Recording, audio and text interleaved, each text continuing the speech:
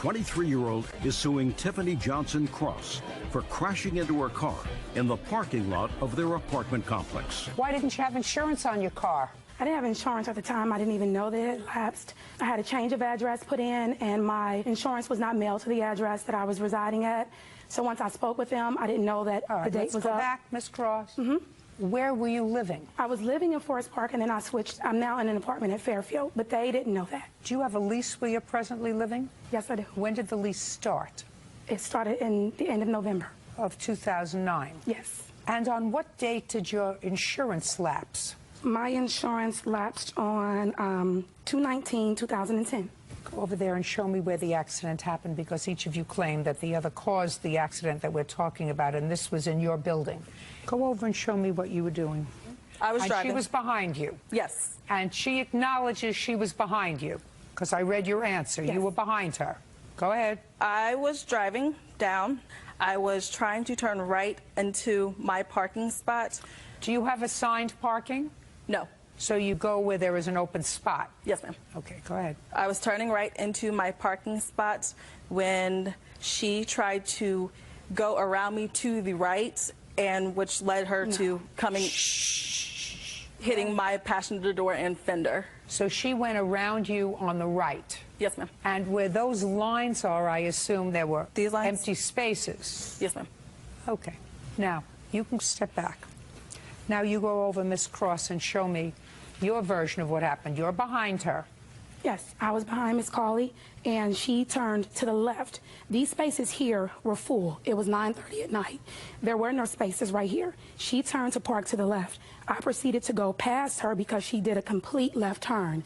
When I proceeded to pass her, Miss Cawley, I guess she may have saw another space, and she wrapped back around to the right, and she hit me.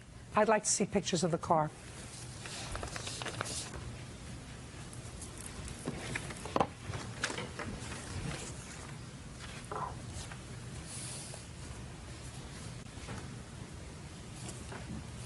I want to see pictures of your car.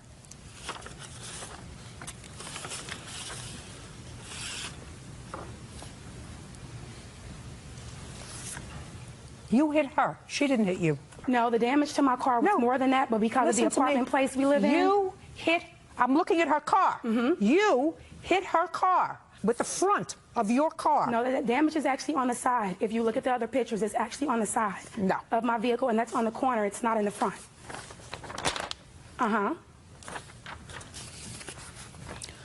Middle of her car. Where is that? Front Because I didn't of hit your car. I didn't hit the middle of her car. I hit the front of her passenger side. Perfect. It's exactly what I said. No, I'm not saying that I hit her. What I'm saying is that's where our cars collided. Listen, Miss Cross. Yes. I know exactly what happened, and you had no insurance. Did you ask her to report the accident a couple of days later so that you could have your insurance reinstated? No, I did not. You didn't? And it wasn't because I didn't have insurance. At the time, I didn't know that it had lapsed until I called to talk to my insurance company, and then that's when they told me. I immediately reinstated my insurance. Go I ahead, did not Ms. hit Coley. her car. She hit me. Go ahead, Ms. Coley. No, you hit her. That's why we're here, for me to make that decision. I can see from the pictures you hit her. I don't see how you get that from the pictures. Listen, you want to look at them? You can.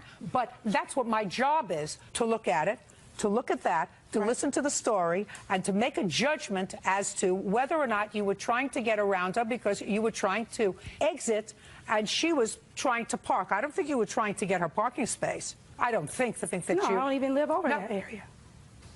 Only one attitude here, and that's mine.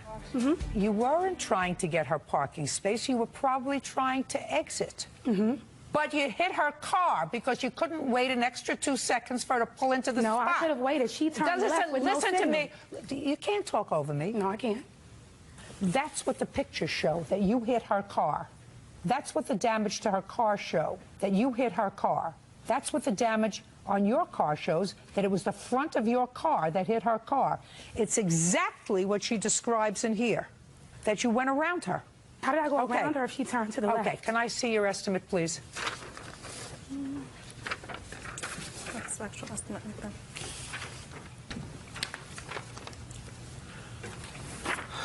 You still living there? No, ma'am. When did you move? I moved at the beginning of April. Was your lease up? No, ma'am. Why did you move? I moved because I had 2 jobs. I lost my main job because of the fact they shut down, so I moved back in with my parents.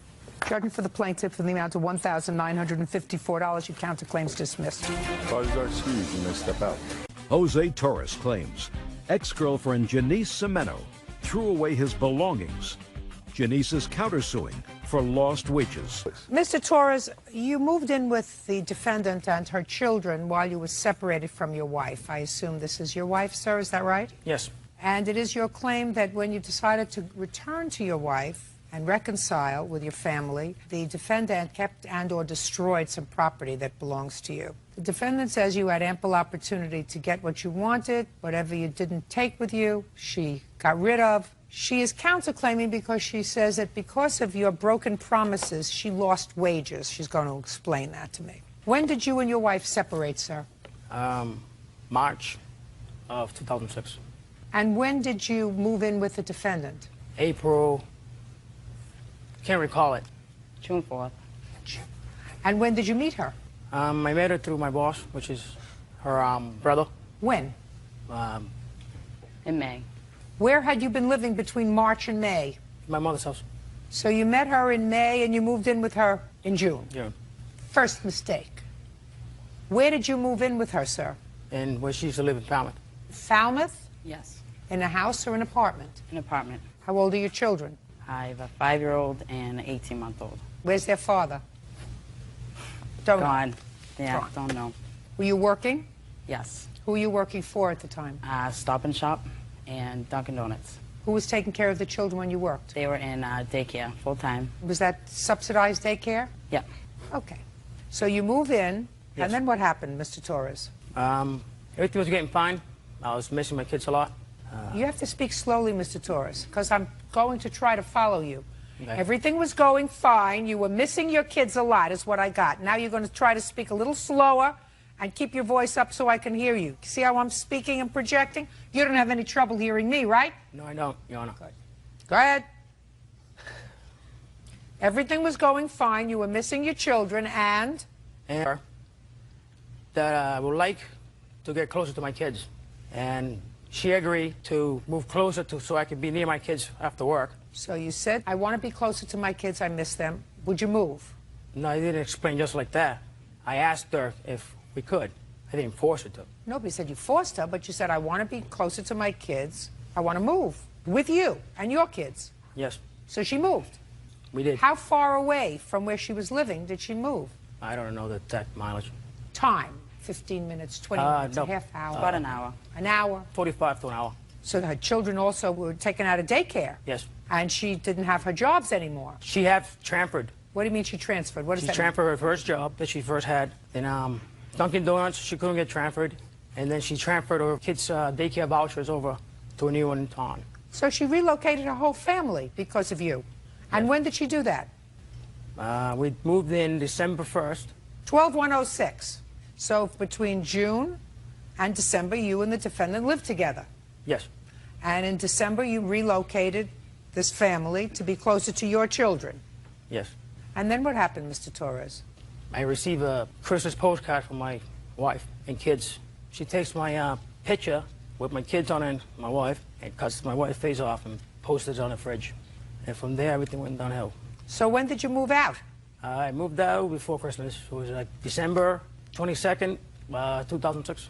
So she lived in this new location close to your children for 3 weeks with you. Yes. So what are you suing for, Mr. Torres? Just all my personal property. Like what? So Nintendo GameCube, stereo equipment, clothing, hats, bed. And how much is all that stuff worth, sir? Close to $2,000. How much was the rent on the apartment? It's 1030. I actually had subsidized housing, so it was 170. So he was getting the advantage of subsidized housing. They didn't know he was living there, right? No. Because if they knew he was living there, I would lose it would have been $1,000 Yes. a month, right? Yes. Between June and December. Yes. Now, what happened with your second job? They cut my pay and they cut my hours, and I had no idea when I was being transferred, because if I knew that, I wouldn't have transferred my job. Yes, you would have. Well, What, sir? Excuse me. The reason that she stopped working for Stop and Shop is because of pay related. They did not drop her hours. She had the same hours, but was a lot of money that she was missing up a week of her check, and that's the reason she quit. So? So she did not lose her job because of me. She did. Okay. She did. Can I call my wife up here? No, I don't need your wife. You were a big boy enough to leave your wife. You were a big boy enough to have this lady with her 2 children relocate closer to your children so you could be more comfortable, so you didn't have to travel. So she relocated herself. Her 2 children, took them out of daycare where they were comfortable, where she had 2 jobs. Nobody's asking you a question. Okay. I mean, you knew that he was living with her, right? You knew he was living with her, right? Not in the beginning, no, I didn't. But she also knew that we had problems previously, and we've always worked our problems out. Listen, she knew she was getting involved with a married man. Listen to me. I got what happened. The story's not straight. Miss Torres. I'm sorry. When you wake up in the morning for 8 months and you don't find your husband sleeping next to you in the bed, that's not a fight. That's not a disagreement. That's a separation.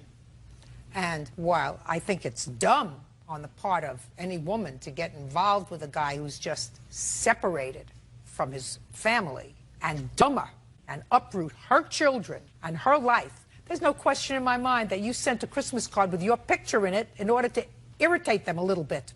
That doesn't say you're not entitled to do it. Don't speak. Don't speak. And I want to tell you something. I wouldn't have put up her picture on my refrigerator either if I were her. Put your hand down, smarty pants. So far, you caused a lot of trouble, Mr. Torres. You don't ask somebody to relocate their life and turn their life upside down unless you are 100% sure that you're prepared to make a commitment. I was committed. Excuse me? Everything got a lot stressful when we moved in to Taunton from Falmouth. You told me things got stressful when your wife sent you a Christmas picture with herself in it. And she cut the picture out, which is exactly what I would have done. Prior to that... Exactly what most women would have done. Cut out the picture of your wife. Excuse me, Your Honor. Put your hand down and don't speak. Prior to that, Your Honor, we were having the problems with her jobs. She was getting a little bit of stressful. Was she stressful between June and December with her job? No, she wasn't. Because everything was nice. She had 2 jobs, she had daycare, then she relocated, and then she had stress. It was your fault. You get where I'm going, Mr. Torres. No, I don't. Well, and I'm sorry. I'm sorry for you. I'm sorry for your wife. I'm sorry for your children. You should get where I'm going. Bird gets where I'm going. The 50 or some odd people out here get where I'm going, sir. And if you don't get where I'm going, there's something missing up here. Now, what happened to his property? I called him from my sister's December 23rd, and I said, you need to come meet me if you want your belongings. He said, I don't want them. You can throw them away. You can burn them. I don't care what you do with it. So I got rid of all his clothes, his hats, because what do I want with it? When did you get rid of him? Most of the stuff was on that day. I got rid of it. Okay, because you were pretty angry. Yes. So whether he told you to get rid of the stuff or he didn't tell you to get rid of the stuff, you would have gotten rid of the stuff anyway. Exactly. Right. Yes. Okay. Now tell me about it when he left. Tell me about what happened when he just walked out of the house without his clothes or anything else. He was a mess. He came back from work and he was drunk. And he'd tell me, going home to my wife and going back to my kids. And I told him continuously, I said, Jose, I'm not going to move unless, you know what I mean, you're going to be with me and stay with me. I'm not going to move to Taunton if you're going to go back with your wife. And that's what happened. He up and left. It's a very stupid thing to do. And what happened to his entertainment center? I have his speakers, and I asked him if he wanted them, and he said no. Put your hand down. You know how much sympathy I have for you? That much. 0. Less than 0, if that's possible. You have his bed? Yeah, what happened was when we lived at Falmouth, I got rid of my bed, and he brought his bed. So you got rid of your bed Yes, and took I did. his bed. He doesn't get the bed back. What else? Yes. There's the Nintendo GameCube, which my son plays with, but... What? I got a list if you want to see it. I don't care to see your list. Okay. She threw away a lot of stuff when you left, which is probably what I would have done if you left.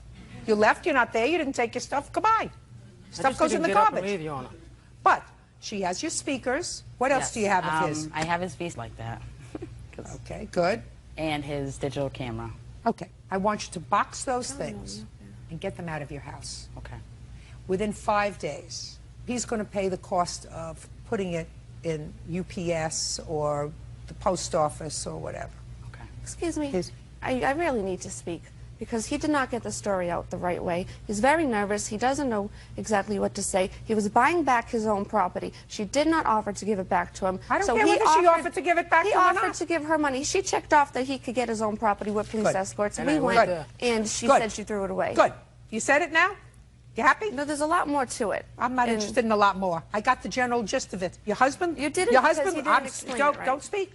Your husband left you, not because of her, because he didn't I meet her for a actually leave her. I while. just got separated from her to take a part of time from each other. She kicked him out. Just a second. Then if you need time, Mr. Torres, to decide what you're going to do, is that what you're telling me? Is that what you're telling me? You needed time to figure out what you were going to do? No, we just need time away from each other. Then you don't move in with somebody else and dislocate them from a life. Do you understand that? Do you understand that? I understand that, but I didn't do that. Yes, you did. Yes, you did. You moved in with somebody else. If you want to take time away from your wife and see if the relationship can be put back together again, you do not move in with somebody else just because it's comfy. Do you understand? That's Yes, what I you do, did. but I didn't do that exactly like that. Get mad. Speak up. Huh? Mr. Torres, Speak up. your wife may not want to acknowledge it, but that is precisely what you did. She did not handcuff you and tie you to her bed. From June of 2006 until December of 2006, you shared the defendant's bed, you shared her life, you convinced her to move and relocate to be closer to did your not convince children. her. That's what you just told me, sir. No, I you did not told convince me her. We that you agreed on wanted it. her to move closer. But I that- did not force her to do it. Listen, those are the things that you're getting back. Period. End of discussion. Let me explain something to you. You don't get awarded money for stupidity. You don't pick up your life and relocate for a married guy. And if you do so on a promise and a prayer, courts aren't here to help you. You have to understand that. His wife doesn't get it because she prefers not to get it. He didn't go and move into a room in somebody's house while they were trying to work out their problems. He found it more comfortable to be in your house, living with you. And she thinks that's your fault. That's not your fault. She's angry at the wrong person. She should be angry at him because it was his choice to move in with you, and it was his choice to move into another apartment with you. It was his choice. He was more comfortable living that way while he was figuring out what to do with his marriage. So her anger is misplaced, and I don't want to hear about it. So you get your property back. The stuff that you just mentioned, sir, other than that, you get nothing. I'm dismissing her counterclaim because, unfortunately, the law doesn't permit her to have a counterclaim for her own acts of misguided love and affection and your promises that you were going to be with her. Law doesn't I permit ain't made that. any promises. Get out of here. 26-year-old Ebony Dean is suing the mother of her late husband's son, Taishra White, for the cost of her stepson's orthodontist bills. Miss Dean, you were married to the defendant's former boyfriend. Yes, ma'am. And your husband passed away recently. They had a child together. Yes, ma'am. The child was primarily living with you and your husband at the time of his death. Is that right? Yes, ma'am. And at the time he was about 13? Yes, ma'am. How old is he now? 13. 13. This is your lawsuit. While he was living with you and your husband, you got braces for him Yes, ma'am. because he needed them. Yes, ma'am. And you took out a loan Yes, ma'am. in order to do that. Your husband is no longer here. You want his mother to take over the responsibility of the rest of the loan. Yes, ma'am. And to that, his mother says she is not responsible for the loan because she never signed the loan papers. Correct. Okay. Can I see any paperwork that you have from the dentist? Yes. This is the recommendation to get the minor braces due to he had a... Just a second. Let me read. I can read it.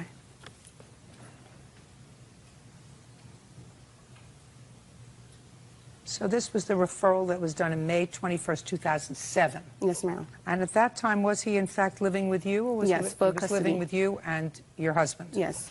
Okay. How much was the total bill? The total bill was $3,000 some odd dollars, Your Honor. Yes. If I could say something, please? Yes. About the recommendation and the dentist bills and all the records, I have never seen any of that. Doesn't make any difference. And about the... You paid. I read your answer. You paid, according to you, what you thought you could pay, which was $800. To keep the peace, Your Honor. I don't care whether it was to keep the peace or not. It has really nothing to do with the loan, Ms. White. It has nothing, listen, I want you to listen to me very carefully. It has nothing to do with the loan.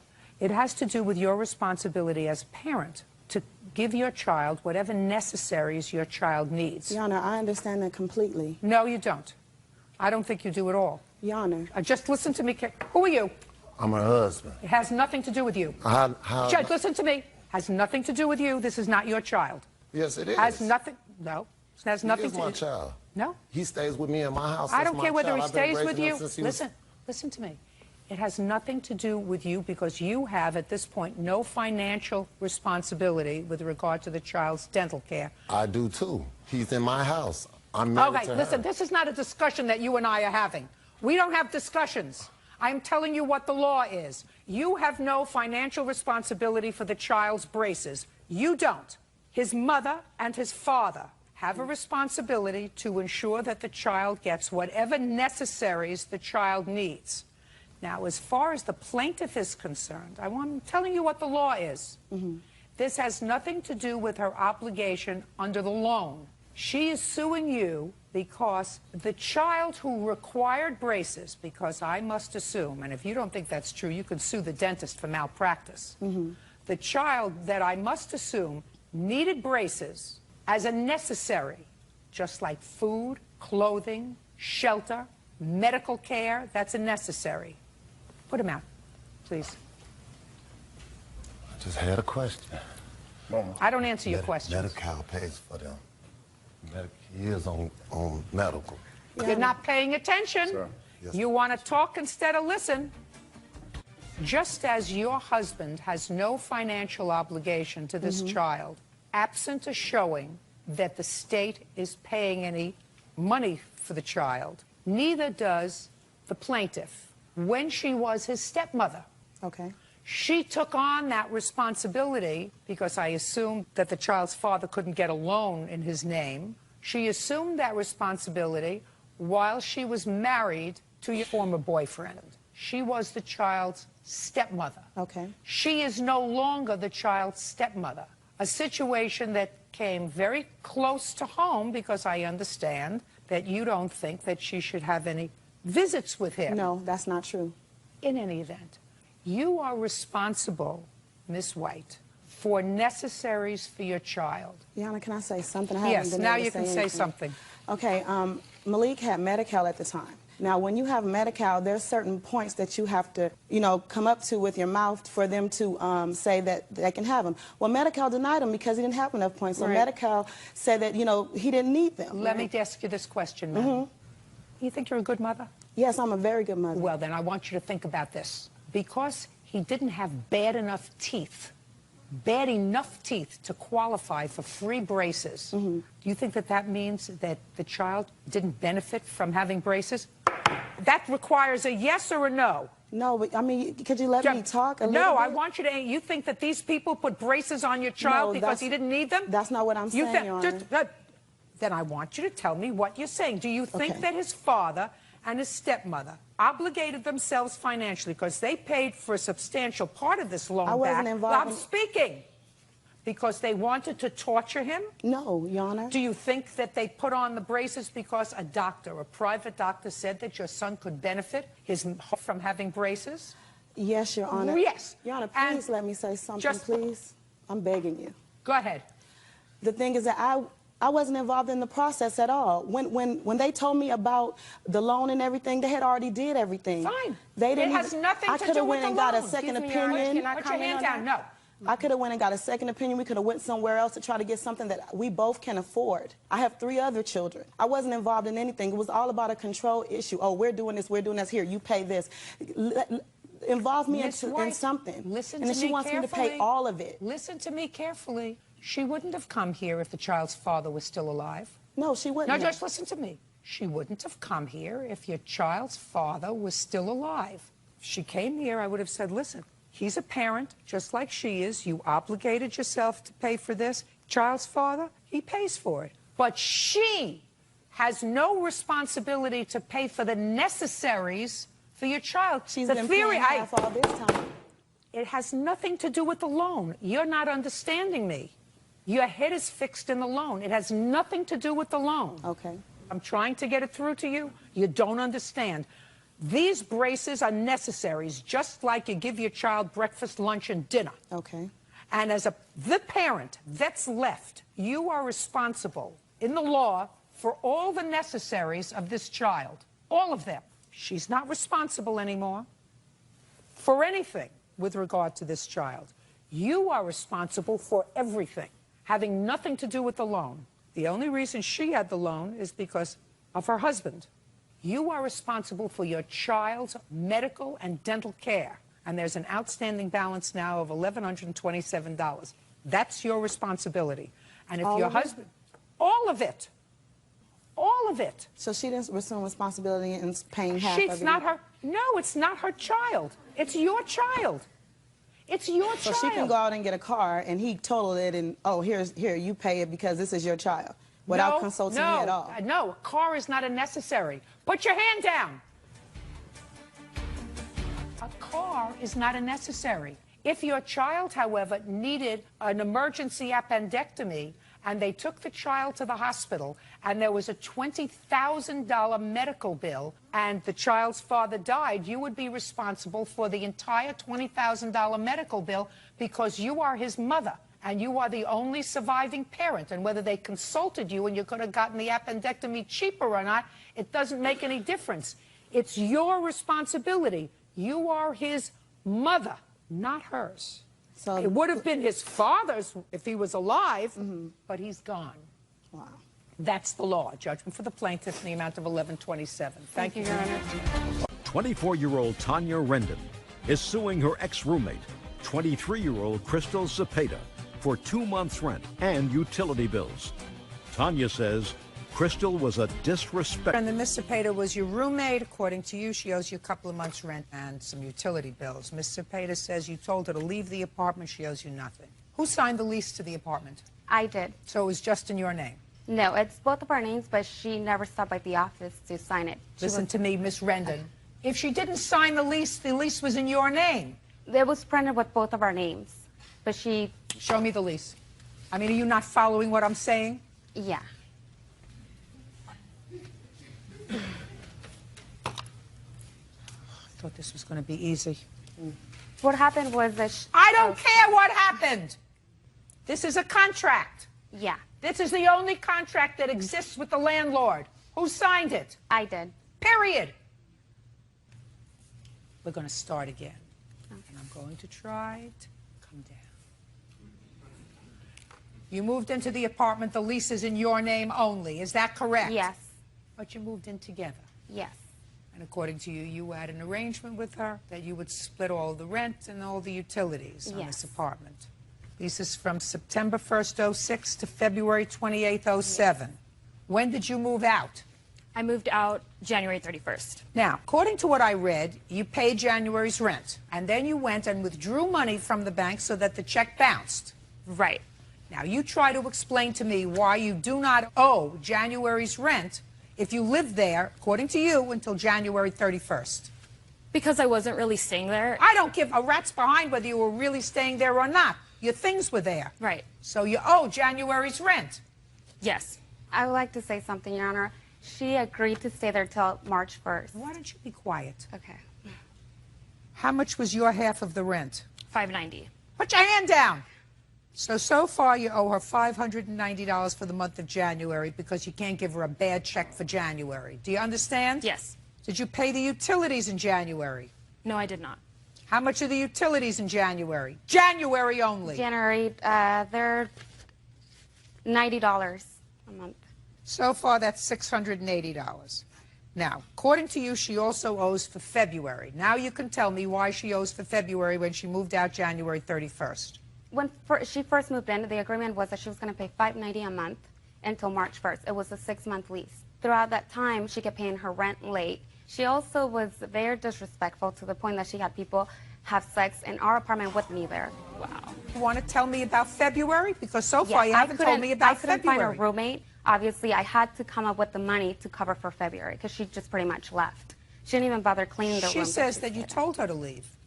Is that right? 2 weeks before the end of January, she told me that she had found a new roommate that would be moving in in the beginning of February. Who that was? She told me a girl that she found on Craigslist would be moving into the apartment. So you decided to terminate this roommate relationship Yes. well prior to January 31st. Yes. Because you had discussed moving out. Right. You say it was her fault. She says it's your fault. It was clear from reading the complaint and answer that the two of you did not have compatible lifestyles. Right. All right. Go ahead. So in January, at the middle of January, I decided, I guess I don't have a choice. She notified me that I would have to be leaving the apartment because she found a new roommate, and so I decided, okay. Where did you find this new roommate? She was a friend of my ex-roommate, one of my ex-roommates. And when did she move in? She moved in March 1st. So you had to cover the rent yourself in February, Yes, right? I did. That's too bad. She owes you $680 for January. Anything else? No. Anything else? The bills, I mean, she didn't pay for the bills for dinner. $680. Get over it. That's all. Kenny Loud says neighbors Keith and Tammy Cavanis owe for the return of 2 dirt bikes. The defendants are countersuing for harassment and defamation of character. Miss Loud, you and the defendant were neighbors. You purchased 2 dirt bikes at some point, and then according to your complaint, you and your husband separated. You couldn't maintain the payments on the bikes, so you sold them to your neighbors. Yes, ma'am. And they acknowledged that you did, in fact, sell them to them, and the price for the 2 bikes was, I believe, $1,800. Is that correct? Yes, ma'am. You made only $300 worth of payments, is that right? Yes, 3 ma'am. payments of $100 each. Yes, ma'am. And your last payment was in February? Yes, Yes, ma'am. ma'am. She wants her money. Do you have a defense? We attempted to make the payment, and she refused it. Show me. Here's the return. That's the receipt for the money, or the certified letter, and that's where they refused it and sent it back. We called her. March 23rd. When was your payment due? On the 15th. Of we what? called her on March 15th. So she sent us a text on March 14th, and we had gone out of town and we had forgotten about it. So we called her and told her we were out of town and asked if it would be okay if we paid it on the 20th when we returned. And if not, my nephew had access to our funds, and he could bring it down to her right then because it's only a few houses down. And she said, no, it's okay, wait when you return on the 20th. And then she went on, started talking about other issues. Your Honor. Go ahead. Okay, and when they were out of town, they did not call me. I called them on Sunday. And Sunday, what day? Sunday was March 15th, I believe. And they told me at that point that they were out of town and that their nephew could pay me the money. I had talked to their nephew during the week. He did not mention anything about the money, and neither did I, because in February... Why didn't you pick this up? Did you get this certified I wasn't mail? at home. I had somebody staying with me due to the threats that he had said to me. Just a and second. when I went to collect the money Hold on, March 20th. Hold on. I don't understand this. This is addressed to you. This is addressed to you. This envelope I may have brought the wrong. and this name is addressed to you. I'm sorry, if the receipt that Don't show me the receipt. That you filled out. I brought the wrong envelope. That you filled out, madam. This is addressed to you. I know, I'm sorry, Your Honor, I brought the wrong envelope. Well, that's not my I problem. know it. I messed up. But It's very messed up. It's very messed the up. thing is, she came to our useless. house and she refused on the 20th when we It doesn't make any returned, and she difference. refused. You have no defense for not paying up for the bikes. What's your defense? The defense that she came to our house on the 20th. When we returned, we told her we were going to pay on the 20th. She was not home. She showed up at our home intoxicated, demanding the dirt bikes back. And we said, no, Kenny, you said that it would be okay when we returned on the 20th that we would pay you. He was there. He was a witness and saw I that want she to know refused. today, as you stand here, what your defense is. Right now, you have the 2 dirt bikes. We had the cash to give to her. We tried to give Right it to her. She now, refused you it. have the 2 dirt bikes. The deal was that I lost a job, so we did not have to pay on the 15th. The deal was that we The could contract pay. does say the 15th, but she said she'd work with us. We'll And work with it. I want to know, you're standing here today, what is your defense for not paying her for the merchandise that you have? That she would not take the payment when we tried to Well, take what it do to you her. think she's doing here? To check out my makeup? she wanted the bikes. She wanted the bikes back. She wanted the Her bikes back. ex-husband returned, and he wanted the bikes back. She told us in didn't- February he don't- wanted the bikes Hey, back. I mean, thick. Are you people just thick? We offered her the payment on the 15th. What defense do you have today for keeping the bikes and not paying for them? The fact that you're annoyed? We attempted. We had the money. We want to pay him. We want to pay her. We wanted to pay it. Oh, so And you she want to refused finish? it. Yes, we That's wanted what- to make every payment on time. We wanted to make the payments early. Fine, well, you didn't make your payment on time. All right, so right now they owe you $1,500 on the dirt bikes. On the now, dirt just bikes? What? On the dirt bikes, I want the return of the dirt bikes. I don't want the money. I want the dirt bikes Yeah, because I don't. That's not the deal. You're getting your $1,500 back. I don't care what you want. You made the deal. Now, you have some other repossession fees. I want you to show me where you paid a bill for repossessing the dirt bikes. I have not paid anything yet. Good. Then you don't get I have that. an invoice. Then you don't get it. Even with the invoice saying, because I still No. have to pay it. No, I don't want it. But I'm curious, when did you hire somebody to repossess the bikes? I think it was around April 9th. You have that on the invoice? I don't know. I think the invoice is just dated the day that they sent it to me. June 1st is the date of it. No, not interested. Take it, throw it in the garbage. They didn't get the property. But I still have to pay the money. That's your problem, if you're going to pay the money, and I don't think you are. So far, they owe you $1,500. Now, you want to get to the last part of your lawsuit, which is defamation of character. Yes, ma'am. I was the assistant leader in a Girl Scout troop. She was the leader, and both of our daughters were in it. And on Friday, March 20th, is when I went over there to get the dirt bikes. And then Saturday is when she sent an email to all of the parents, to the girls in the Girl Scout troop, saying that I was no longer going to be the assistant leader. Let me see. I had not resigned.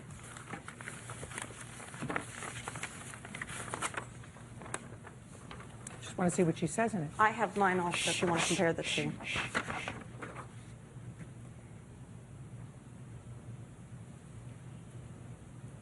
This is not defamation. She says, as some of you know, I am needing an assistant to help me with the troop. Kenny no longer will be the assistant, so I need help ASAP. She doesn't say anything else about you. I was forced out of the group by her when I had sent. I don't care. I talked to the. That's not defamation. When show me something that indicates that she defamed you in some way, madam. Okay, because of that email, I found out about that email, and I had called corporate Girl Scouts, and then they came in, and at that point she had said, well, Don't tell me what she said. She said it to. Yeah, they owe you $1,500. Now I'm going to entertain in 30 seconds or less your counterclaim. She kept calling counsel over and over again. They were just Don't tell me irritated. what they were just. And she told them that I. You can't tell me what she told them. That's hearsay. I have the letter from the council. I don't she care told if them you that have I a stole letter. money. Just a second. I don't care if you have a letter from counsel. I don't read letters from counsel. Letters from counsel are hearsay. You have anything that she wrote? Oh, I have the letter that she sent to all the girls. Well, she sent it to counsel to send it to the girls, and saying that I told them stuff, which I didn't. And then the letter from counsel says that she had me investigated Just for a stealing second. money. I don't care. That's hearsay. Do you understand? That she had me investigated for stealing money? That's And hearsay. This is not defamation. She's saying that I understand that Tammy Cavan has communicated with you by email or in person about a week and a half ago that I had quit the troop.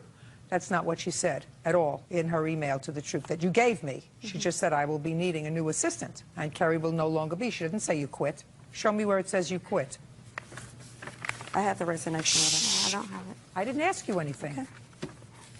Okay. Do you still have that email? You have that? You still have it.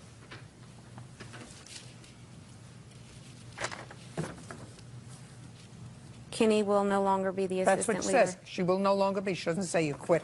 And it's all a matter of semantics anyway. It's nonsense, ladies. You owe her $1,500 for the dirt bikes that you have. Your counterclaim's dismissed. That's all. Parties are excused. You may step back. Club owner Clark Garl claims former customer Tim Nesh skipped out on a $2,000 tab for a bachelor party. Mr. Garl, you own some sort of a club establishment, and the defendant made a bachelor party there. According to your complaint, he still owes you several $1,000s for his bar tab.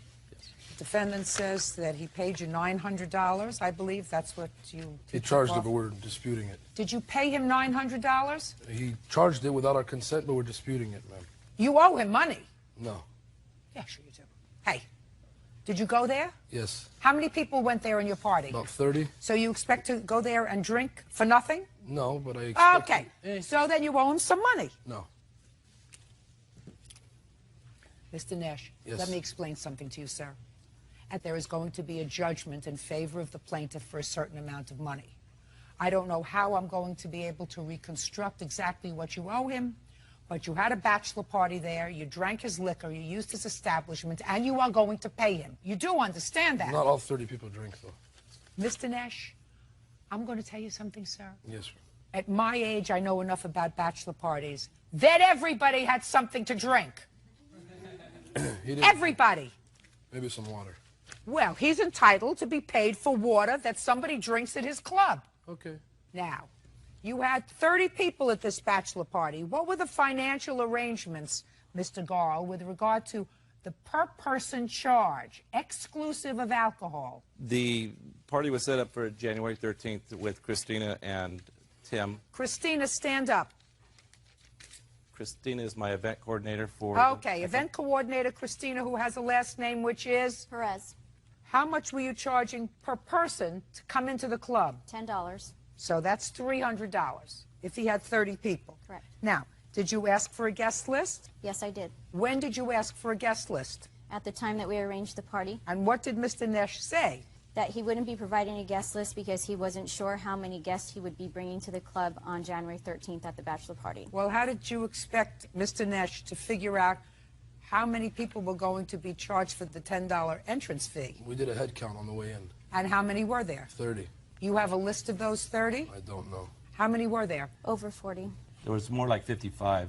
That's because they're letting people in on their own. So. Just a second. At 40, we quit counting. If he acknowledges 30, there were at least 40. Okay. Wow. Shh. You may not lose this whole thing, Mr. Nash, but don't start on the wrong side with me, sir. Okay. When you use somebody's business, you have to be prepared to pay for it. It should also protect you as well. I mean, they should let people in with knives. Mr. Nash? Go ahead. If you choose to have a bachelor party with 40 people, sometimes things get out of hand. Was this the only place you were going that evening? Yes. And you started out there? Yes. What time? About 10:30, 11. What time did they get to your place? 11:30. What time did they leave?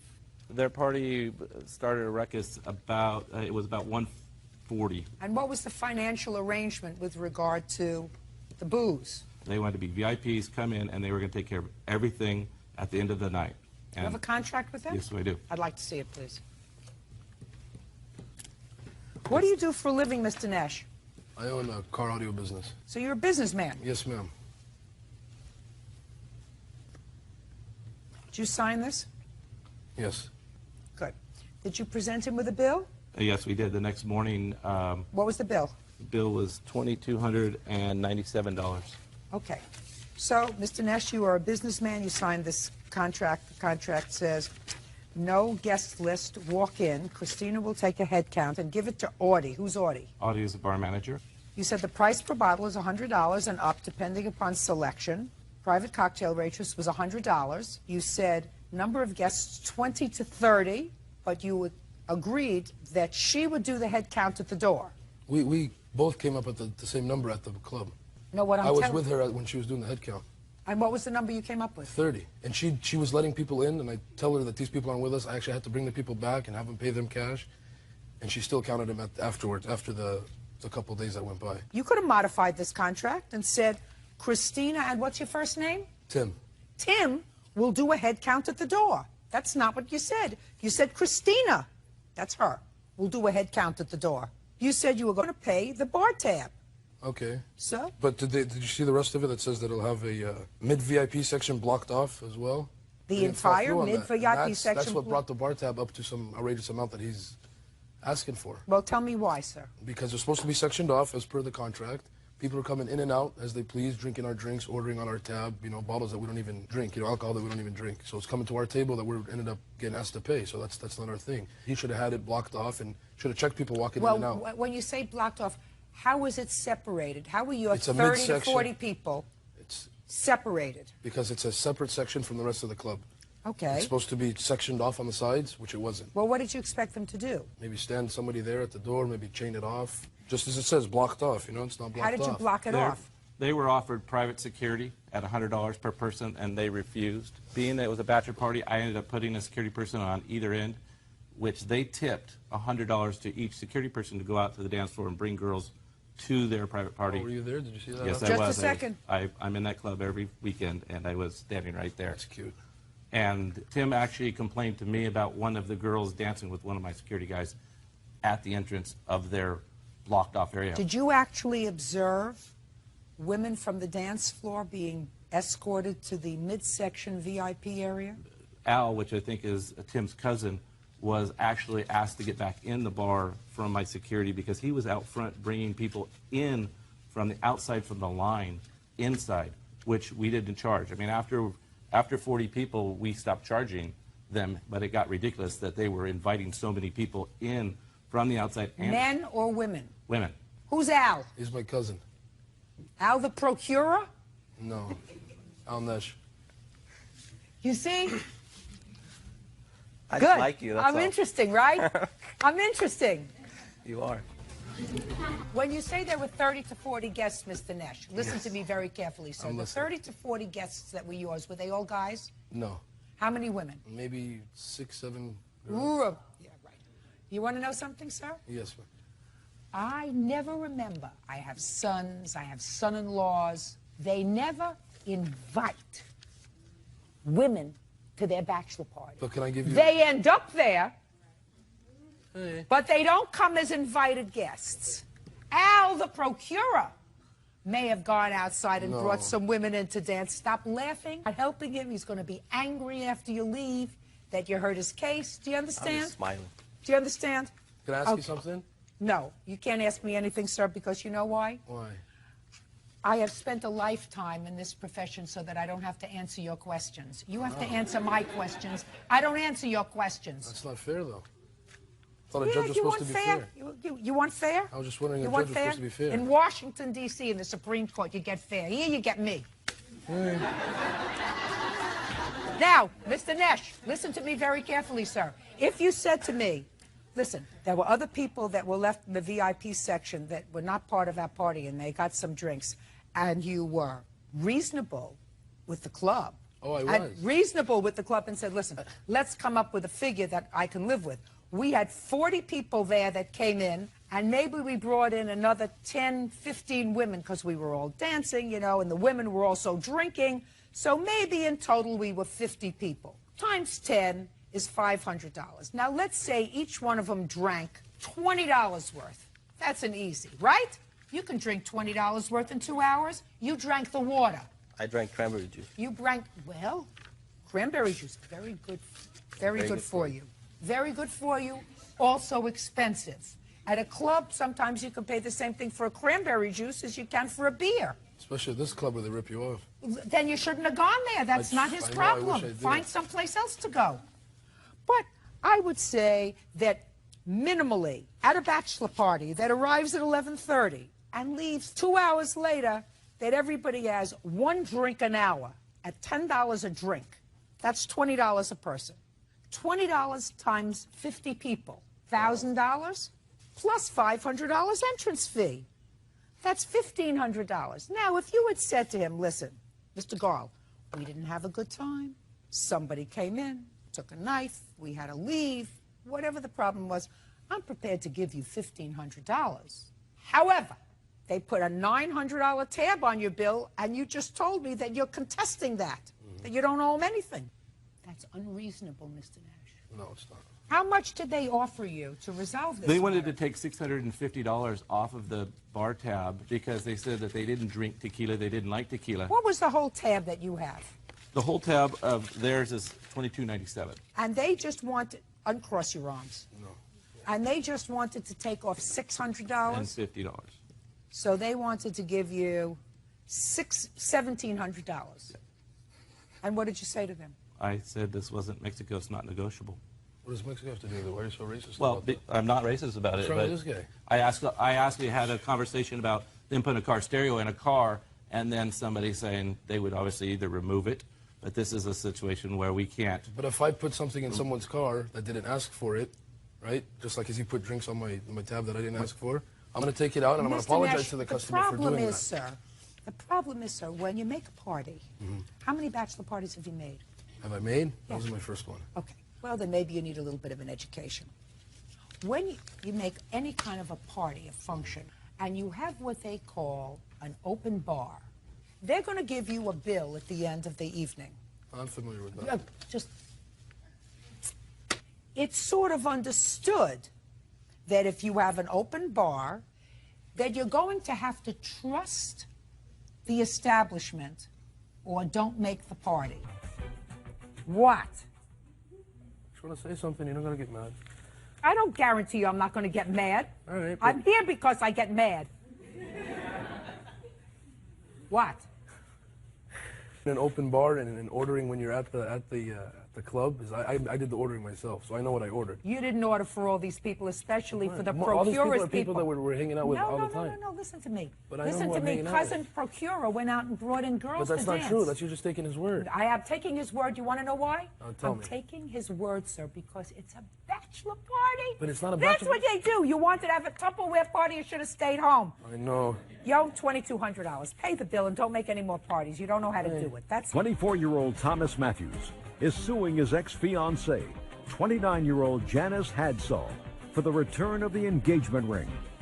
Janice claims she sold the ring to pay bills. Mr. Matthews, according to your complaint, you and the defendant became engaged. Yes, You ma'am. bought her a ring. You were supposed to move into a new townhouse. Yes. So far, that's correct. Is that right? No. Thomas and I had never gotten engaged. According to your complaint, you bought her an engagement ring. Yes. And you wanted to move into a townhouse. In order to do that, you had to break your lease. And you paid the bills to do that, to break the lease. Yes. So that you could move into this new townhouse together. Yes. After you paid those bills, you found out that Miss Hadsall was sort of friendly with her ex-husband again. Are you now living in the townhouse, sir? Yes. And is living in the townhouse with the ex-husband, which was facilitated through your paying the bills to get her out of her old lease. Correct. That's So not you true. want two things. You want the engagement ring back, and you want the bills that you paid. Yes. Let's talk about the ring first. Okay. You have it? No, I don't. Where is it? Well, when Thomas and I was supposed to move in the townhome, he agreed to help me with the bills and the utilities and stuff like that. When he and I had split up or broken up, that I had to sell not only that ring, but some other items that I had for I don't believe my you. bills. I think you're a liar. I think you just didn't bring it because you didn't want to give it to me. That's what I think. How much was the ring? $2,069.56. Describe it to me. It was white gold. I believe it was a carat and a half. You have the bill for it? Yes.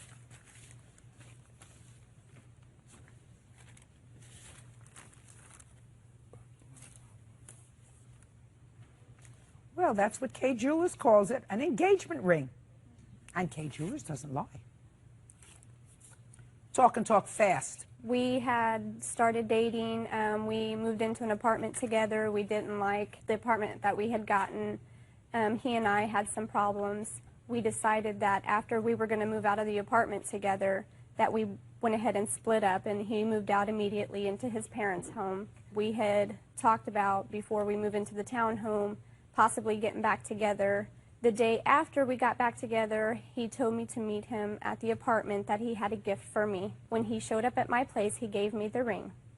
And I told him, you do understand that we just got back together, that we're not getting engaged? He said, that's fine. He had asked me, when do you think would be a good time to get engaged?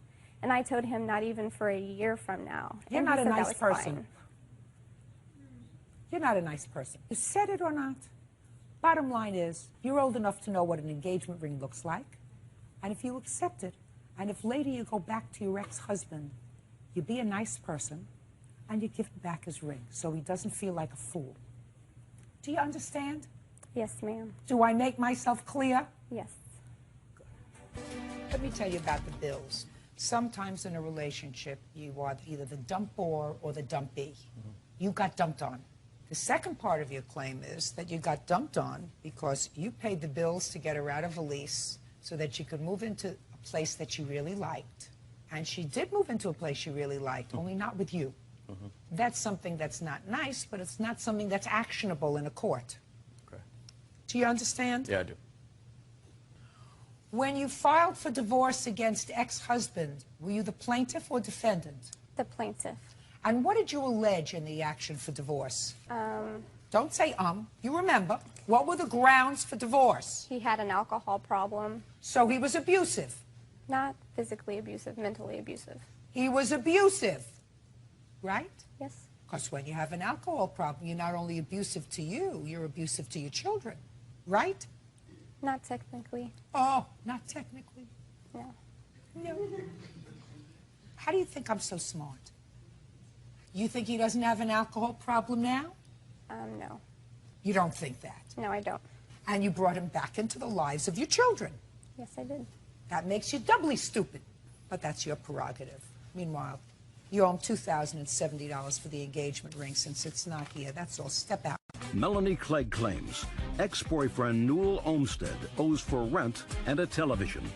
Newell claims he's already paid his debt. Mr. Olmsted, the plaintiff indicates in her complaint that you purchased a television set while the two of you were together, and you lived together for a period of time. You separated, and Ms. Clegg indicates that you separated because she found out some things that she didn't know about you. Does that be a fair statement? Mm-hmm. You have the television set. The payments for that television set was still outstanding when she left. It was some $1,200 left.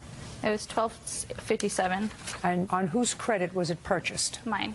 You got the TV. Yes, ma'am. You want the TV? It's my TV, yeah. It's not your TV unless you pay for it. I did pay for it. Show me. I put... What date did you separate? We separated in December. December 2009. 2008. Okay. After December of 2008, she says that when you separated, there was $1,257 still owing. There was only $1,000 owed on it, and I transferred that money into her account in January. 2 transactions from my account to her account for $500 each a transaction. She didn't pay it off in time. Then the interest kicked in. There's 2 transactions. There's one on the first day. There's actually 3 transactions to her account equaling $1,500. The third one was for a credit card that she said I owed her $500 on, so I paid that as well. Okay, explain that to me. He did transfer money into my account. It was for a credit card that he had on my name because he didn't have good credit, so he could not get any credit in his name. Well, how much was owed on the credit card at the time? There was $400. The balance was $1,000. There's $400 charge, and it says on her attorneys for his divorce. And he also owed me for his child's dentist that I was paying, which I have proof here also that I was paying. I'm not getting so involved in this complicated case. You understand that? Yes. And I want to know how much was owed on this credit card when you separated in December. $1,062. Take a look at this, sir.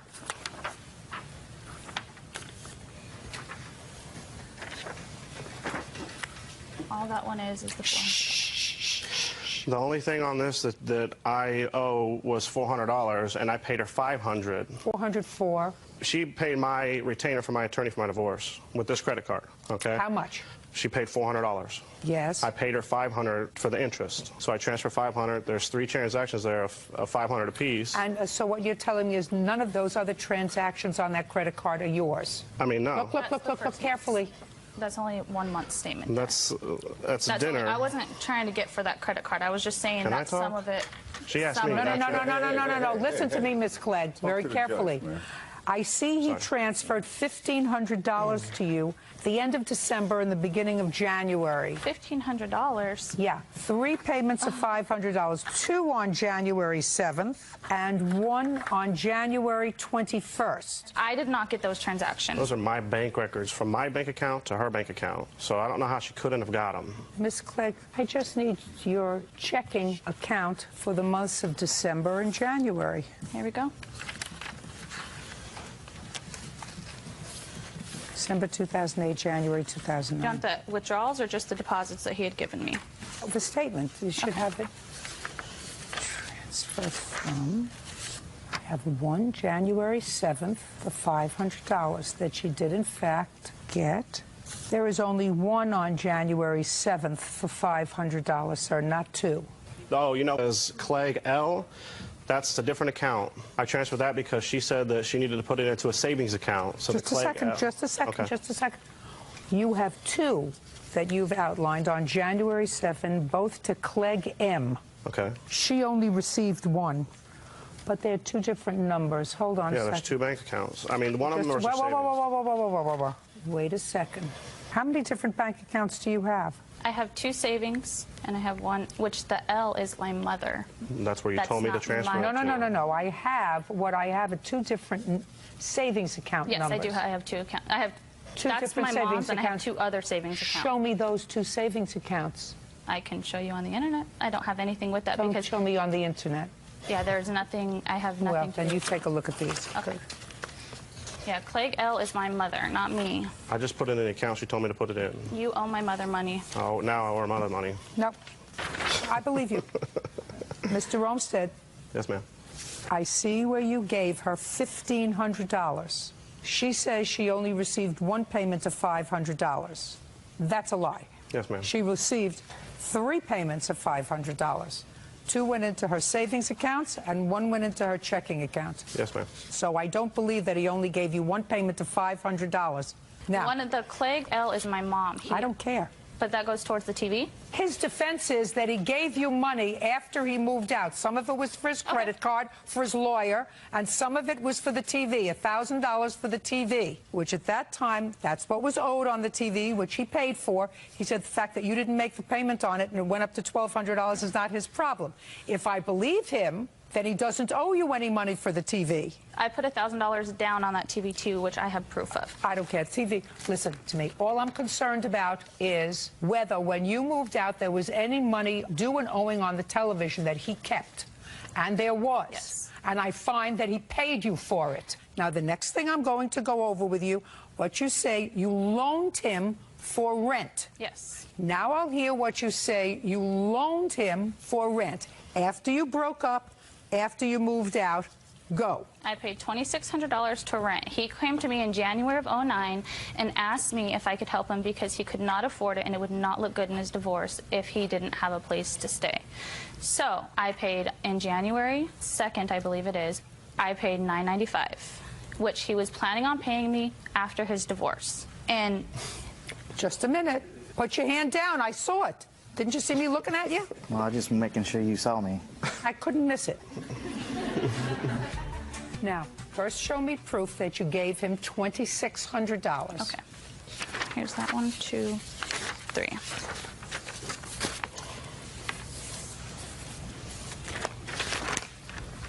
Don't give him anything. What are you showing me here? The withdrawals out of the account were the rent for his house. That's a Wells Fargo account. It goes into a Bank of America account. And I had cash so that it wasn't the exact same amount every single month because I was... Did she give you any money towards rent? She didn't give me any money. She paid, I mean, yes, she did go pay the rent for us. When? January, February, March, but she received half the rent from him, so I don't know why she pulled out On 1 $900. month. Shh. January, February, March. Now, she was not living with you then. No, she moved out in December. Just stuck us with everything, just moved out. And who were you living with at that time? He moved in, or he decided to stay to help me with the rent since she moved out. Was this apartment in both your names or just your name? It was just in my name, but we lived there together, yes. Did you move in together or did she move December, in? yes. We moved in together in December of '08, and she moved out in December of '08. Where had you been living before? We had a house that we rented. We wanted to get into a cheaper place, so we got into a place that was $300 less a month. When you lived in the house, were you sharing expenses? Yes. And why did you move out in December? Because he was with my sister's best friend.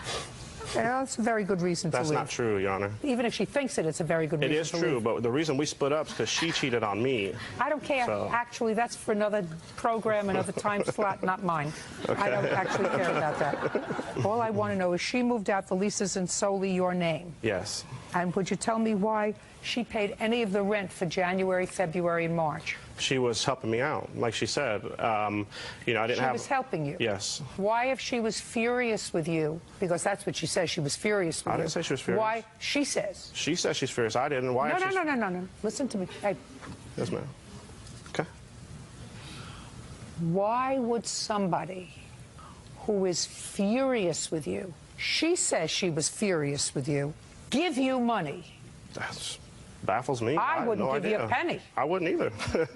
She found out about him being together with her friend. Listen, go get your 15 minutes someplace else, but don't shout out here. I'm not trying to get 15 minutes. I'm just trying to state facts. I don't want you to state anything unless I ask you to. I raised my hand earlier and I didn't get a turn.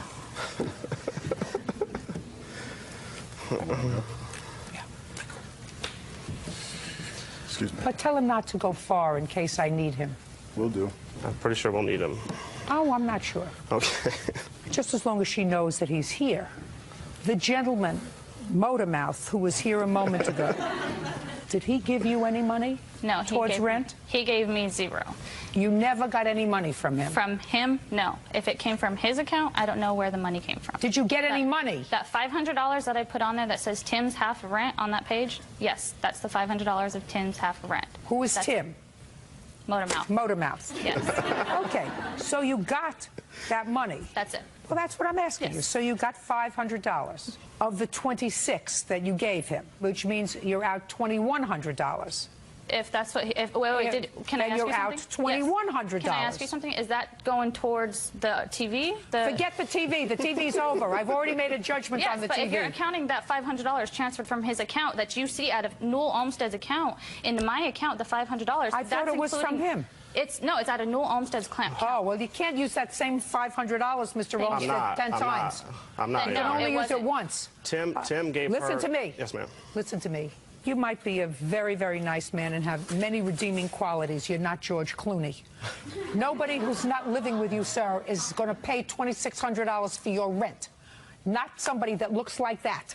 Do you understand? Take a good look. Somebody that looks like that is not going to pay $2,600 for your rent after she's already broken up with you. I agree. But that's what she did. No, she did not. Tim paid her $450. His part of the rent, he paid her. So that's not true. Yes, she helped I don't me. believe that. And I don't believe Motormouth. Okay. I don't believe you should have had nothing to do with her.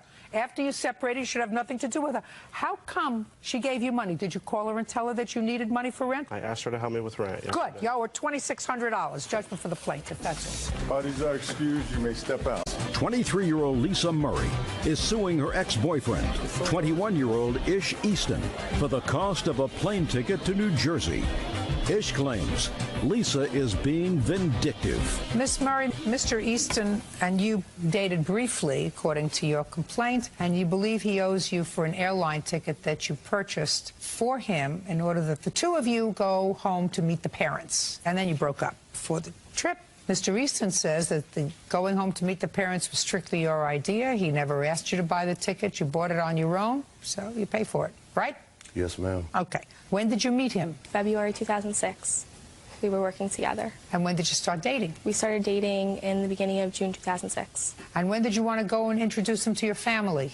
Through the month of June, or in the beginning of July 2006, our relationship became serious. No. You're talking so fast I can hardly understand you. I asked you a simple question. When did you want to take him home to meet your parents? July 2006. After 4 weeks? Why?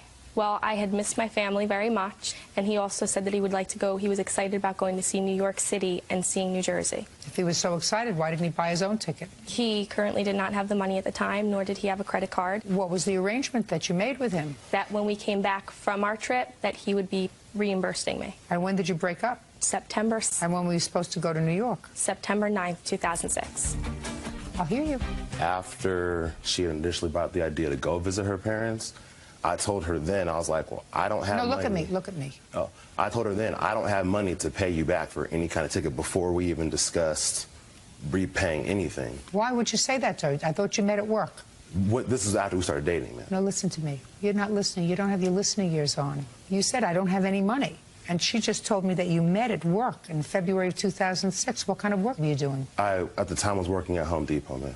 And in July, where were you working? I worked for a structural engineering firm. And in August? Still work there, man. Okay, so you were working. You were employed. Yes. Do you have children? No. Before dating Miss Murray, I was in a previous relationship. Separating from that relationship, I had to move back home. But upon moving back home, my parents were like, well, you got to help pay bills and stuff like that. So I pay half of everything. So? Leaving pretty much nothing. Well, that's not true. You have money to eat out, right? On occasion, ma'am. And that was money that I was like, Mom, you know, can I borrow $50 to go out? Or Mr. Easton, when you discussed with Miss Murray going to New York, I don't believe that you said to her, I don't have the money to pay you now, and I'll never have the money to pay you back. Because I don't think that under those circumstances she would have continued to see you, because that would have sounded like something a bum would say. I don't have money now, maybe, I'll never have money to pay you back. I wouldn't have taken you to meet my parents. I would have been humiliated to take you. You're a bum. If you say, I'll never have any money to buy an airline ticket for $295. So I don't believe that you said that to her. I believe that you probably said to her, I don't have money to pay for it now. That I believe. Now, when did she buy the ticket? She called me and was like, I bought tickets to go to New Jersey. No, you had already discussed it. So don't say it came as a surprise to you.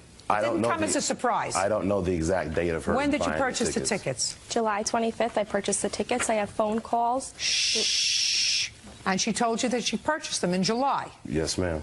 Right. And you were working in Home Depot? I was working at Home Depot and the engineering firm at the same time. So two places. Yes, ma'am. What did you do with the ticket? I was unable to refund it because he broke up with me within 24 hours prior to canceling it. You have the bill? Yes.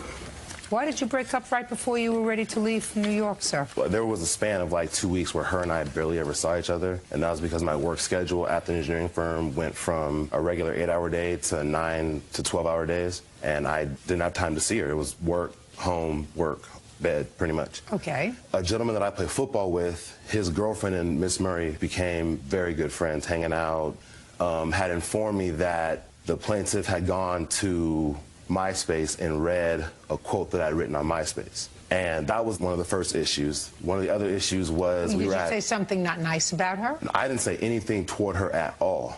The quote that I left on my page said, due to the pain caused by love, to love I say. And that was nothing toward her previous relationship exactly to that. Then it went from that to she had been saying, oh, I don't have money, I don't have money, I don't have money. Well, then my friend's girlfriend is like, oh, we went shopping today. And Lisa bought this, and Lisa bought that, and Lisa bought this. Why does it make any difference to you whether she said I don't have money? Well, because if you're going to tell me you don't have money, then how are you going to turn around and go shopping? She wasn't asking for money from me, was she? Initially broke up with her because she lies. You can't trust a liar. You can trust a thief because you know they're going to steal. You can trust a killer, you know they're going to kill, but you can't trust a liar. I asked her, I said, well, did you go on my MySpace page and read that? She said no. And before that, I said, is there anything you want to tell me about that you haven't said to me in the past? No, there's nothing I can think of. You're going to get your $2 back for the ticket. Before you leave, you should get down on the floor, on all fours, kiss the ground, and say, God, thank you for terminating this relationship, because this guy is no good. No bargain, no good, no way. I don't know much about you. I don't know if you're good, but I can tell you right now, he's a bum. He's always going to be a bum, because he makes excuses for what he does that bear no resemblance to reality. That's what he just did. He just gave me a whole cock and bull story. In reality, he probably found somebody else to cover some of his bills. Because when someone is so smitten with a woman, they don't not see them for 2 weeks. They may give up sleeping, but they won't go work, job, work, school, work, and not see the person for whom they have lost their heart. Do you understand? Yes, sir. So he made up a whole big story. Nothing in his story was true. So you're a very lucky girl that you got rid of him, because for somebody who doesn't like lying, he has become very proficient at it. Judgment for the plaintiff in the amount of $295. That's all. Bus driver Judy Greenlee is suing fellow bus driver David Smith for backing into her car with his bus. David claims he didn't do it. All rise. Yeah, this is case number 169 on the calendar in the matter of Greenlee versus Smith. Parties have been sworn in, Judge. You may be seated, sir. Have a seat. Ms. Greenlee, there was a time last year when you and Mr. Smith were employed by the same bus company, a school bus company. And it is your claim that while you were out doing your route, Mr. Smith backed a school bus into your parked car and then took off, damaging your car. You want him to pay for the damage to the car and other related expenses. Mr. Smith says he never touched your car, and he is counterclaiming because he says because you filed these charges against him, he was humiliated at work, he was arrested on the job, and he was ultimately acquitted of those charges. Did you have a trial? No. The police officer dropped everything. Okay. And told you to proceed civilly, I assume. So he's got a counterclaim. When did this incident happen with your car? January 12th of 2004. And at what time did you leave that day on your bus? 6:30 a.m. When did you return to the yard? Approximately 8:15 a.m. When did you look at your car? As soon as I got back to the garage. And what did you discover? I discovered a dent, and there was rub marks from where my paint had been rubbed off. A part of Do you have photographs of it? Yes, I do. I'd like to see the photographs. And I also have a videotape of the bus actually hitting the vehicle.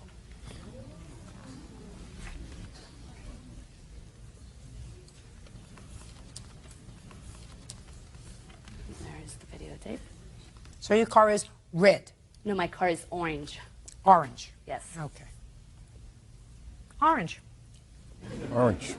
I assume before you looked at the video, you conducted your own investigation. According to what I read here, a little bit of an investigation on your own. You went around looking at all the buses. Yes. And didn't find any of them with any damage. No. So what did you do next? We went on our afternoon routes. David's the only bus that did not come back to the garage that morning.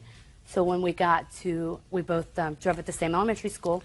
He was off of his bus, and I went and I seen the orange paint and the rub mark on the back of the bus. My husband was actually up at the transportation director's office speaking with him, told him the damages I found. Okay. Don't tell me what your husband said. That's hearsay. But you saw orange paint on Mr. Smith's bus. Yes. Did you speak to him? No. All right, Mr. Smith. Now tell me your version of what happened that morning. I got in my bus around 6:40. I backed my bus up. I had another bus that was to the left of me that I couldn't clear, so I had to get off my bus because my two-way radio did not work on my bus. Got off my bus, went and asked the backup so I could go around. I did my route. So it's your claim that at no time did you hit Miss Greenlee's car? No, ma'am. Now, you were subsequently arrested? The police come to my work to arrest me for hit and run, but my boss asked them before they arrested me to go and watch the videotape at the transportation office.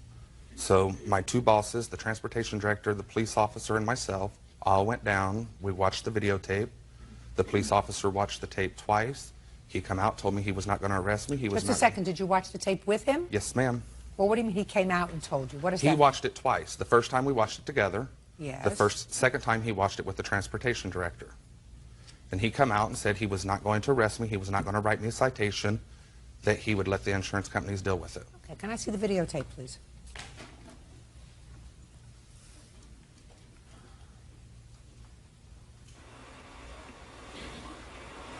As you can see, David's entering the bus. Starts backing up. He's having trouble maneuvering the bus back.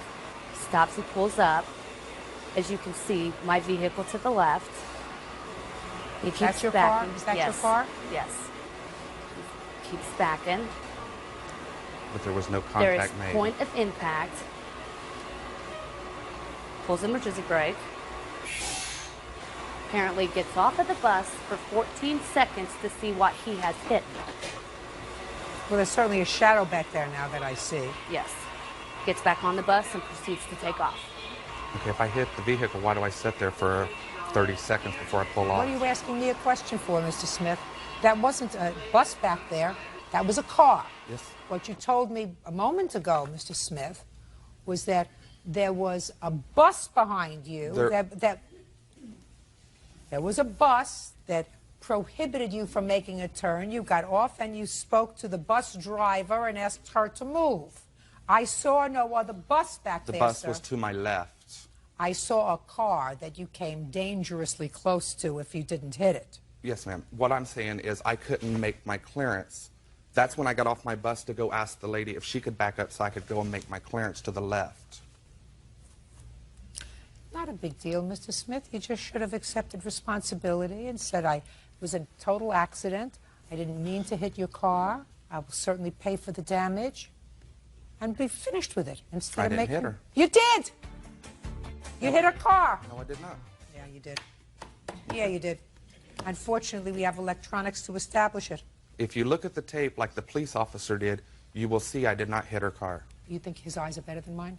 No, you just have to pay close attention to the tape. Sir, you have something from the police officer that says that you didn't hit her car? No, ma'am. You have a statement from the police officer, even though it's hearsay, which says, listen, tell your insurance companies to take care of it. This isn't worth my arresting you for hit and run. Nobody was injured. You're two reasonable people, working people. Let your insurance companies take care of it. That's what the police officer said. He didn't say that you didn't hit her car. Okay, can I see your estimates on having your car fixed, please? Did you have your car fixed? Yes, I did. Good. You're not working for the same bus company anymore? No, ma'am. Right, good. What year car was this? 2003. I purchased it 6 months prior to it being hit. Did you receive insurance coverage for it? Yes. My insurance company paid for it because approximately 14 days after the accident, the bus company's insurance said they could not find who was at fault because they never requested the tape.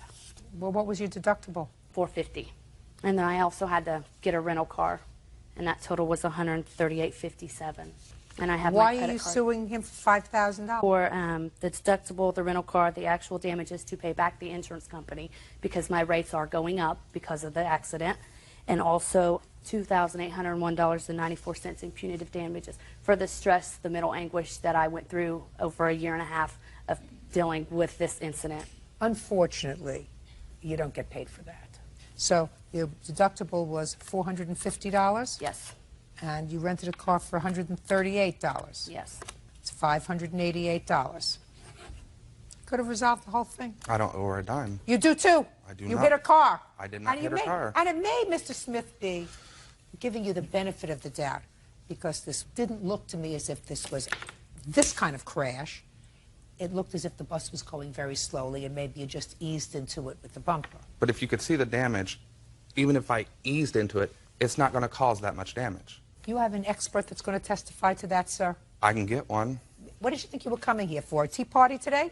This is it. You've been hocking around with this lady for well over a year. No, Pay her the $588. That's what you owe her. You were wrong. Say, I was wrong, I'm sorry. I know that that's sometimes hard, but that's what men do. I'm sorry, I was wrong. I should have resolved it then. That's all. Excuse me. Chastity Bell claims her ex-boyfriend's friend, Anthony Carper, owes for a loan to pay court fines. Oops. How are you related to her? I'm not related to her. I'm the witness's mother. Which witness? Right. Jesse. I don't know. You don't know she's your mother? No, I do, but I mean, I don't know how this all came about. I do. We're going to find out. Thank you. Thank you. Miss Bell. Yes. How old are you? 22. You work? Yes. For whom? My father. Doing what? I'm a receptionist of his company. I've been working there for about 5 years. Is it a successful company? Yes. How many children are there in your family? I have one brother and one sister. Is your sister younger or older? She's older. She's 32. So you're the baby daughter? Yes. Pretty one. Thank you. According to what I read, you used to be involved romantically with him. Mm-hmm. The one who's going to sit up and uncross his arms. Yes, sir. Yes, ma'am. And he was a friend of this one. Yes. Yes, correct. ma'am. So you became a friend of this one. Well, I was friends with him before Jesse and I actually got into a relationship. And I gather that your father must have been thrilled with your choice of boyfriends. Absolutely not. Now, I could tell that before I even sat down, because these two charmers ended up in jail. Correct. For whatever. We'll figure it out. And it is your claim that you loaned Mr. Carper money to pay off his criminal fines. Correct. Mr. Carper says that you did pay off his criminal fines, and you did so as a gift because you were a friend of his. He says you were more than a friend of his, that you had a romantic relationship. We were never boyfriend and girlfriend. Listen, he didn't say boyfriend and girlfriend, he just says you were intimate with both of them. No. And all I can say is yuck. Can you imagine a father who has a company that has enough money to employ a receptionist? And this is the boyfriend and this is the friend that she goes to visit both of them in jail? How many times did you go to visit them in jail? I never visited them in jail. Oh, good. At least, thank God for that. No. What were you in jail for, Mr. Carper? Personal reasons, ma'am. Personal reasons is not a criminal offense. Shh, quiet. I made stupid decisions, Your Honor. Mr. Carper, when I ask a question, I expect an answer. Yes, ma'am. What were you in jail for? Possession. Possession of? Schedule 2 substance. Pills. Was it the first time you were arrested? No, ma'am. And the last time you were arrested was when, sir? Before I got incarcerated. When were you incarcerated? It's March of 2002. And how long were you in prison? 30 months. What prison? Coffeewood and Camp 7. Are you still on parole status? Yes, ma'am. Until when? It's indefinite. You're on indefinite parole? Yes, ma'am. Fabulous. Now your friend, what's his name? Jesse Goff. Jesse. How long have you and Jesse been friends? Since I was 5 years old, ma'am. And what was he in prison for? Assault. Assault? Yes, ma'am. How long had Jesse and Miss Bell been friends? They had known each other for a long time. I never met her. She said I knew her before they started dating. I never met this girl until I came home. I didn't know who she was. So that's a lie right there. How long did you think they were involved? He was in prison with you, right? We were in the county jail together. Oh. Yes, ma'am. When were you in the county jail together? 2003. Did he know her then? Were they involved then? I take it. No, they weren't involved. No. We were When not. did you first hook up with Jesse? I started talking to Jesse actually back in high school, about 9th grade. When did you start to see him romantically? I want to say July. And he's just out of jail? Yes. You're his mother? I am. Sometimes you bake a souffle and it falls. Happens. Tell me about the loan. I loaned him $4,589 on September 29th to pay off his charges, which I have receipts of. Well, tell me how it came about that you laid out that money. Well, I saw him apply after job after job after job, and he kept getting turned down because he didn't have his license. And what do you mean you saw him? Well, I would take him and Mr. Goff to apply at jobs. And why would you do that? I was trying to help them out by taking them to fill out job applications so they could get a job, and I didn't want them to get locked back up. And I asked Mr. Carper if I were to pay off his fines, he could get his license and get a job, and if him and Jesse were willing to be my roommates, because I'm going through separation, so I... Separation from? My husband. You have any children? I have a 3-year-old daughter. So you wanted to take your 3-year-old daughter and be their roommate? Yes. Who do you live with now? Now I live with my parents. I'm currently trying to sell. Stay there, because your judgment is impaired, big time. Recently it has been, I do agree. If you are a 22-year-old woman and your judgment is impaired and all you're doing is hurting yourself, that's one thing. But to take your 3-year-old child and on purpose, move in out of your parents' home into an apartment with 2 convicted felons who are on parole, one for drugs, and I'm not so sure about him now, is the kind of lapsed judgment that your parents aren't going to tolerate. It's actually a house that I own, and my husband, my ex, moved out, and I could not afford the mortgage, and I actually lived there, and it was either I find some roommates or I try to I don't care if you have to live in a shelter. You don't take a 3-year-old child and put a 3-year-old child in a circumstance where you have 2 convicted felons, one of whom was there for pills. I agree. Got it? It was also cocaine. So you paid off his fines? Yes. And how was he supposed to pay you back? He was going to pay me monthly because I actually charged it on a credit card, and he agreed to pay me monthly. At first, a little bit over the minimum payment, and then, you know, he was going to pay me a lot more. What were the fines for? Can I see the piece of paper that you have?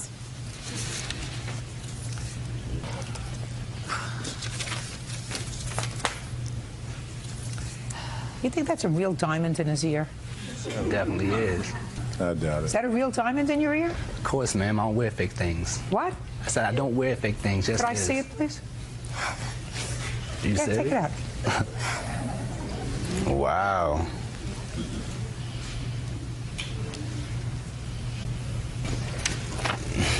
Thank you.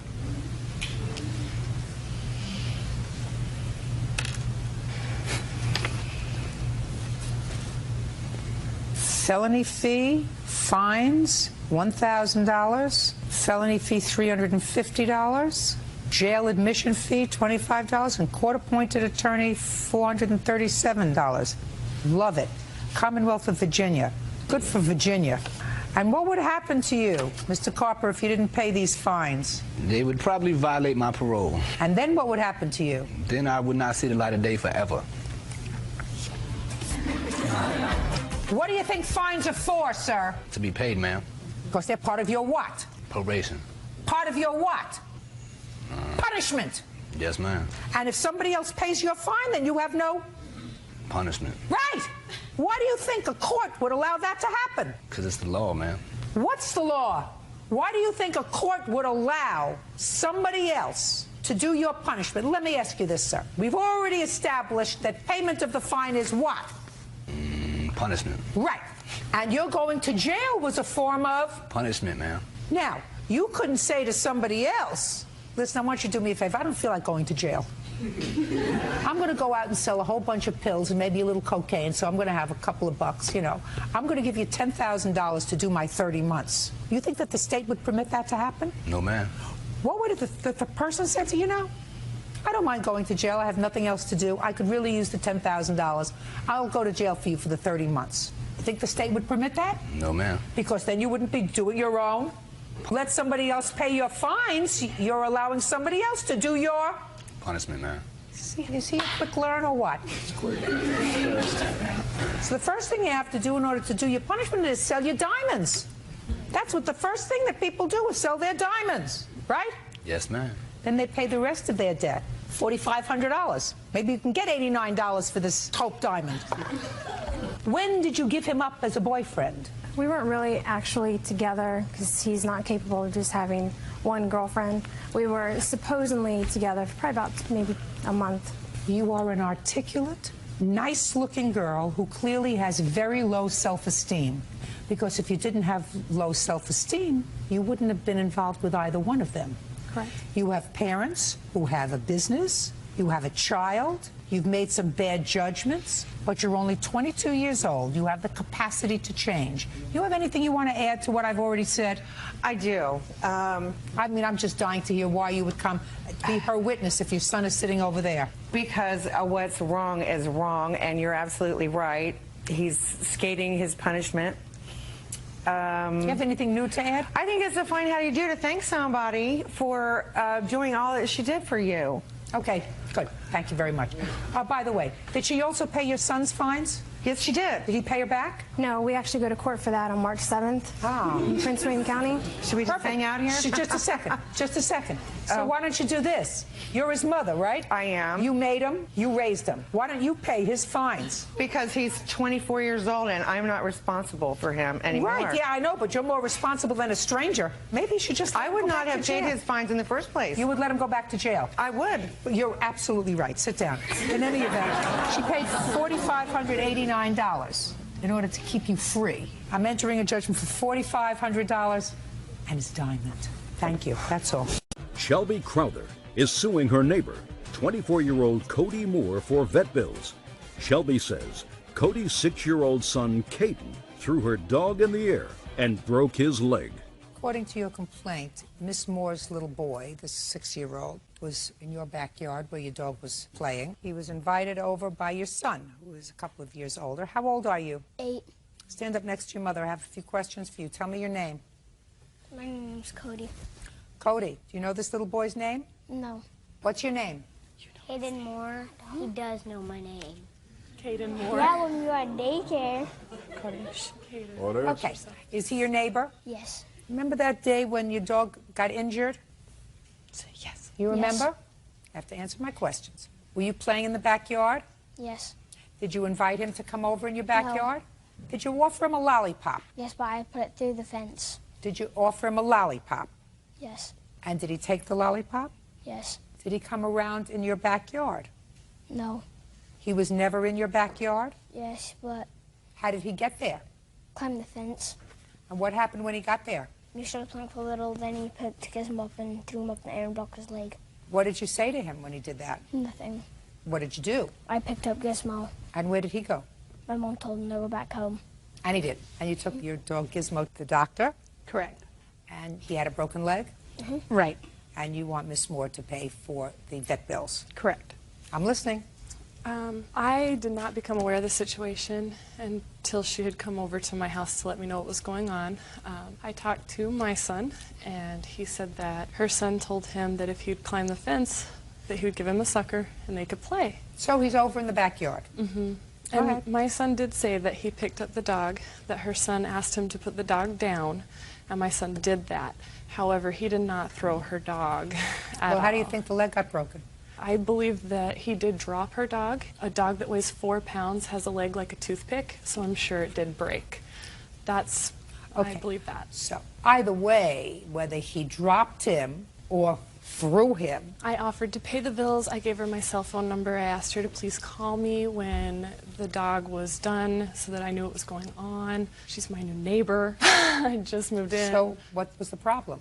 The problem started when she tried to press criminal charges on my child. No, And what that's actually happened- in the police report that I have with me.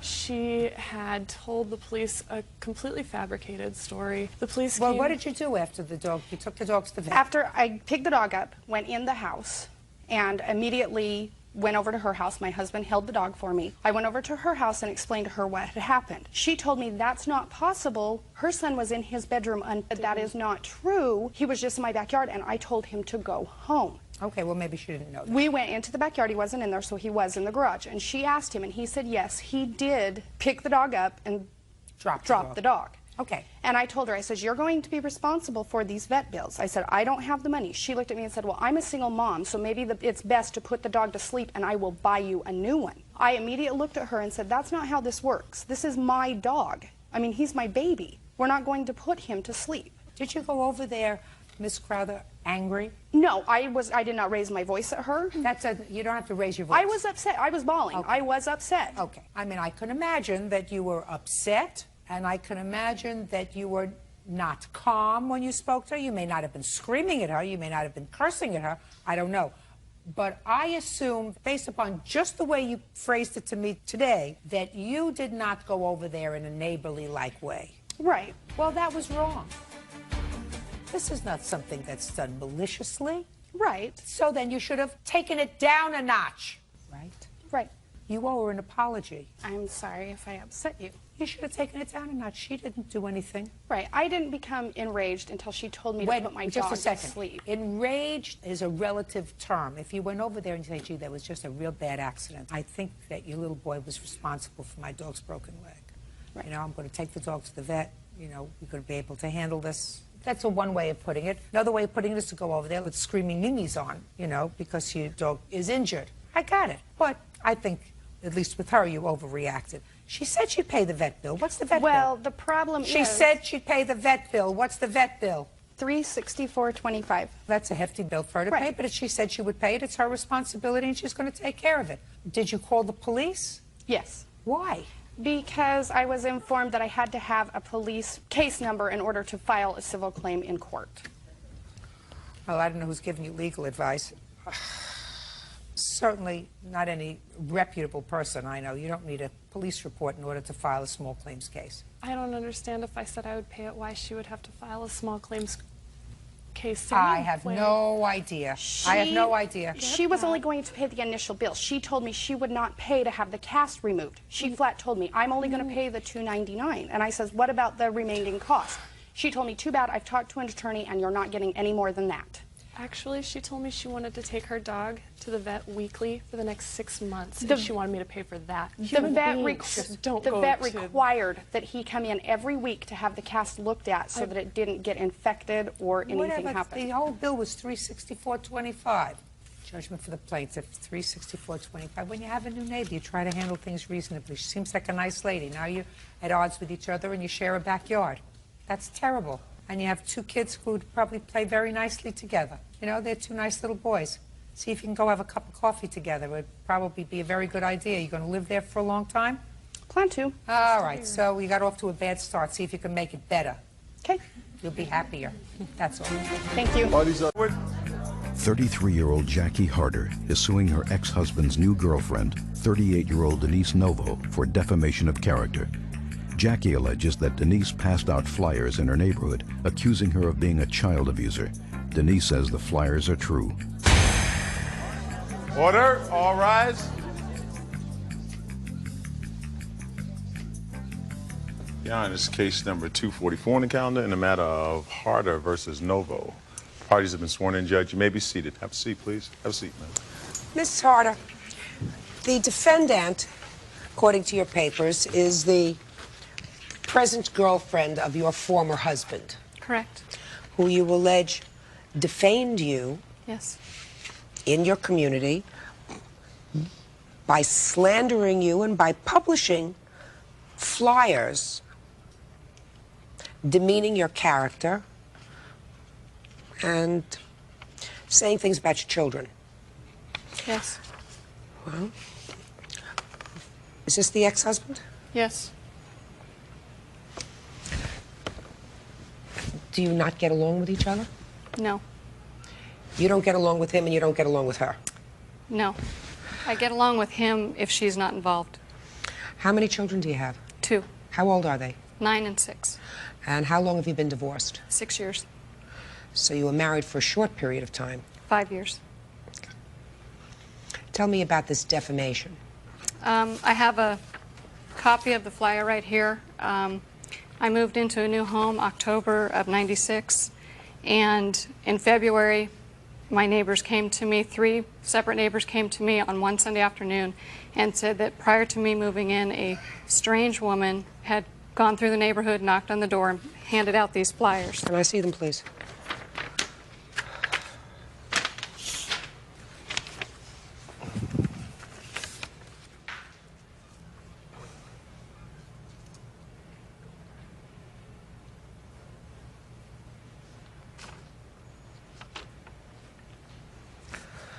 Stop. I've read your answer. Now, according to your answer, you don't deny that you went up to some of the neighbors in the new place where she was moving in and had conversations with them, correct? Correct. You didn't discuss these flyers in your answer, but I assume these flyers are flyers that you gave to them. Is that correct? 1. Correct. So why don't you explain why? They were meant for a telephone pole. What? They were meant for a telephone pole in the neighborhood because we were concerned for the children. Who was concerned for what children? I, myself, and the father of the children were very concerned of situations that the children were discussing with both I and the father about some abuse towards them from their mother and the mother's boyfriend. Step up here. And we can no longer turn Step our up here. cheek. Step up here. You have concerns about your children, sir? Yes, ma'am. Why didn't you go to the family court? I went to the family. You went to the family court? No, I didn't go to family court. I called Child Protective Service. I didn't ask you if you called Child Protective Services. You chewing gum? Yes, ma'am. Get rid of it. I said if you are concerned about your children, why didn't you go to the family court and say, I am concerned about my children, and I think that perhaps we should entertain a different kind of custody arrangement for the children. Why didn't you do that? I did do that. I went to mediation. Good. A mediation. Good. And what happened as a result of the mediation? What happened in mediation? Yes. What happened in mediation? Try to remember, sir, they're your children. Did you I get know your they're my children? children. Did you get your children? Yes, I did get my children. So you got custody of your children? Right. So then no, what I didn't are we get doing custody here? Of my... No. I didn't get custody. Just a second. I didn't get custody of them. I got visitation. Good. Now, after you had visitation with your children, according to your girlfriend, the two of you became very concerned about the children's welfare. Right. So why didn't you go back to court and say, circumstances have changed. I would like to have a hearing with regard to custody of my children. I would like my children to have their own attorney that they can speak to, right? And resolve the matter in an orderly fashion as you did with your visitation request. Why didn't you do that? Well, the man that I was talking to, the mediator, he said if there was any problems to come back and talk to him. There was a statement that he issued, and it was a court order, that she not degrade me in front of the kids and to leave me alone. Degrading you in front of the children. Right. That's your primary concern. No, it's not my primary concern, but these children are going, they're not, how do you say it? Excuse me, I'm not well spoken. But my children are going through hell right now. You think that this makes it better? Well, I think I've already gone to the Child Protective Services. I went through the school. Nobody If you else went to would Child help me. Protective Services, that means that Child Protective Services did an investigation. Huh? Yes, they did. And did they take any action? No, they didn't. And how many times did you go to Child Protective Services? 3 times. And of the 3 times that you went there, was any action taken, any case filed against their mother? There's an open case, but nothing was filed against her. And the children remain in her care? Yes. Do you have any children, madam? Yes, I do. Where are they? She's 17 years old. That's not what I asked you. I didn't ask you how old she is. I said, where is she? She's at home waiting for a job interview. At home where? In Santa Barbara. Is that where you live? Yes, that is. So she lives with the two of you? Yes, she does. She finished school? No, she hasn't. Why not? She's a junior in high school. I don't understand what you mean. She's waiting for a job interview? She has independent studies. Why? I pulled her out of the school system. Why? I don't like the high school near my home. Mm-hmm. Huh? Is that your only child? Yes, it is. And when did you pull her out of school? How old was she? September of 96. Mm-hmm. How long have you been living in the same place, sir? Since... No, it's... What? Don't ask her. Oh, I'm not good with dates, excuse me. You're not good with language and you're not good with dates. What are you good at? Judge Judy continues in a moment. You two must be very smart people in order to teach this child yourself. He doesn't know dates, he doesn't know anything, and you do this. This is outrageous! This is outrageous! You are a mean, vindictive woman who could do this. She's moving into a new place. You didn't get what you want when you call Child Protective Services. They conduct no less than 3 investigations against her. They find absolutely no basis to remove the children, so you decide to make a little trouble, make her life a little bit miserable. And you go around before she moves into the community, and you plaster things up around the community. She says you gave it out to people. Genius over here says it was supposed to be on telephone poles. All right? I want to tell you something. If I were the family court judge, not a mediator, but if I were the family court judge who was deciding visitation with your children, you, sir, would see your children under a supervised visitation arrangement only. And I am a very serious proponent of fathers having as unrestricted quality time, if they are not the custodial parents of children, as is possible, because I always believe that that's in a child's best interest, to have the love and companionship of both biological parents. It's always been my view. I'm a serious proponent of that, but not, sir, when you live with this kind of witch.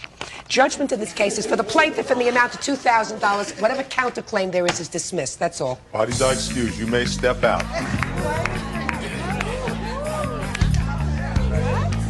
Ashley Beischer claims the father of her child, Joshua Schmidt, owes for a $5,000 loan to buy a motorcycle. Joshua is countersuing, claiming Amy slashed his tires twice. This used to be your boyfriend. When you were having a lapse in judgment while he was your boyfriend, you co-signed on a credit card for him to buy a dirt bike because he couldn't get it on his own. Correct. And the agreement was that he was to make the payments faithfully on that credit card. That's correct. He did make payments for a period of time on the credit card, and you separated. But he agreed to continue to make the payments on his bike, which he was using and which he took with him. Correct? Correct. Then there came a time that you and your fiancé, this would be fiancé, went to purchase a car. And you found out that your credit was awful. When you checked to ascertain why, according to your complaint, you found out that Mr. Schmidt had not been faithfully making on time the credit card payments on his bike. So what you want now is you want him to pay off that credit card so that hopefully you can get your credit restored. That's correct. Mr. Schmidt says that he was paying off the credit card until you slashed his tires. That's ridiculous. Shh. So that the fault is really yours for slashing his tires, causing him to lose his job. Have we joined the issue, Mr. Schmidt? Hello? You say in your answer it's really her fault. Yes, I believe it is. Perfect. I would like to see the date of the credit card loan and the history of payments. I have that right here. This only goes back a year. They wouldn't. Fine. Okay. Now, Mr. Schmidt, on what day, sir, do you claim your tires were slashed? On May of 2006, I had 2 tires on my vehicle that were slashed. And then October of 2006, I had another tire slash on my car. Just a second. After which incident, sir, did you lose your job? The second. So it's really the October of 2006 incident that you claim caused you to lose your job Yes. and fall behind in your payments. Yes. So it would be a fair statement, sir, that it wasn't until October of 2006 that you started making either late payments or skipping payments or anything else. Up until that time, they were okay. Correct. Okay, good. Your Honor, can I point something out? Shh. Maybe, if I need some help. Well, sir, in September of 2006, which was before your tire was slashed, you had a late fee of $39. Okay. That's before, right? Yep. And in August, which was before your slashed tires, you had a late fee of $39. That would be after the first. You just told me, sir, that you didn't lose your job until after the October incident. Yes, but missing days of work. No. Baloney. The issue was that after the October incident, you lost your job because of the tire slashing, causing you to fall behind in your payments. And you said to me prior to that time you were on time with your payments. So we now have August and September where you were late. Are you following me, Mr. Schmidt? Yes, I am. Who is this? This is my witness, Jason. Maybe. Jason. Now we have July. Late, Mr. Schmidt. And how much, sir, were you supposed to pay every month? It's about $70. So sometimes you didn't pay at all. And then you sort of doubled up the next month, right? Yes. You can't do that. You know you can't do that. Look at what we have here. A June late assessment. And you didn't make a payment. Whole month of June. Is it possible, though, that me without a vehicle, how is it possible for me to get to work, to make money, to make payments on this? What are you talking about? Who cares about whether you have a vehicle? How do you get to work? I don't care how you get to work. Walk. Crawl. Get your witness to pick you up. Now, let's go back to before the first incident, Mr. Schmidt, that you allege she slashed your tires, which you have to prove to me anyway. Let's go back to April now. Even you will know, Mr. Schmidt, that April comes before May, Yes. right? How do you account for the late charge in April, Mr. Schmidt? I don't. Right. So the cock and bull story that you gave me is just that. You've been making late payments on this loan forever, because we also have one for March. So what do I care how you get to work? How did Abe Lincoln get to school? I'm waiting for an answer. Walk. That's what he did. He walked. And you remember from grammar school how many miles he walked to school every day? No, I don't. I think it was 5 miles each way, wasn't it, Bert? I think something like that. 5 miles each way. Do you understand, Mr. Schmidt? Yes. When somebody else does a nice thing to you, what you're supposed to do is not be a pig. If you want to, you get the loan totally out of her name, and then if you want to screw up your credit, you do it. But you don't screw up her credit. Now, how much is left on the loan? The grand total is about $6,700. Well, the maximum I can award you is $5,000. You understand that? And the check will be directly to the credit card company which holds the loan. Yes. You're still responsible, as is he, for the remainder of it. Right. And he's responsible to pay it. Right. Who do you work for? I actually just got a new employment job. It's DeLuca and Tobin. Well, you would have no objection if they deducted the remainder of the balance, anything over $5,000 from your check, would you? Listen to what I just said. You owe the money. You have the dirt bike, don't you? Yes. The maximum I can give her is $5,000. That will be made directly to the credit card company. You still owe them about $1,600. Are you prepared to sign an authorization to allow them to take the remainder of the money out of periodic payments out of your check? Yes. Perfect. We will prepare that order and send it over to the drilling company and any other company that you might work for subsequently. Do you understand? Yes. Okay, let's get to the slashed tires. Did you slash his tires in May? Absolutely You don't not. look like a tire slasher. No. You didn't see her slash your tires, did you? No, I didn't. Did you? I did not see her. No. Step up. Your name? Jason Jason what? Moyer. How do you know her? Through him. When was the last time you had any contact with her? While. A while is not a month, Well, a I year. don't talk to her, but I've seen her around town. When was the last time you had contact with her? Last fall, or around there. Tell me about that contact. Well, Look I at me. was at the bar and I had walked by and Bar, what bar? Krieger's possibly. What do you mean Krieger's possibly? Well, it was either that bar or another one over there. What time? Probably 8 or 9 at night. What date? I'm not exactly sure. What month? October or November. Mr. Schmidt, you sure you want me to do this to your friend? You sure you want me to do this to your friend? Yes. Be my pleasure, sir. You're walking by the bar that you don't know on a date that you don't remember in a year that perhaps you remember, and tell me what you believe you have that is germane to this case. Well, I had heard her and her friends laughing about how his tires had been popped. Yes? Yeah, so I assumed she had something to do with it. Oh, well, then you assume. Good. Do you have anything else that's germane to this case? I did pick him up for work, too, a couple times. I don't care about that. Sit down. You have anything else on the tire slashing, sir? I just have a copy of, actually, no, I do not have Good. this on Thank me. you very much. Your counterclaim is dismissed. You owe $5,000, and we will prepare an order for the remainder of the $1,600 to be deducted automatically from your check.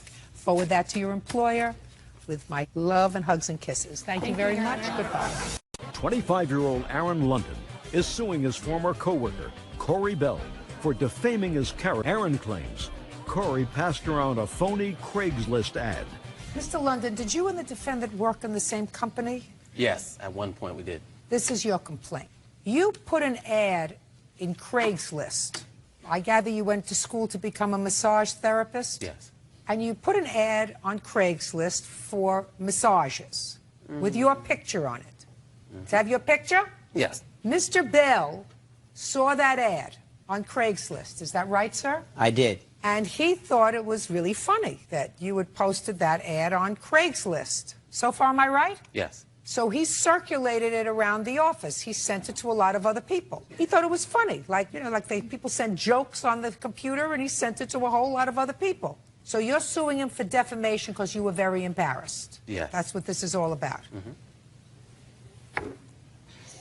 Mr. London, can I see the ad, please?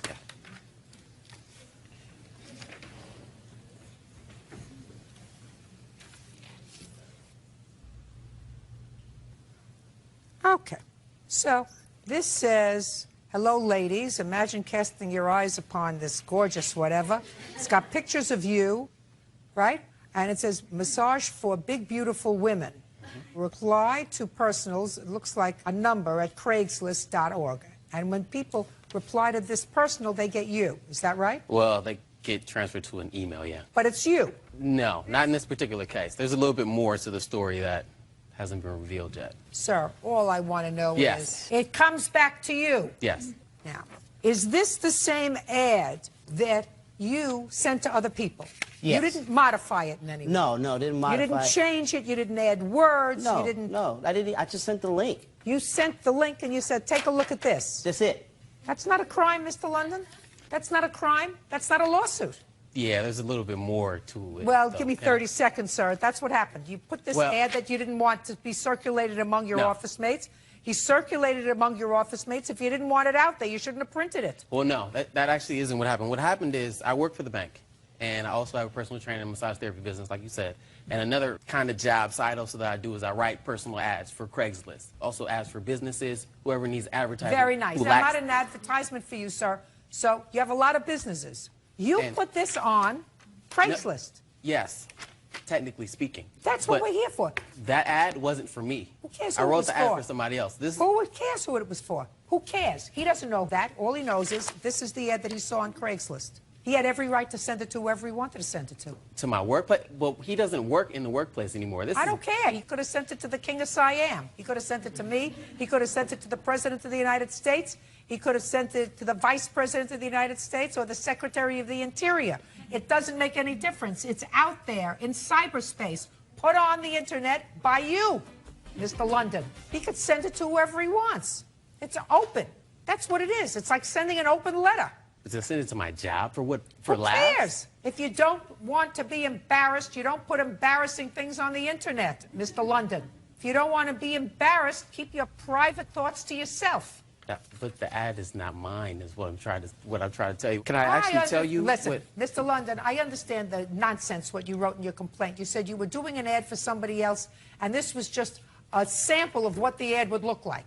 But Mr. Bell doesn't know that because you posted this on Craigslist. But how does he know I posted it? It doesn't make any difference whether he knows you posted it or not, sir. It's here.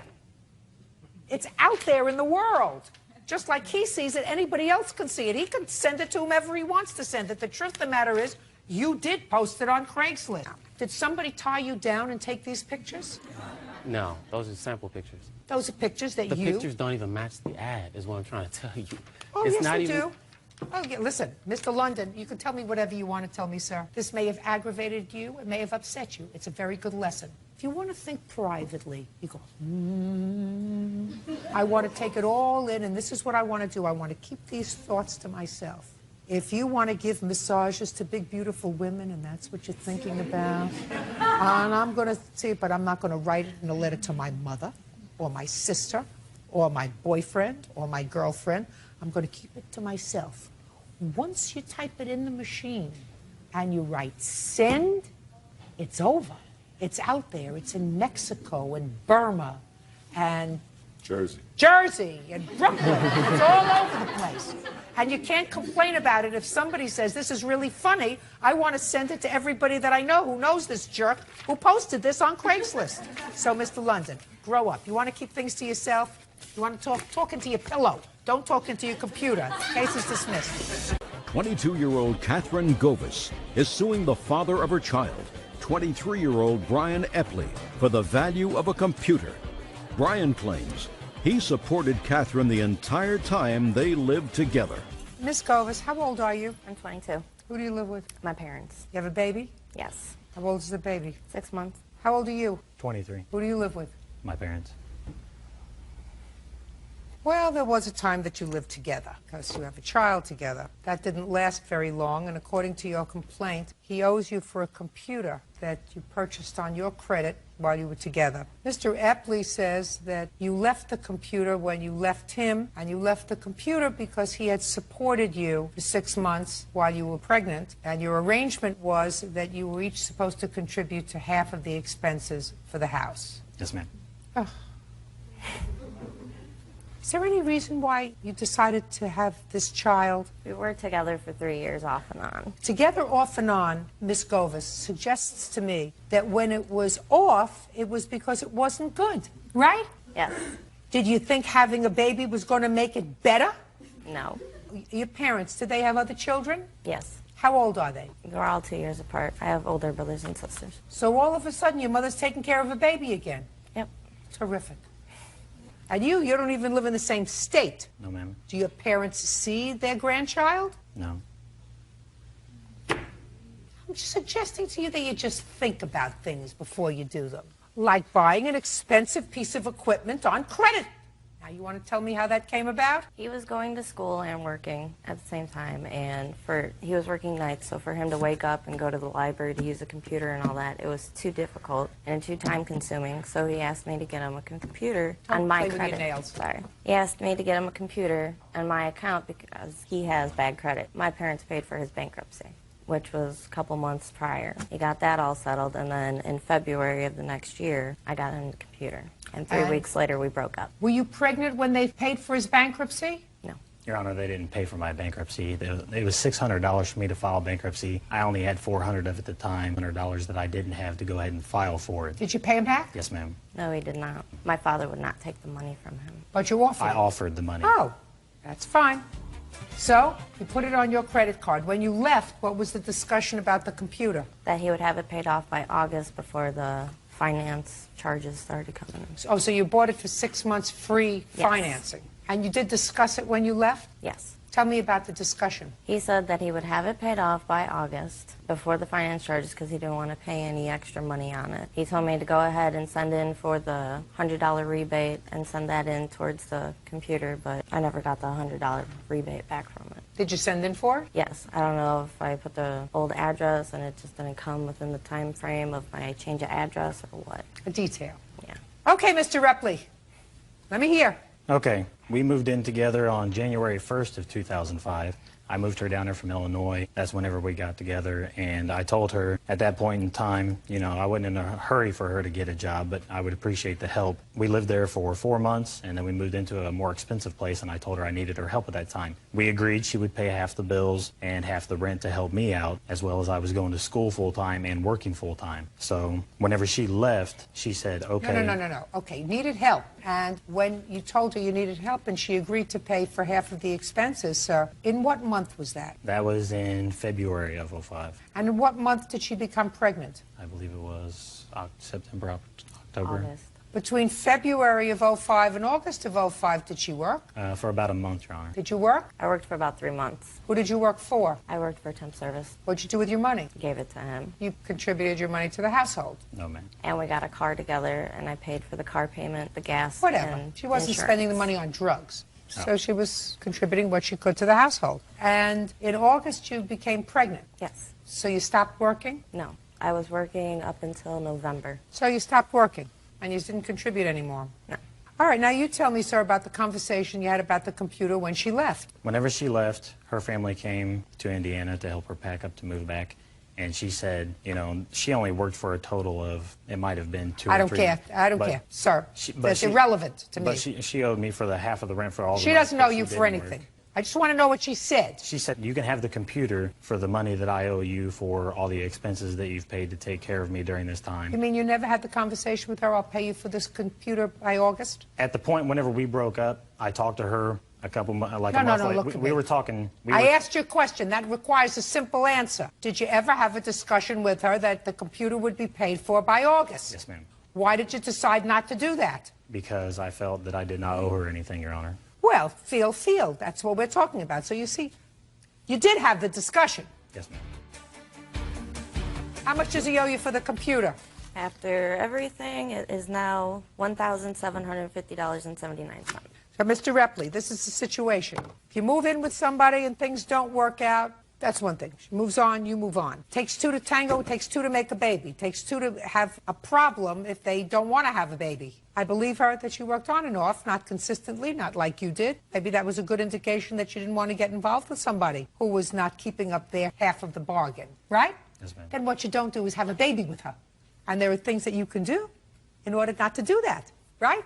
Yes, ma'am. You owe us $1,750. You still have the computer? No, ma'am. Why not? I sold it. Why? Because I did a change of jobs and I was hurting on money, so I had to sell the computer. Well, this is going to hurt even more. So now you don't have the computer. You have to pay for it. Yes, ma'am. $1,750. That's all. Step back. Crystal Anderson says former roommate Dr. Leonardo Rodriguez owes for the return of her security deposit. Leonardo is countersuing for the return of a computer modem. Miss Anderson, you rented a room from the defendant in his house? In a house, yes. In a house. Do you live in the house also, sir? Yes, I do. And the intention was for you to live there for a year, although you did not have a written lease. Correct. It was your understanding that there was some sort of internet capacity in the house because you worked from the house. Correct. Did you have a discussion with the defendant about that? About it before I moved in or it Yes, not working? before. Yes. In any event, you moved in and you found out that you could not work from the house because there was no, I don't know, Zoom, internet, whatever it is. I don't do that machine. And you told him you were going to be moving out. After it did You not want work. your security deposit back. The defendant says that you broke the lease that you had with him because he was supposed to stay there for a year, even though you did not have a written lease. And even though he rented your apartment or your room, he doesn't have an obligation to return your security deposit. In addition, he says that you took a piece of property that belonged to the house, some sort of a modem. So let's get to his counterclaim to begin with. Do you have his modem? No. Did you take his modem? No. What makes you think she took your modem? Well, I have a photograph of the modem in the house under her desk at the time that she moved out, and it's gone along with the other property. So I can only assume that she has it along with the other things that were in the room. Is it possible you have his modem somewhere? I did look. I don't have it. But I can also tell you that the desk that it was behind, I didn't remove from the room. Who did? The roommate that moved in. He had to disassemble it. Okay, I removed the desk along with the roommate and removed the plasma television from the wall and put it outside. She doesn't have your modem. She doesn't have your modem, and she doesn't look like a thief. I agree. Good. So we've taken care of your counterclaim. Well, she doesn't have well, it. not quite. I don't know if she has it. She says she doesn't have it, and you have no proof that she took it. I have proof that it was under her desk at the time that she moved out, and now it's nowhere to be found. Time Well, Warner, you have a new roommate in there. Right. Maybe the new roommate took it when you were disassembling it. We've gone through the entire room. We've Just a looked for second. I didn't say that you haven't gone through the entire room. Maybe he took it. Maybe he's the thief. You don't think so? Well, I never actually... No. You don't think so? No, I don't think so. I don't think she is either. Doesn't a lady who has a responsible position, who gave you a substantial security deposit, who paid her rent on time when she was living there, would steal something from you and then look at me in the eye and say, I don't have it. I didn't take it. I don't have it. I mean, you say that she's a responsible person. I don't necessarily think that's true. I mean, who agrees to a one-year lease and then leaves 4 months after it? I'm going to tell you somebody, sir. She. And now she's going to tell me why she left. You gave him a security deposit in the amount of $2,500? The security deposit was just $1,250. Okay. It was in addition and to it's personal clear, rent. Mr. Rodriguez, because there's no allegation, that she left the room in other than reasonable conditions. So the only reason you're not returning her security deposit is because she breached the lease. Correct. Okay. When did you move in? August 10th. Did you pay August's rent? Yes. Is that correct? That's correct. Did you pay September's rent? Yes. Is that correct? That's correct. What about October? Paid the rent in full. And November? Paid the rent in full. Is that correct? Correct. And when did you tell the defendant that you were leaving? In the middle of October. Did you tell him why? Yes. What did you tell him? I told him that the internet continued to have problems and would continually break down, and therefore I would spend numerous hours continuing to try to make it work, try to connect it, and if it didn't, I'd have to call Time Warner. And what did he say? He said that he didn't realize that it was that big of an inconvenience, that he would have done more about it if he'd known that it was going to make me move out of the house. The first time that I had heard that it was a problem was at the point that she was moving out. I had no idea when she moved in that she was planning to run her business or her part of her business out of the room. Did she tell you that she needed internet connection, sir? Absolutely. And what did you tell her about it? That there's internet connection that we all use. All 4 other people that live in the house are still to this day using an internet connection. However, it doesn't run at the speed that she needs to run her business. I never knew that she needed a specific speed to be run. Is it slow running?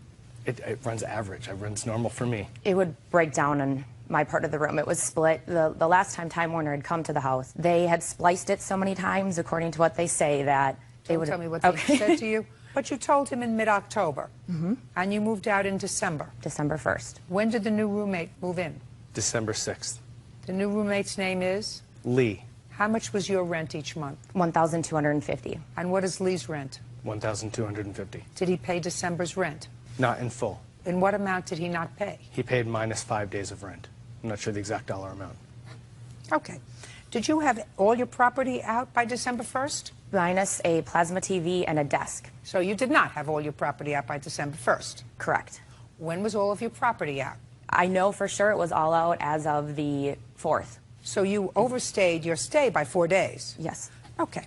You cannot profit, sir, from a situation that was handled totally appropriately. She did not damage the property. She gave you notice. She absolutely did damage the property, Your Honor. I have proof that she damaged the property. Oh, well, you didn't say that. Wait a second. Hold on a second. I want to see if you said that in your answer. Did you? Would you please show this to Mr. Rodriguez? That's his sworn answer. Would you please have him point out in his answer where he says that he's not returning her security deposit because she damaged the property? I asked her to remove the trash, but she never did. I had to hire a repairman to clean out the trash, repair the walls, and change the locks. Repair what walls, sir? So the plasma television that she says that she moved out, or that I took down myself and put outside, left behind a number of large holes in the wall. Show me your bill for fixing the holes in the wall. This is the bill for fixing the holes in the wall. Okay. This is the estimate that it would have cost to remove all of those things and put them outside. No. All I want is fixing the holes in the wall. Your Honor, if I was... Why did you change the locks? Well, I didn't know Crystal before she moved in, and I...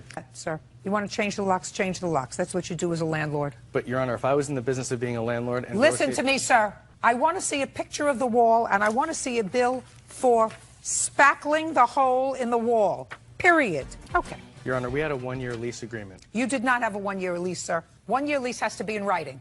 There's Otherwise, it's a month-to-month. She gave you a month's notice. She gave you more than a month's notice. Your Honor, we had a verbal lease agreement. No, you have a lease agreement, sir, when it's in writing if it's for a year or more. Other than that, you have a month-to-month tenancy. And if you want something more than that, and if you want to lay out your rights and responsibilities, go get a form lease and sign it, and then you have a lease for a year or more. Do you understand?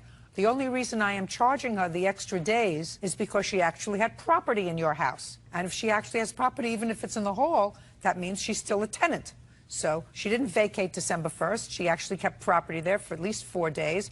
I'm giving you the benefit of the doubt for the 5th day because that's when you moved the new roommate in. So I am deducting $200. Your Honor, the lease that you say is month-to-month. If I was interested in a beach rental for month-to-month, I would have charged much more than $1,250 a month.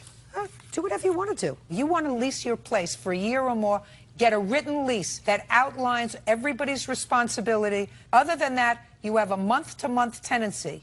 Most jurisdictions that I know. Now, it may be different from where you are, but any contract that has a duration for a year or more is supposed to be in writing. And if you choose not to do that, you do so at your own peril, sir. And you cannot profit from it. You didn't lose any money. You rented the room and took an additional security deposit. You didn't lose a month's rent. Miss Anderson did absolutely the appropriate thing. She let you know in October that she was vacating in December, so she gave you more than 30 days to find a new roommate. You did, in fact, find a new tenant who paid you the exact same amount of money that she did, and I'm deleting from her request the amount that covers the 5 days that your tenant didn't pay for the month of December, giving you more than she's actually liable for because she's not liable for more than 30 days. But she kept stuff there, so she is, in fact, responsible for at least part of it. So you owe her $950. I am taking off $200 for the overstay because you lived there past December 1st, and I'm taking off $100 to plaster the wall. Okay. By the way, where did the new tenant put his TV? He doesn't have a hanging television. $950. Judgment for the plaintiff. Thank you. That's all. Tony Paternetti claims Jason Schnell vandalized his place of business when he recklessly drove a vehicle onto the property. Mr. Paternetti, according to your complaint, it is your belief and your claim that the defendant caused substantial damage to buildings of yours. Yes, Your Honor. With his vehicle. Yes, ma'am. Mr. Schnell says he didn't do it. So, first, when was the damage to your buildings? December 6th of last year, Your Honor. What kind of buildings were there? It was a fenced-in area where I keep some construction material and a metal building, a steel building. I drew a diagram, if I could show you that. First, I'd like to see the damage done to the buildings. You have photographs? Yes, ma'am.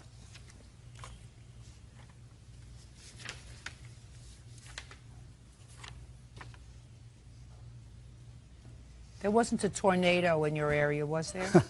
Not at that time, Your Honor. No. And when you left, you said it was December of '06. What date in December? December 6th. On the 5th, were you at the building? Yes, ma'am. Building's okay? It was fine when I left around 6 p.m. Fence was okay? Yes, everything was okay. No tornadoes that night. So now I see the damage. How much in dollars was the damage that was I estimated caused? around $4,600, Your Honor. How do you get to that estimate, Mr. Paternetti? I'm a licensed contractor. I brought a copy of my contractor's license, and I actually believe I estimated it low since I can do most of the work myself. You have to replace the fence in the shed? Yes. Okay. Now you're going to try to explain to me, since I gather from your papers you did not see Mr. Schnell. That's correct. Cause this damage. What evidence do you have that he caused the damage? Well, Your Honor, can I show you at first what I thought happened to the property? No, don't tell me what you thought. I'm not interested in what you thought. Okay, the reason I think it was Mr. Snell is when he hit the concrete sidewalk here, he blew out a tire, left gouge marks on the concrete, knocked down all of this, and there was gouge marks all along the property, and we followed the gouge marks down here, and I could actually see where the gouge marks on the road. You mean the gouge marks on the road from being driven on the tire rim? That's correct, Your Honor. Got it. He turned up, I could see where they crossed the street and turned up 90th Avenue. At the time I was looking, a friend of mine and his son came down. It's hearsay. Okay. Well, I think that's a key evidence, Your Honor, that someone Well, told I don't us. care if it's key evidence or not, sir. That's hearsay. What somebody else told you, an out-of-court statement, is not admissible in court for the truth of that statement. So right now, you're following the gouge marks. Yes, Your Honor. Go ahead. Okay, at that point, the police went up this street. I didn't go. You did not go with them. No, I didn't. They went past this house, down here where they found Mr. Schnell's vehicle. Just a second. Only if you have a police report that indicates that. I do have a police report, I'd like Your to Honor. take a look at that.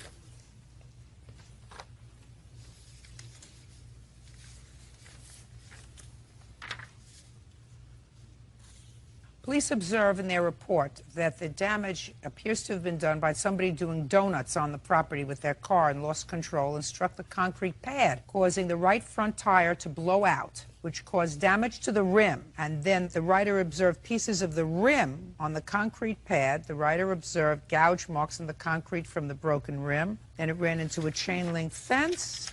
Writer recovered various pieces from the rim and also the passenger's side mirror and what appeared to be a fog lamp. Then the police found the defendant's car, Mr. Schnell. That would be you. Yes, ma'am.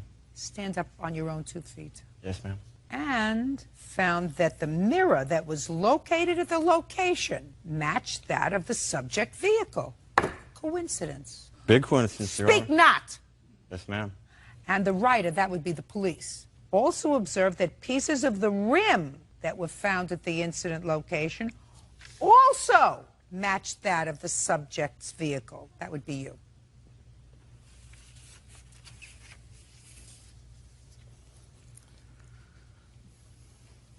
My turn? Look at me. Look at me. Yes, ma'am. I was just I don't gonna want grab... you to look down at anything. Oh, no. I was just grabbing the pictures. I have evidence also. There's no way that my Jeep could have done that damage to his property, ma'am. What kind of car do you... Put it down. What kind of car do you have? 98 Jeep Grand Cherokee. How much did you pay for it? About $5,000. Did you take good care of the car? Oh, no, ma'am, I did not. So you acted irresponsibly towards the car. Oh, I did. Where did you Yes, get the $5,000 from to buy the car? I just... Don't look over there. Yes, ma'am. I just gotten off of deployment, ma'am, from Iraq, so I had a lot of money in the bank. Go ahead. Okay, well, about a day prior to the incident, ma'am, I had totaled my Jeep. I was driving along the road. I was speeding like... Just a second. Yes, ma'am. Day before, Yes, ma'am. you totaled the car. Yes, ma'am. Tell me how you did that. My tire... Look at me. Yes, ma'am. My tire blew out, and I went Which tire? My right front tire, ma'am. Right front tire blew out. Yes, ma'am. How did it blow out, Mr. Schnell? I don't know how it blew out, ma'am.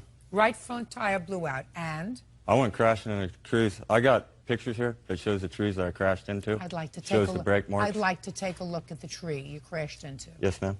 And that wasn't anywhere near his building, was it? Oh, no, ma'am. Good. You look at the pictures, you won't see a building around it. And I want to see the car. Yes, You ma'am. took pictures Yes, ma'am. of the tree. Very nice. And now I want to see a picture of the car.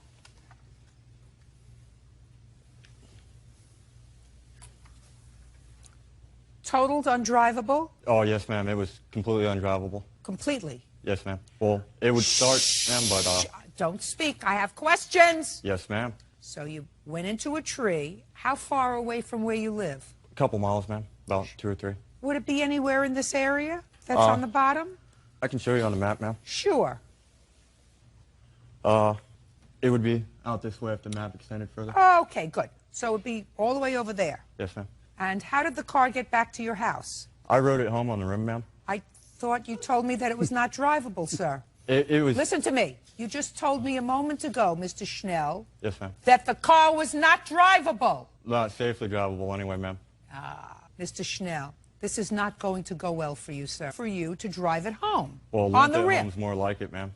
No. You either call the police. The No, way I that's what figured you it is do. if I called the police and I filled out an accident report and everything and go back to my insurance company, and most of those damages on there, I can just get the parts from a junkyard or something and fix it Now, cheaper one than of the deductible things would that be. was damaged on your car, sir, is a side view mirror that's missing. Yes, ma'am. I'm not Just a sec. I'm speaking. A side view. So far, does it look as if I need your help? I have some other pictures I want to show you, Your Honor. I'm not finished with him yet. So far we have a right front tire Yes, ma'am. that matches the right front tire at his place of business, and a side view mirror also found at his place of business, also missing from your car. Yes, ma'am. Coincidence. I'm not- speaking coincidence. Either it's a coincidence or it's on purpose. It's coincidence, ma'am. Coincidence. Yes, ma'am. We also have a fog lamp, Yes, ma'am. also missing from your car. I'm not No. disputing that my car was Just, crashed, ma'am. just answer my question. Yes, ma'am. Also missing. That the police found on his property. Yes, ma'am. Also, if you look at that picture, though, ma'am, did they find my bumper on his property? Just a second. Did they find anything let else me that was explain missing from the something car, to you, ma'am? sir. I don't answer your questions. Yes, ma'am. That is not my job. Yes, ma'am. At what rank did you leave the military? Lance Corporal, ma'am. What was a step above Lance Corporal? Corporal. Corporal. And above that? Sergeant. Did you speak back to your sergeant? I did Not when if I you was right, wanted to ma'am. live, right? I did when I was right, ma'am. Well, maybe that's why you chose not to make the Army a career. Marine Corps, ma'am. So now we have the coincidence of right front tire, side view mirror, and fog lamp, all retrieved at his place of business after the police, according to this, followed the rim marks back to your house. There is no way that I could have drove that car that night because the tire was already blown out. That's if I believe that you went into a tree the day before. That's if I believe that, sir. You're starting out with a premise that is not necessarily true. I have a witness that can say for sure that my Jeep was wrecked on the night in question. You mean that's him? Yes, ma'am. If I were to call you up here, would you tell me that the Jeep was wrecked the day before? Yes, Your Honor. Yeah, right. Now, when you got home, just for my own curiosity, when you got home on the 5th after you wrecked this vehicle and you live with your, look at me, with him?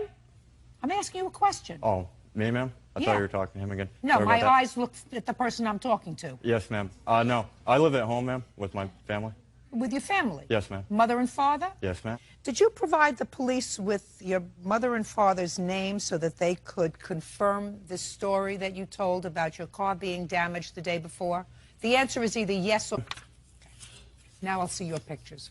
Thank you. These are actual police photographs, Your Honor, when the police went to his house.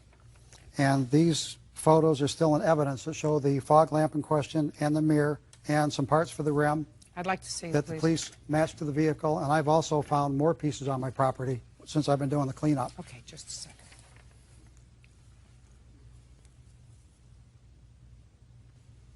So the mirror that was found, which is primarily what I'm looking at, the paint is the same color as his car. Yes, Your Honor. Well, let's see what else we have. So we have And you right can see- front tire, side view mirror, the same color as the side view mirror would have been from his car. Yes, Your Honor. All found on your property. Yes, Your Honor.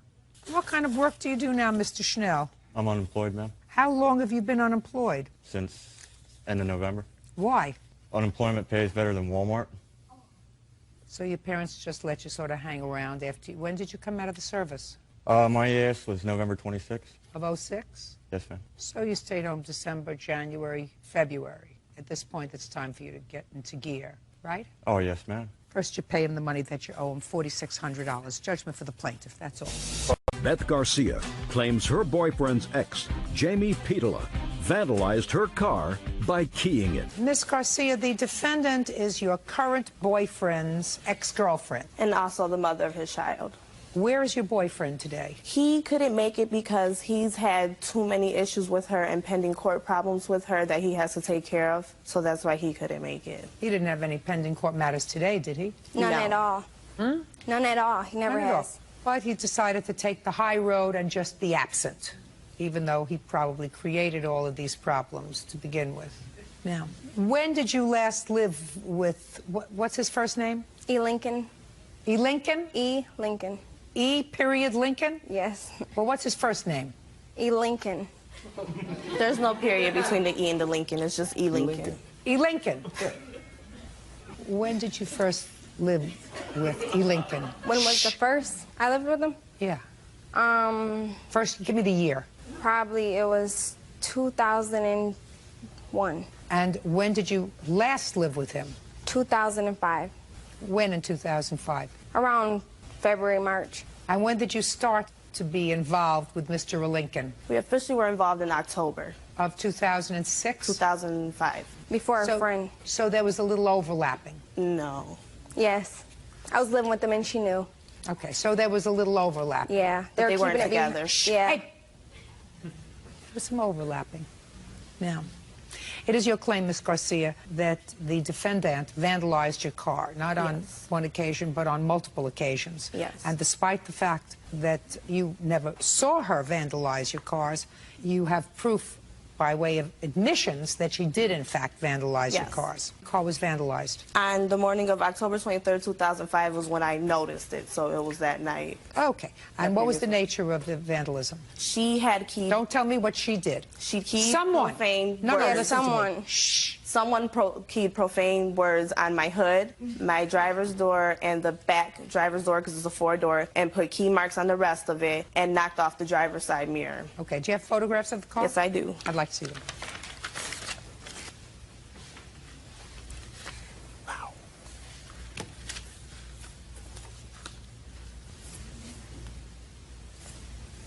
Now, with regard to this incident in October, what proof do you have that the defendant was responsible? Well, before my involvement with E. Lincoln, I believe he said it was like in 2002. Don't tell me what he said to you. That's hearsay. In 2002, his vehicle was vandalized the same exact way. You cannot tell me anything that he said to you because that is hearsay. Do you have any proof that the defendant committed that vandalism on your car? I have a police recording because on the night of January 3rd, 2006, she was calling my phone saying, I'm going to vandalize your vehicle again. My roommate... Okay, so you have a recording. Yes, and the police report that stating that the police... Let me see it, please. That he heard the recording. Where is the recording now? They couldn't get it through, but we do have it, but it's real fuzzy. But the She police probably messes with the cop. She probably messes with the cop. No. She probably talks to the cop. I'm not speaking to you. Sorry. Car was damaged again when? The next damage was on March 6, 2006. Okay. With regard to the March incident, you told the police that it could have been any one of three people. Right. I'm sorry. I'm already convinced, madam, that you damaged her car in October. Already convinced based upon the police report. You want to be responsible for March too? No. Then keep your mouth shut. You told the police with regard to the March incident that it could have been any of three people. Is that right? Mm-hmm. Those three people are her friends. I don't care, but you're not responsible for your friends, Ms. Garcia. So you have no proof with regard to March 6th. Is that correct? That's correct, but then there was another one. When? April 10th. And that one, both the taillights were broken off and both the side mirrors were broken off. Did you have any conversation with the defendant about what happened to your car? After the January 3rd conversation was the only conversation. Okay. You want to explain yourself, madam? With regard to the October 23rd, 2005, you want to explain yourself to me? I didn't do it. Yes, you did. No, I didn't. Then why, madam, when the police got you on the phone, which they did? Why isn't there? She probably talks to Just the a cop. second. Would you get her out of here? Thank you. Get her out of here.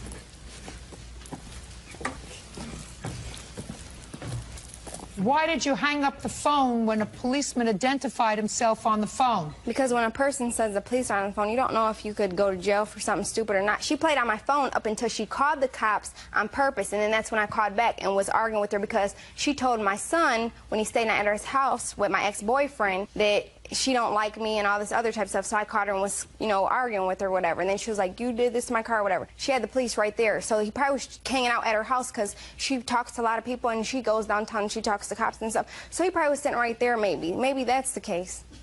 I'm serious. Let me see the estimate for the damage to your car on October 23rd, 2005. The October Police 23rd. officers indicated that they heard the recording. Your recording. I didn't get no police report. But I got it. They didn't say nothing to me. Listen to me. I got it. I'm speaking. You don't have to help me. She don't really know who did it, nothing to her car. It's so many people. She sleeps around with people she don't know. Listen, Miss Attitude, you were annoyed with her because she was bad-mouthing you to your... I'm speaking. This is what you just told me. You're shaking your head no.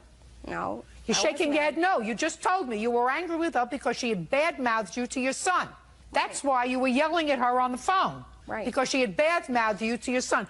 That was the conversation that you said was overheard by the police officer. Right, then that was... Listen to me. That was after her car was vandalized in October. Why didn't I call her before and argue with her if I messed up her car or somebody else was messing up her car? Just because I called and argued with her, that don't got nothing to do with me. Garcia played officers a message on her cell phone left today by Jamie stating, amongst other things, that she was going to damage her vehicle once again, according to the officer now implicating herself in the previous incident. Ryder was present when Jamie then called back Garcia and heard her repeatedly use profanity when she was addressing Garcia. Ryder attempted to speak with Jamie, however, she hung up on the phone when the Ryder identified himself as a police officer. Right, I hung up. She or her friends probably did the damage to your car. Unfortunately, you can't prove it, but you can certainly, you've established to my satisfaction, based on the fact that she was angry with you, based upon the fact that she knows that E. Lincoln was two-timing her. You may or may not have known it, but she knew it. Yes.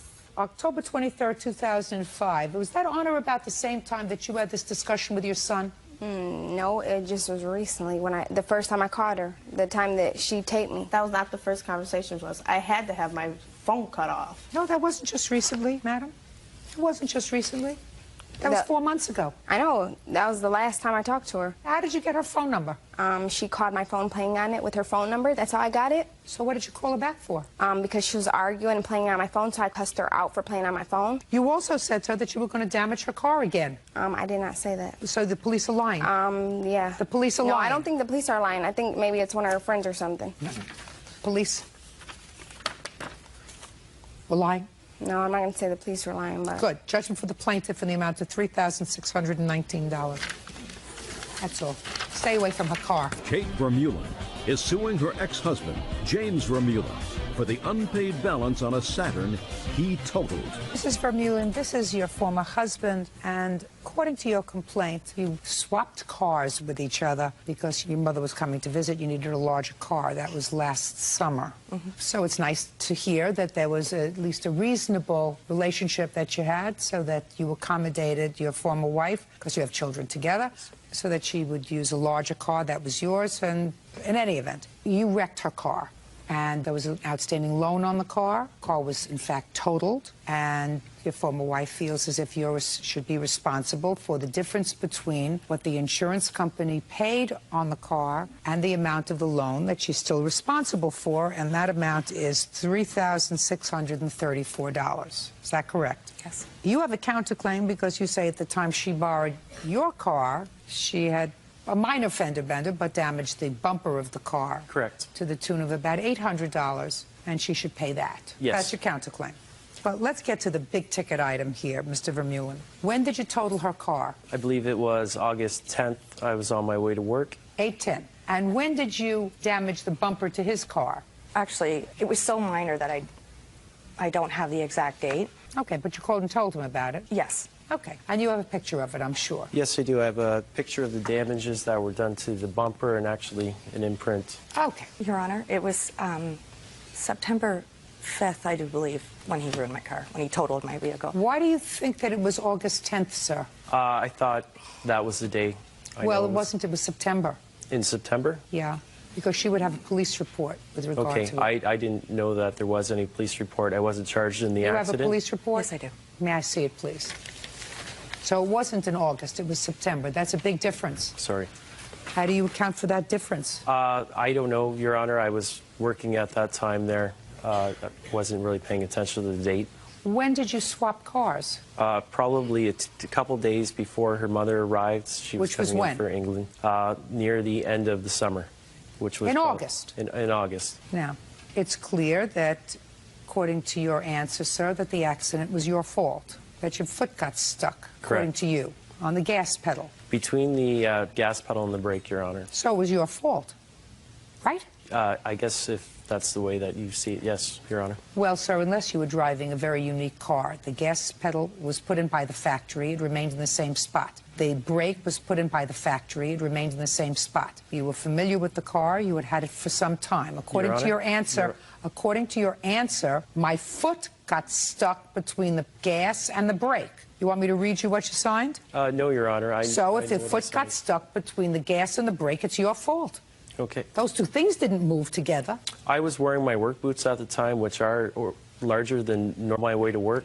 And it is a sports car. The gas pedals are closer together. I drive a truck, Your Honor. Well, whose fault is that, sir? The car's fault? Or your fault? It was an accident. No, sir. If you're wearing big boots and it's a small car, you take your boots, you put it in the back of the car, and you wear shoes that don't get stuck between the gas pedal and the brake. The car can't accommodate your work boots, right? Right, Your Honor. You have to accommodate the car, right? Correct. So it's your fault. Now tell me why you believe that you're not responsible for the difference between what the insurance company paid and what your former wife has to pay on the loan. I believe it's not my fault due to the fact that I wasn't charged with the accident, reckless driving, careless driving. I had a medical report that says that there was no drugs or alcohol involved. I also had her insurance company clear me of all liabilities in relations to her car. You made babies with him. Just because, sir, you weren't found guilty of a crime, that there was no drugs, alcohol, you weren't speeding, doesn't mean that the accident wasn't your fault. It was your fault. You just said to me I was wearing big work boots. This was a sports car. It doesn't accommodate those kind of shoes. My foot got stuck between the two pedals, and I lost control of the car. And I just tried to explain to you what a normal person of reasonable intelligence would understand, that the car can't accommodate your shoes. Your shoes have to accommodate the car. Now, do you have a picture of the damage you did to the bumper of your car? Yes, I do, Your Honor. I'd like to see it. And an estimate on having it fixed. I have an estimate right here.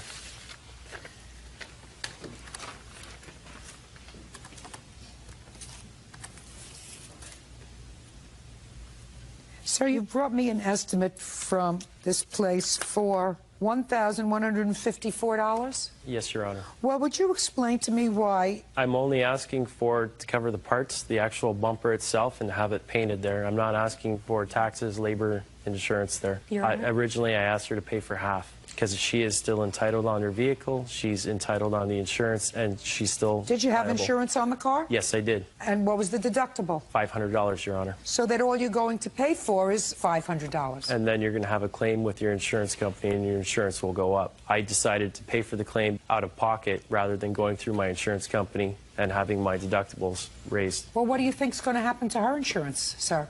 Because you totaled her car. What do you think is going to happen to her insurance company that had to pay out a totaled car? I'm quite aware that she's going to have a claim with her insurance company, and her deductible will probably go up as well as her insurance payments. So you mean you want me to give you a benefit and not her? I'm not asking for special treatment. Yes, you are, sir. What you're saying is I decided that I didn't want to go through my insurance. So I decided to pay for it myself. And therefore, instead of just paying for the deductible, which I believe should be responsible for paying, if you in fact fix the car, then what you're saying is I want her to pay the additional amount, which is $822, which is the cost of the bumper, which is what you're suing for. Because if I went through the insurance, my insurance premiums would go up. That's Correct. what you're saying to me. Yes. But her insurance premiums are going to go up substantially more than yours, sir, because they had to pay out on a new car, right? Correct, Your Honor. Say nothing.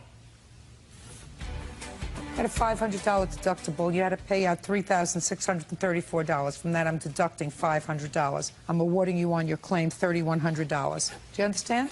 Yes, Your Honor. Now I want to see where you fixed the car.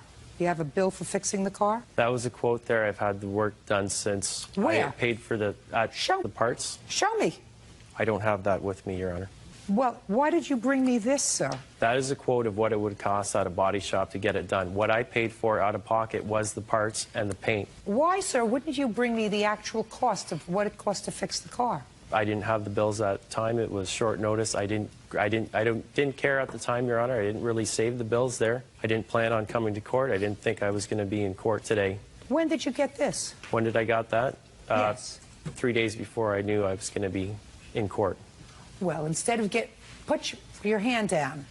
Instead of getting this estimate for work that was never going to be done because according to you already did the work, right? Correct. So this is bogus. It's not bogus. This is bogus. Quote. So instead of wasting the time to take the car in to see what it would be to fix the car, which according to you already fixed, so it would be difficult for them to give you an estimate on fixing a car that was already fixed because you said you fixed it. Why didn't you, instead of getting this estimate, go back to the place where you bought the parts and say, I lost a copy of the bill. Can I please have a copy of the bill for the parts? I could ask for the original copy. I could send them to you. Why did you waste time getting this instead of getting the receipts for the actual work? I have no answer for that, Your Honor. Well, then you're not getting a thing. Strike it. Judgment for the plaintiff in the amount of $3,634. Your counterclaim is dismissed. You did a lot of fast talking, sir. Did not impress me. That's all. Step out. Robert Anshando and his niece, 14-year-old Itziana Flores, are suing Itziana's friend, 15-year-old Damian Blowers, and his mom, Juliana, for the cost to fix a car.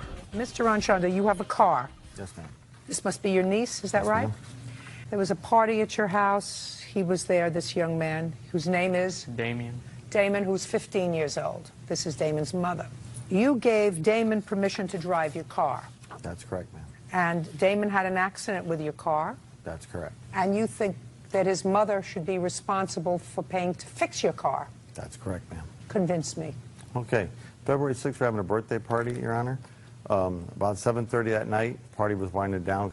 And I asked Damien, I said, Damien, do you have a driver's license? Can you drive? He said, yes. I said, you know, you guys want to go to the movie? You don't want to hang out with us? That's fine. So please be back by 11:30. So you said to him, you have a driver's license? He said, yes. Yeah, You have to just shh. You want to take the car and take some of the kids and go to the movies? And he said yes, and that's when they went out, and that's when the accident happened. Yes, ma'am. How many children were in the car? Just one. Just your niece? Tiana. Yes, ma'am.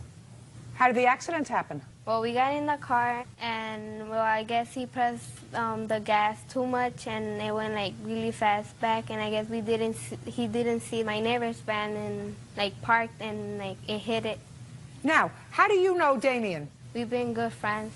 You've been good friends for how long? 1 year. How old are you? 14. So you know that Damien is 15. Yeah. And where do you live? And where is that? Illinois. In Illinois. And how old do you have to be to have a driver's license in Illinois? 16 or 18. You know that because every teenager knows that you have to be 16, right? Yes. So you knew that when you got into the car with Damien, he didn't have a driver's license. Yes. Did you tell your uncle? No. Do you love your uncle? Yes. But you didn't tell him that Damien didn't have a driver's No, license? it's because I didn't know. Of course you knew. If you knew him and you were his friend and you knew he was 15 and you knew in your state you have to be 16 to have a driver's license, you knew he didn't have a driver's license, right? Right. Do you have children? No, ma'am. Well, then I really can't fault you. Do you know when a teenager is lying? Not exactly, no, ma'am. I'm going to tell you, when their mouths move. Yes, ma'am. It's your own niece. She didn't say to you, uncle, don't give him the keys to the car because he doesn't have a driver's license, right? Yes, ma'am. And let me tell you something else. If something happened to him and her in the car, you know who would be responsible? I would, Your Honor. His mother's not responsible. His mother didn't give him the keys to a car. You gave a minor the keys to a car. He was a friend of your 14-year-old's niece, which should have put you on notice right away that he was not old enough to have a driver's license. And when you said you have a driver's license, you should have said to him, let me see it. Yes, Your Honor. Your Honor, he doesn't look 50. He looks 17. The guy, he was very polite. He was very much a man there. I'm not talking to you about perception. I'm talking to you about the law. Yes, ma'am. The law doesn't want to hear, well, he looked older. If it doesn't work with statutory rape, it doesn't work with a car. Do you know the analogy, sir? Yes, Your Honor. The analogy is, well, she didn't look 13, she looked 20. You know how far that goes in sentencing? Not at all. Same way with a car. You don't give your car to anybody unless you are positive that they are licensed by the state to drive it. That being said, sir, did he ask you if you had a driver's license? No, he did not. No, I didn't think so. Okay, your case is dismissed, that's all. 23-year-old Patricia Serrano is suing her former friend, Elda Lugo, for a $3,500 loan plus interest. Elda claims Patricia gave her the money from a large settlement. Ms. Serrano, according to your complaint, the defendant is a friend of yours from high school. She ran into some financial difficulty some time ago and approached you about lending her some money. Yes, Judge. You were a good friend.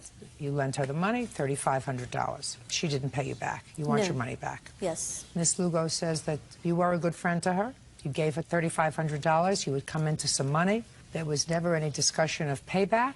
As far as she was concerned, it was a gift. I beg to differ. When did you graduate from high school, Miss Lugo? In June of 2001. And between June of 2001 and the date of this loan or gift, which was on what date? Last year, around August or July. How often did you see each other? After high school, we didn't see each other because we stopped being friends. And after she had a really bad car accident, her mom came and I started being her friend again. That's when we started. What year?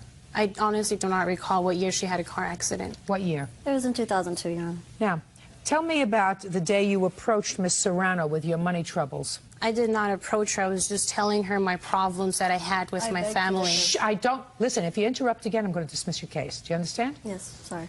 Go ahead. I just told her I was having really hard times with my parents. I was having a lot of financial problems. What kind of financial problems were you having, Miss Lugo? My mom stopped making the payments, so they took my car from me. How old are you? 23. Why was your mother making your car payments for you? Because we're both on the loan, and I was giving her the money. She was making the payments out of her account. Who were you working for at the time? Bay Cities National Bank. So why weren't you paying the money directly? Because that was just an arrangement that I had with my mom. Your money? I'm not saying she stole the money. I'm just saying that she wasn't making the payments, and they took the car from me. So you're saying that if you gave your mother the money and your mother wasn't making the car payments, She was using it for something else. That she stole your money? I guess. And you told Ms. Serrano that your mother stole your money and they repossessed your car? I told Patricia the problems that I was having with my parents and why they took my car from me. Miss Lugo, I don't hear that that's a problem that you're having with your parents. If I believe what you're telling me, which I don't, you're telling me that your mother stole the money that you were giving her for your car loan and using it for her own purposes, and therefore they repossessed your car and you wanted to get it back. Right. Now, is that what you want me to believe? That's the truth. That's exactly how everything's When did you always move been. out of your mother's house? Early September. So you stayed in your mother's house another year after she stole your money? Actually, see where I'm going? So you had more financial difficulties than just this alleged theft by your mother of your money. I couldn't just leave my house and just leave everything, like all my parents and my sisters behind. Well, if I were living with somebody that stole my money and as a result of that my car was repossessed, I certainly wouldn't live there. In June, I actually drove to Vegas, and I was going to move over there with my cousin. That's June 2006. We're still talking about 10 months that you were living with your mother, the thief, if I believe you, which I Right, don't. I really didn't have a choice. I mean, I'm Okay, you're 23 years old. You always have a choice. Okay, now I'm going to get to you, Miss Serrano. Now that I'm getting the personalities in order. Yes. Tell me what happened when she approached you in August of 2005 about this money. Well, she told me the story that her car had gotten repossessed. Did she tell you how it got repossessed? Well, she didn't give me a straight answer. I never really did get straight answers from her. That's a lie. Don't interrupt. Go ahead. You know, she came to me, she said, Patty, I haven't been able to make the payments. My mom and my dad aren't helping me out. I just don't have anywhere else to go to for money. That's not true. And I said, well, if you need help, feel free to come to me. She said, well, thank you so much. And a couple of days later, she came to me. She said, Patty, I need to take you up on your offer. Can you lend me $3,500? And I said, sure thing, I'll write you a check. And I'm not too sure if it was a day or two later that she said, it's too much trouble to go about, you know, with the check. I can't cash it. She even told me that her mom had found the check and was questioning her about the check. That's not true. Why, you know, why I was giving her a check for $3,500. And she said, well, I'll give you back the check, and can you please give me $3,500 in cash? I said, wow, you know, I'm like, okay, let me see what I can work out. And I went to the bank, withdrew $3,500 cash. Let me see from your bank. The Yeah, withdrawal. it's right here. It's highlighted in yellow.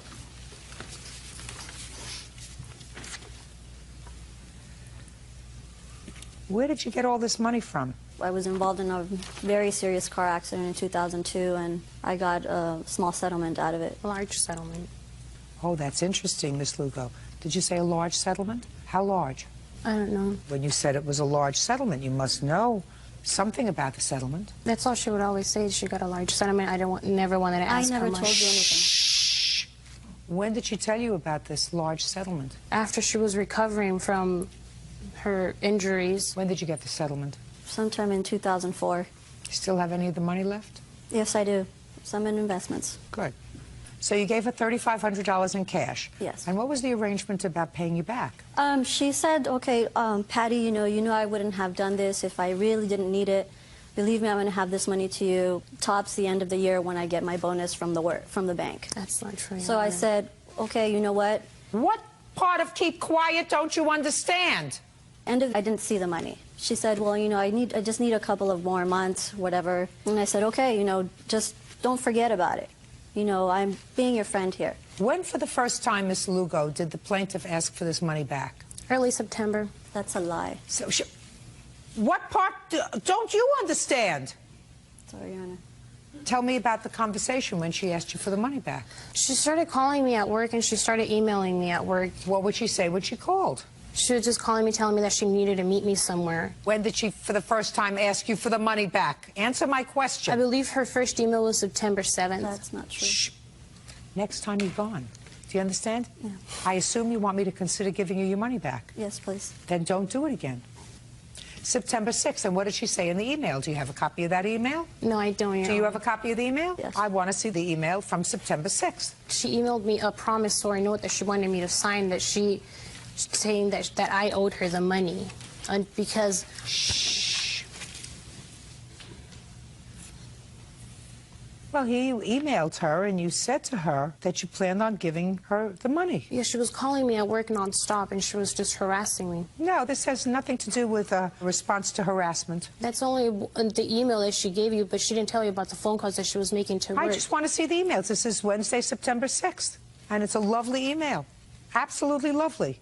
You're happy for her. You're happy that she's happy. Hey, I'm not sure what's gone wrong between us again, but I really appreciate everything you have done for me and the times you've been there for me. I guess we are once again going our own separate roads. If it's the money thing, it's stopping you, don't worry. I will give it to you. Do me a favor. Please do not email me at the bank. I get in trouble for receiving personal emails. My manager talked to me and she was telling me that I was receiving too many personal emails. She emailed me. Listen to me. She wants her money back. Yeah, after she was trying to get with my boyfriend, she was trying to hook up with my boyfriend, and I confronted her about it. Until then is when she came back and wanted me to sign a promissory note and said that the gift that she gave me for $3,500 was then the loan.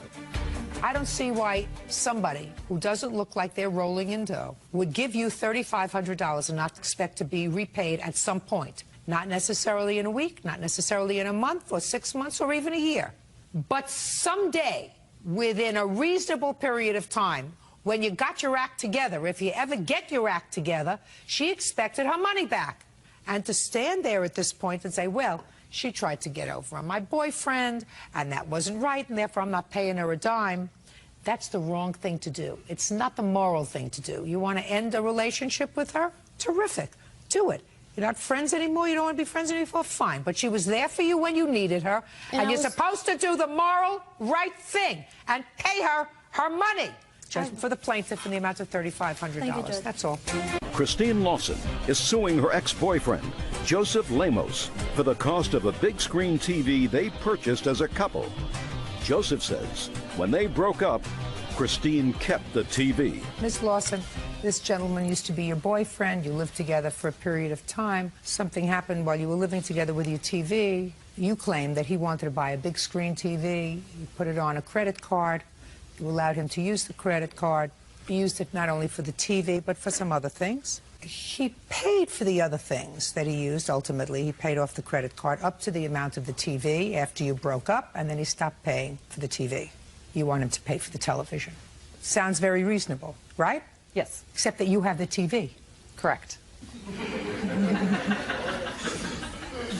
So, I'm confused. Mr. Lema says that he did, in fact, use the credit card to purchase some other things. Even after you broke up, he continued to make payments on the credit card until he had paid off all of the items he had purchased, but for the television. Correct. And the reason he didn't pay for the television is because you have the television. When did you break up? It's about April or May of 2006. And when was the television purchased? August of 2004. So you've been watching the television? Correct. In your house? Yes. Why don't you pay for it? I never wanted it. I don't like it. I would love to give it back to him, but I don't have, I'm using it as collateral, I guess, to get the rest of the money that he owes me. The only money that's owed is owed for the television. Not entirely. Most of it is for the television. I guess you could say that. So what you want me to believe, Miss Lawson, is that he said to you, you can keep this $3,000 television and watch it, and I'm going to make the payments on it. No, that's not how the conversation actually Well, tell me how conversation actually went. Okay. When we broke up, there was still about $4,000 on the credit card, which, as you said, there was multiple things on there. He was paying me up until September of 2006. Correct, and then he payments. stopped. Right. And he wanted to take his TV, which would have been fine to me. However, I couldn't guarantee that I would get the rest of the money that he owed me if I handed over the TV. I had no way of contacting him. I had no cell phone number. The only way I had was email. Most of the emails that I had sent him were ignored. He paid you for the 6 months. Well, he was paying on multiple things. That wasn't the only thing on there. He paid the credit card honorably. Correct. Until the only thing left was a television that you were watching. Well, the television was... And he wanted it back when you broke up. Correct. Well, then you're watching it. You pay for it. I mean, it's not rocket science. Well, the amount owed on the credit card exceeded what the amount of the television was. When? When we broke up, when he stopped paying. Come on, Miss Lawson. I just made it perfectly clear to you that there's an agreed set of facts, and the agreed set of facts are he paid until September when the only thing that remained on the credit card was the television set, which he had initially asked for when you broke up, which you declined to give him, which you've been watching and you've been using. You pay for it. That's all. Case is dismissed. That's all. 23-year-old Erin King is suing her former roommate, 21-year-old Avian Moses, for stopping payment on a rent check. Avian claims Erin kicked her out after 2 weeks of living together. Miss King, the defendant was your roommate for a short period of time. It is your claim that she moved out after an argument that you had, and she put a stop payment on her rent check. Yes. You want your rent. Right. And the defendant says that you kicked her out of the apartment, and therefore she doesn't have to pay you any rent. Miss Moses, you moved into Miss King's apartment? Yes, ma'am. When? I moved in approximately August the 4th, I believe, around the beginning of August. Was it August 4th? August 5th. And you knew each other before? Yes, we did. Through college. What was the rental arrangement? The rental arrangement was that we would both split the rent equally, $305, including utilities. She was supposed to pay me on the 3rd of each month. So far, is that correct? Yes, ma'am. When did she move out? She moved out November the 14th. Had she paid you November's rent? Well, she wrote me a check when I went to the bank to cash it. That's the rent check that she stopped paying Right, on. and I have that as Okay. well. So that was November 14th. So far, you were in the apartment from November the 3rd to November the 14th. Yes. So you should have paid rent. Yes. On what date did you give her the rent? Probably the 7th. It was after the time that I was supposed to give it to her. Oh, yes, ma'am, the 7th. Why were you late with your rent? Well, a week before that, my purse had gotten stolen, and I didn't have a bank card. I had to change all my accounts, and during this time when I was changing the numbers and all, getting everything straight, I informed Erin of this. I said, I don't have a checkbook, I don't have a bank card. I said, can I just pay you next week once my accounts are in order? She said, yes, no problem. I said, I'll pay you a late fee. She said, okay, no problem, and I did so. You paid her the rent? Yes, and a late fee. Which you owed her? Yes. And the late fee? Yes. Now, why did you stop payment on the check? Me and Erin had been having problems living together for about a month. She was in an abusive relationship. It was constant fighting in the apartment. Her boyfriend would come over, get high, smoke weed, hit on me. She'd leave him in there. She gave him a key to the apartment. She would constantly fight with me over food, saying I was stealing from her. We got into a physical altercation, and I decided this was the last straw. She was not on the lease and to get out of her house. So I said, gladly, I'll stop paying my rent check, and I'll leave your house immediately. Well, you can't do that. A, you didn't tell her you were stopping payment on the rent check. I did tell her I was stopping payment on my rent check. Really? No. She You didn't called even me. say that in your answer, that you told her you would leave She immediately. called me that same day, and I told her I was stopping payment on my rent check, and I was moving out. You may have told her that after she called you on the phone, but when you had the argument with her in the house... No, she told me to leave. She told me this was her apartment and to leave. On the phone or in person? No, when we had our physical altercation. I understand that. You're not putting on your listening ears. I'm sorry. At the time you had this altercation and this argument, you did not say to her, I'm putting a stop payment on the rent check. According to you, you told her over the phone that you were putting a stop payment on the rent. I apologize for not mentioning that, but I did tell her at the point when we were after the physical altercation, the police that came, I told her that I was leaving and I was stopping payment on my rent check. Well, you can't. Okay. You can't. Unless, of course, she changed the locks. Yes, that's exactly what she did. When did you change the locks? I changed the locks on the 14th. That was because she had been going through my belongings. She had actually stole from... Just a second. You can't change the locks and ask for rent at the same time. Well, I actually changed the locks after she did the stop payment on the check. After they gave me the check back from the bank, I went to the bank on the 11th. They told me at the bank I need to take this check back to Ms. Moses. They couldn't tell me why because it was concerning her account. After I left the bank, I said, Avian, I just left the bank. They gave me the check. She said, I'm not paying you anything. I'm moving out. That's not correct. And so after that, I later discovered that she had been in my room while I was out of the apartment. Ms. King, can't have it both ways. If you change the locks on the apartment, making it impossible for her to come back to the apartment, you can't charge her for rent for the entire month. She did come back to the apartment. After we got into the argument on that Sunday, the police came. Who called the police? She did. Even though she started the altercation, she was threatening me with an alcohol bottle, saying that she was going to hit me upside my head with it. While the police was there, I said, it's fine. She can stay, you know, for the next 3 weeks. It won't be any problems. She left that Sunday. She actually came back that Monday and spent the night, even after she told me that she was moving out, and she had started to move her stuff out. When did she finally move the last bit of property out of the house? She didn't finish moving out because after I had the locks changed, I called her and I let her know that I had the locks changed and to call me and make arrangements to get the rest of her belongings. I guess she was angry because I had the locks changed, and she said, well, you're stealing my property. She was with her mother. I said, no, you can come in and get your stuff. I even gave her mother a futon cover that was in the living room and a financial aid paper. I guess, you know, it has her financial information. I kept telling them, please come in and get the rest of your stuff. I even, you know, gave them that. I wasn't. When did she take it out, or did she still not? She left after I gave her mother the futon cover and the Norfolk State financial aid booklet. They said, we don't want the rest of the stuff. We're leaving, and they left it. And so she left a bed, a dresser, Did you leave clothing. a bed and a dresser there? Yes. Ma'am, because yes, I did, because she wouldn't allow me to get it. Oh, She well, changed you the didn't, lock. listen to me. You didn't sue her, did you, for your stuff? Yes, I did. The court ordered her to give it back to me, and I didn't get it back until January the 1st of 2007. Oh, so you did sue her. This is Yes, not I the did. first time you've been in small claims court. No, ma'am. Really? I got it. Ms. King, you're only entitled to half a month's rent. Change the locks, but you're entitled to half a month's rent. $150, $250. Okay. Right? That's what your half a month's rent is. Yes. And that's what you offered to pay her. Yes, I did. She $150, said she didn't want it. $250. Absolutely right. That's all. Judgment for the plaintiff. 24-year-old Heidi Huntley claims ex-boyfriend Eric Huntley owes for half of their credit card debt. Ms. Huntley, the defendant is your former boyfriend. You've been together for quite some time, I assume, and you have one child together. Yes.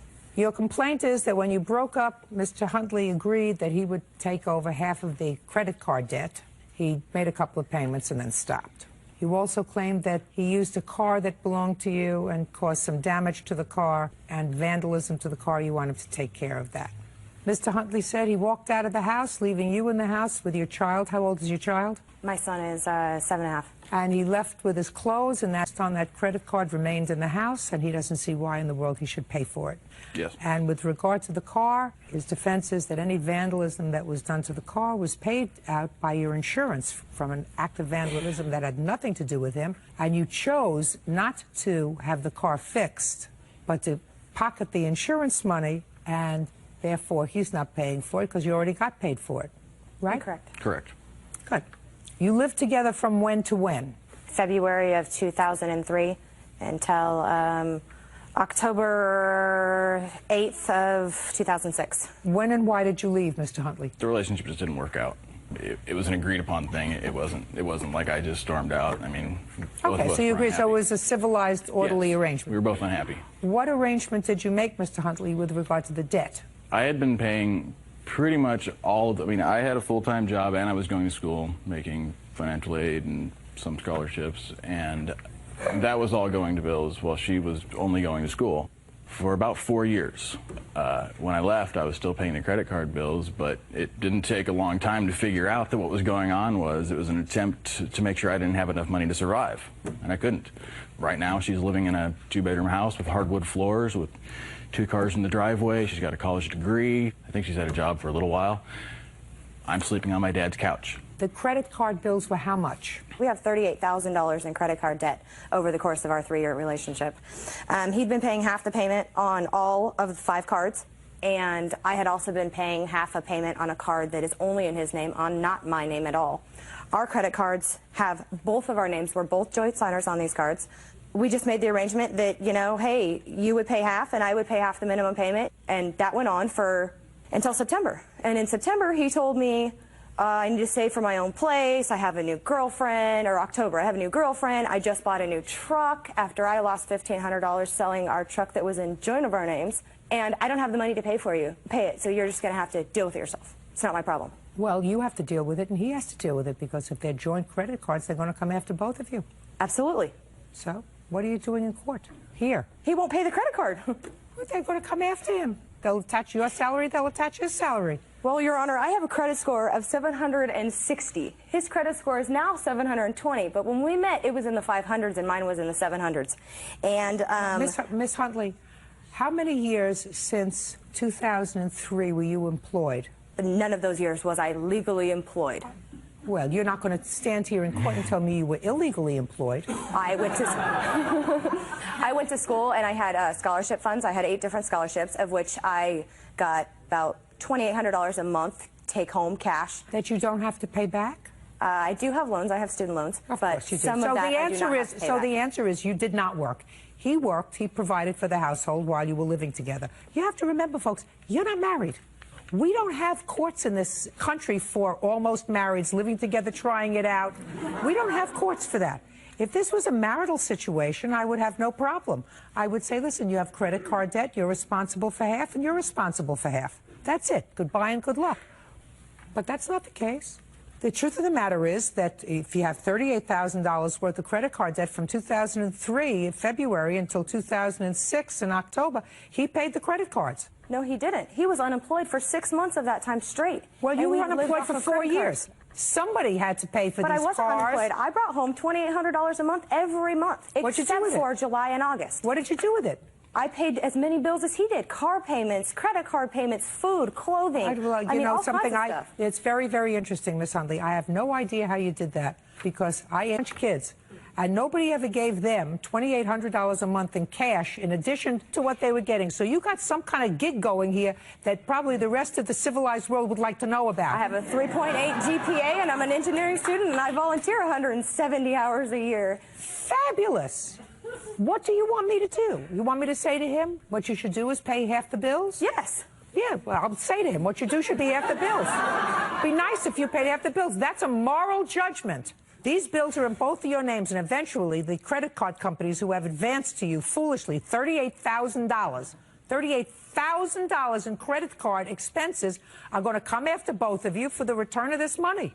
Your Honor, I'm making the payments because I understand how important credit is. I would like to go on with my life. I'm making the payments regardless of whether he is. Don't you, Mr. Huntley? I do, but I only have so much money, and you know, it's getting to the point where I have to choose. Are you paying child support? Yes. No.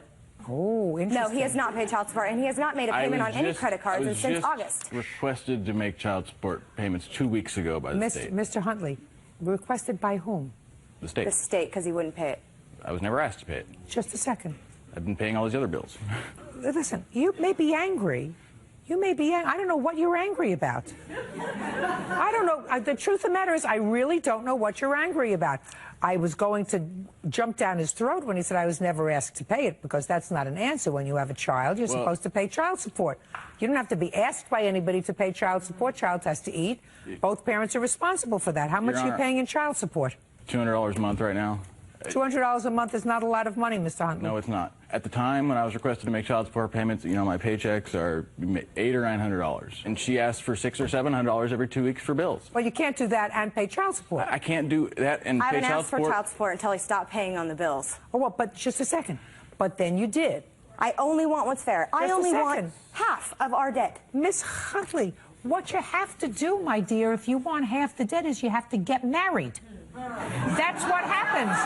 That's what happens. Otherwise, you're coming into court, and there is no jurisdiction that I know of for almost marrieds. He can't pay half the credit card bills and the child support order that should be a lot more than $200 a month, quite frankly, Mr. And it will be. I put an appeal to have it raised to $640 is what he's going to end up paying, which is just enough to cover the minimum payments on the credit cards. Well, then you shouldn't have made such extensive credit card purchases. What do you want from me? Now, the two of you chose not to get married. You chose for whatever economic reason to live without benefit of marriage. I don't know why. Maybe it had to do with your scholarships. Maybe it had to do with something else. I'm not sure. Quite frankly, I don't have the time to figure it out. But if you chose to do that, you can't come to court and say, listen, now you have to go through our assets and liabilities.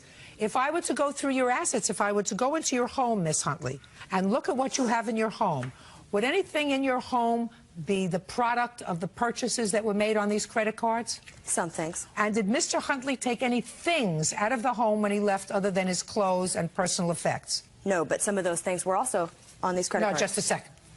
I don't care. I'm talking about his clothes and personal effects. I'm not talking about beds and refrigerators or washer dryers or anything else that it goes to set up a household. No, I tipped him out and he took nothing.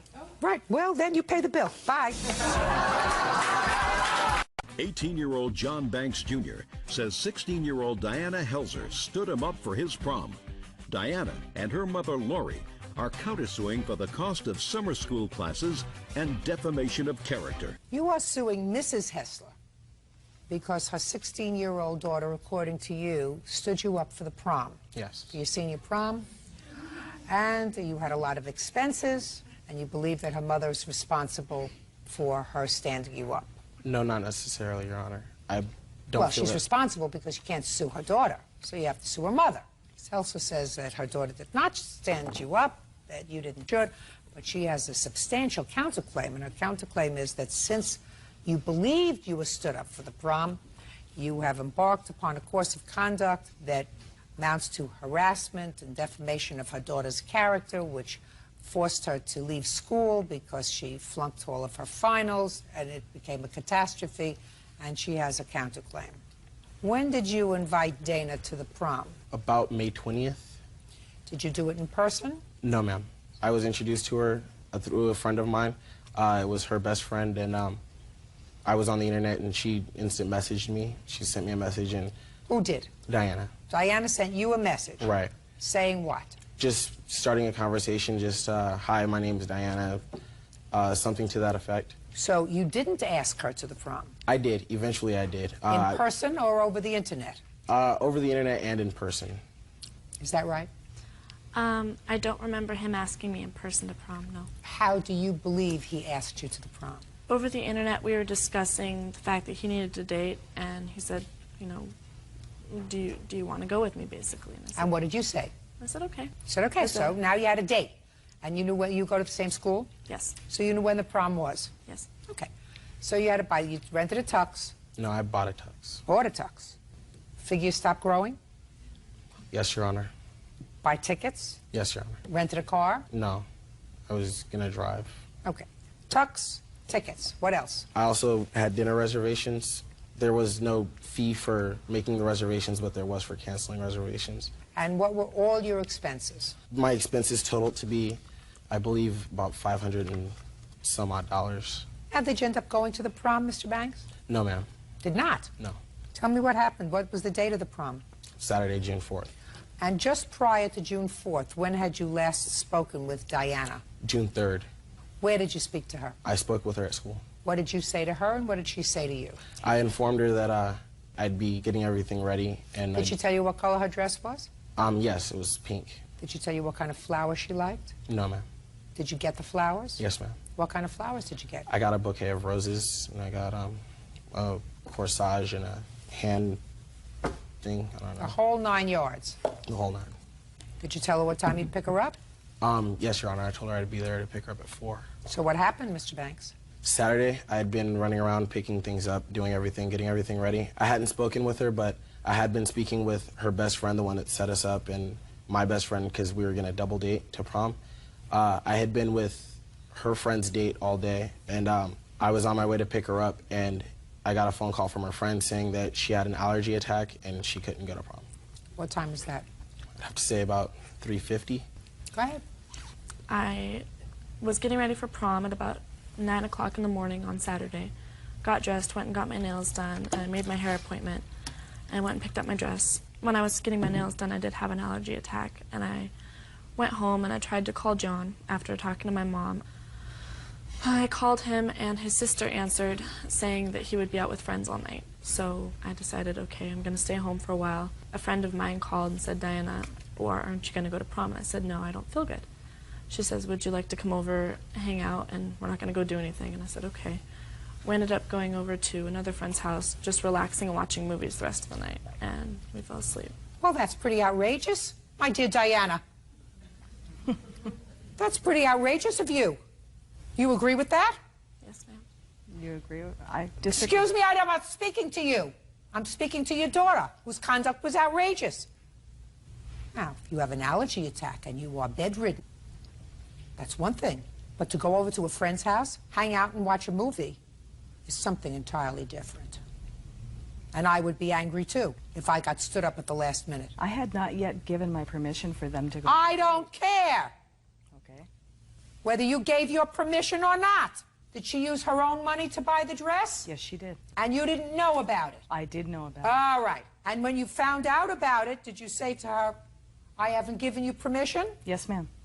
When she went to get her hair and nails done, did you say to her, don't bother to have your hair and nails done because I haven't given you permission? What I said was I haven't yet met Mr. Banks and I haven't given my permission. I need to meet him. Miss Helsa, it's not an excuse. I'm saying that your daughter's conduct was reprehensible for a 16-year-old. She stood him up for his prom. Okay. And she stood him up not because she was sick, because she decided she didn't want to go. And she went to a friend's house and hung out with friends. And that is reprehensible. Is that what you did? No. Is that what you did? That is what I did. You didn't know that? Did you stand him up because you didn't want to go, or did you stand him up because you went and had an allergy attack and then went over to Julie's house? It was because I had an allergy attack, and my friend had wanted me to come over because she knew I wasn't feeling well and wanted to hang out. Listen to me. If you have a debilitating allergy attack, you stay home. Go ahead. That Saturday was prom, June 4th. June 5th, I broke my rib, June 5th playing basketball, and so June 6th, I stayed home, which was on Monday. I called her best friend on the phone. We talked about it because she felt bad as well because she set us up together.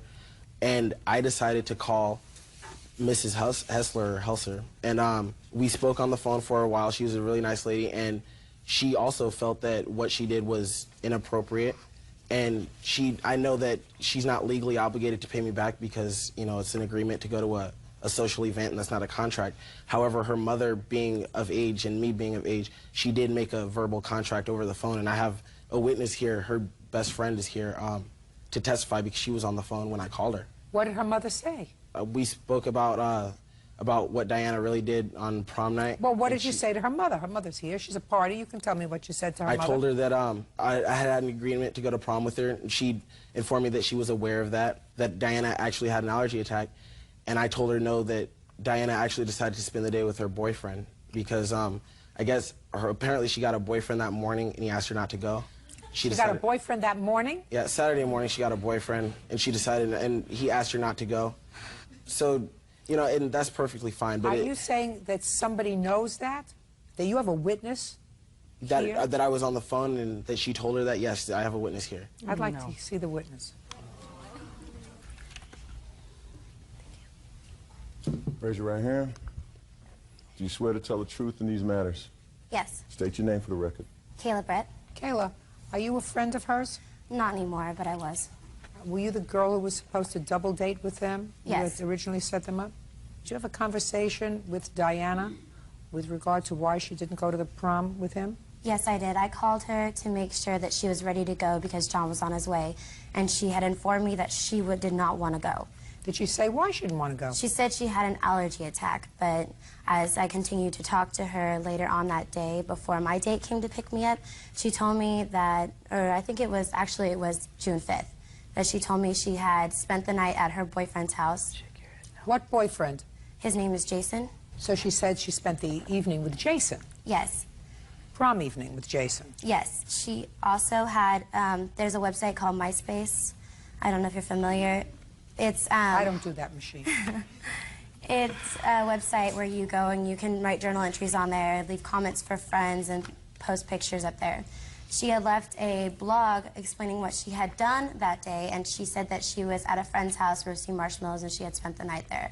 That's basically confirmed that what she was doing, and I did have a conversation with her, and I was quite upset, and I told her everything, how messed up it was that she had done that. That's pretty messed up. Did you tell your mother that? Look at me. Did you tell your mother you were going to spend the night with Jason? I told my mom I was going to spend the night over at Julie's, and I told my mom that we were going over to Jason's to watch a movie. And your mother just said the word Julie. I never heard your mother say Jason. Your mother was whispered to you, you went to Julie's. I did go to Julie's, ma'am. We went over to Jason's, who was not my boyfriend. Just a second. So from Julie's house, you went to Jason's house? Mm-hmm. Didn't have an attack in between getting from Julie's house to Jason's house, did you? They're neighbors, no. Didn't have an attack between Julie's house and Jason's house, did you? No, ma'am. And she did call me and checked in, and she called at midnight and let me know that they were just about to finish up a movie and that she would be back at Julie's by 1. When you spoke to Mr. Banks on the phone 2 days later, did you tell him that you would compensate him for his expenses? No, ma'am, I did not. What did you say to him? I said I needed to see receipts. So you did discuss expenses? We discussed expenses. Fine, and you said I needed to see receipts. Before I would even consider a discussion. I don't believe you. Seriously. I don't believe you. Yep, I believe that you said to him, I will pay those expenses, but I have to see receipts. I have emails here where he's saying that I agreed to pay $270 for prom tight. Diana said, quote, Diana said she's going to pay me $270 for prom. Hit me up. And then to Kayla, who responded, I say $300 even. What's an extra $30? Listen, what I said to you was you had a discussion with Mr. Banks, and you are under no legal obligation. I don't believe you are under a legal obligation, but for the fact that you agreed to pay him. I didn't agree to pay him. Your Honor. Just a second. In order to have a contract, Mr. Banks, let me explain something. It gets to be a little bit tricky. There has to be, in order to have a valid contract, there has to be some consideration. That means that each person is giving something. Do you understand? Yes, sir. What would be the consideration, in your judgment, for Ms. Helser to make an agreement to pay you any part of your prom expenses? I think she felt morally obligated. She still stated to me that Diana had just gotten a job. I didn't know Diana had a job. She said Diana had just gotten a job and that she'd make Diana pay me back my money as long as I had receipts. And I have receipts here right now. Just a second. So she said she would make Diana pay you back. Yes, Your Honor. I believe you. 18-year-old John Banks Jr. says 16-year-old Diana Helser stood him up for his prom. Diana and her mother Lori are countersuing for the cost of summer school classes and defamation of character. Go ahead. I was on the other line. He had three-wayed Miss Helser. While I was on the phone, she did say that Diana would pay for the expenses out of her own paychecks because she had just gotten a job. That's not true. What I said was I would consider based on seeing the receipts. And whether or not you were on the line. Ms. Helser? Yes. I'm going to flip over for a moment to your counterclaim, which I'm prepared to hear in 30 seconds or less. He's got a claim for maybe $500. He's got receipts that totally says maybe $500. You have a $4,000 counterclaim because, yes, according to you, your daughter was harassed, defamed, etc. She flunked all of her finals, because of what he did. So you want to get there, please? Diana? Yes, ma'am. Start with the ad. I had been on MySpace and I saw an ad that Kayla had posted about paying people to kick my... Read it directly. Just as you don't have to read it to me. Okay. What does that have to do with him if Kayla wrote something? John had confronted some girls at school about... Don't tell me any hearsay. I don't want to hear any hearsay. See it. He had been talking to Kayla on the conversation that I have in front of me about two girls that are going to beat my... and that basically I would look better if Matt was kicked.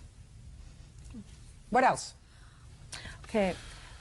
In this email, he's saying that she'll look even worse after getting beat. The girl that's going to beat her is Jason's. ex-girlfriend who's, because her and Diana used to be friends and she thinks that's f***ed up, that she's with her ex. Oh, well, whatever the reason is, she wants to be there. It'll work. Hit me back. What does that have to do with him? This is That's his what he word said. saying that I don't care. he's What got does that 2 have to do with girls. him? According to that email, Jason, the new boyfriend, had an ex-girlfriend, and the ex-girlfriend of Jason is going to beat her up. He's got 2 girls at school ready to beat my daughters. No, no, no. Listen to me.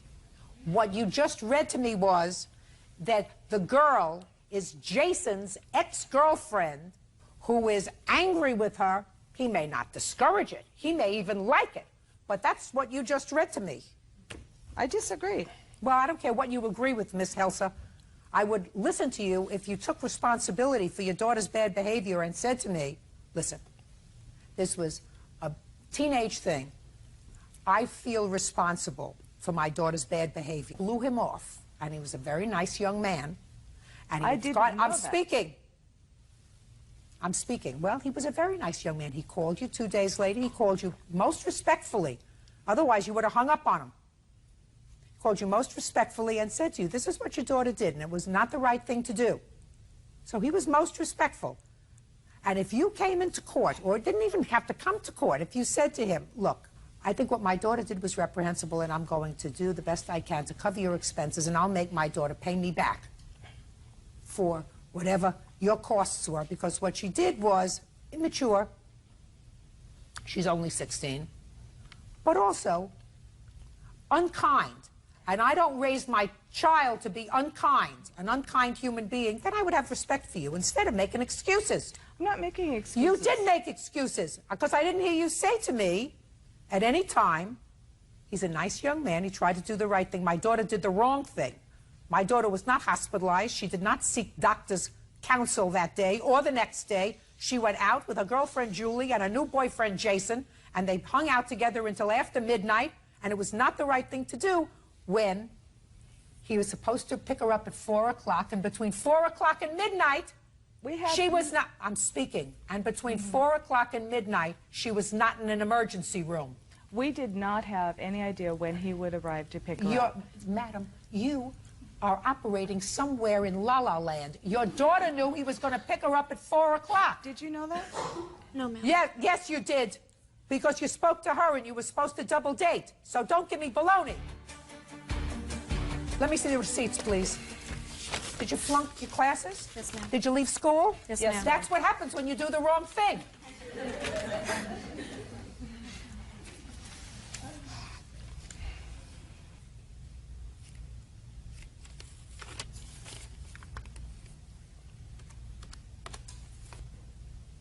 You didn't give the flowers to anybody else, did you? No, Your Honor. You're even, my dear, going to pay for your own flowers, because I think that your mother made an agreement with him to do that. Judgment for the plaintiff in the amount of $415. That's all. Thank you.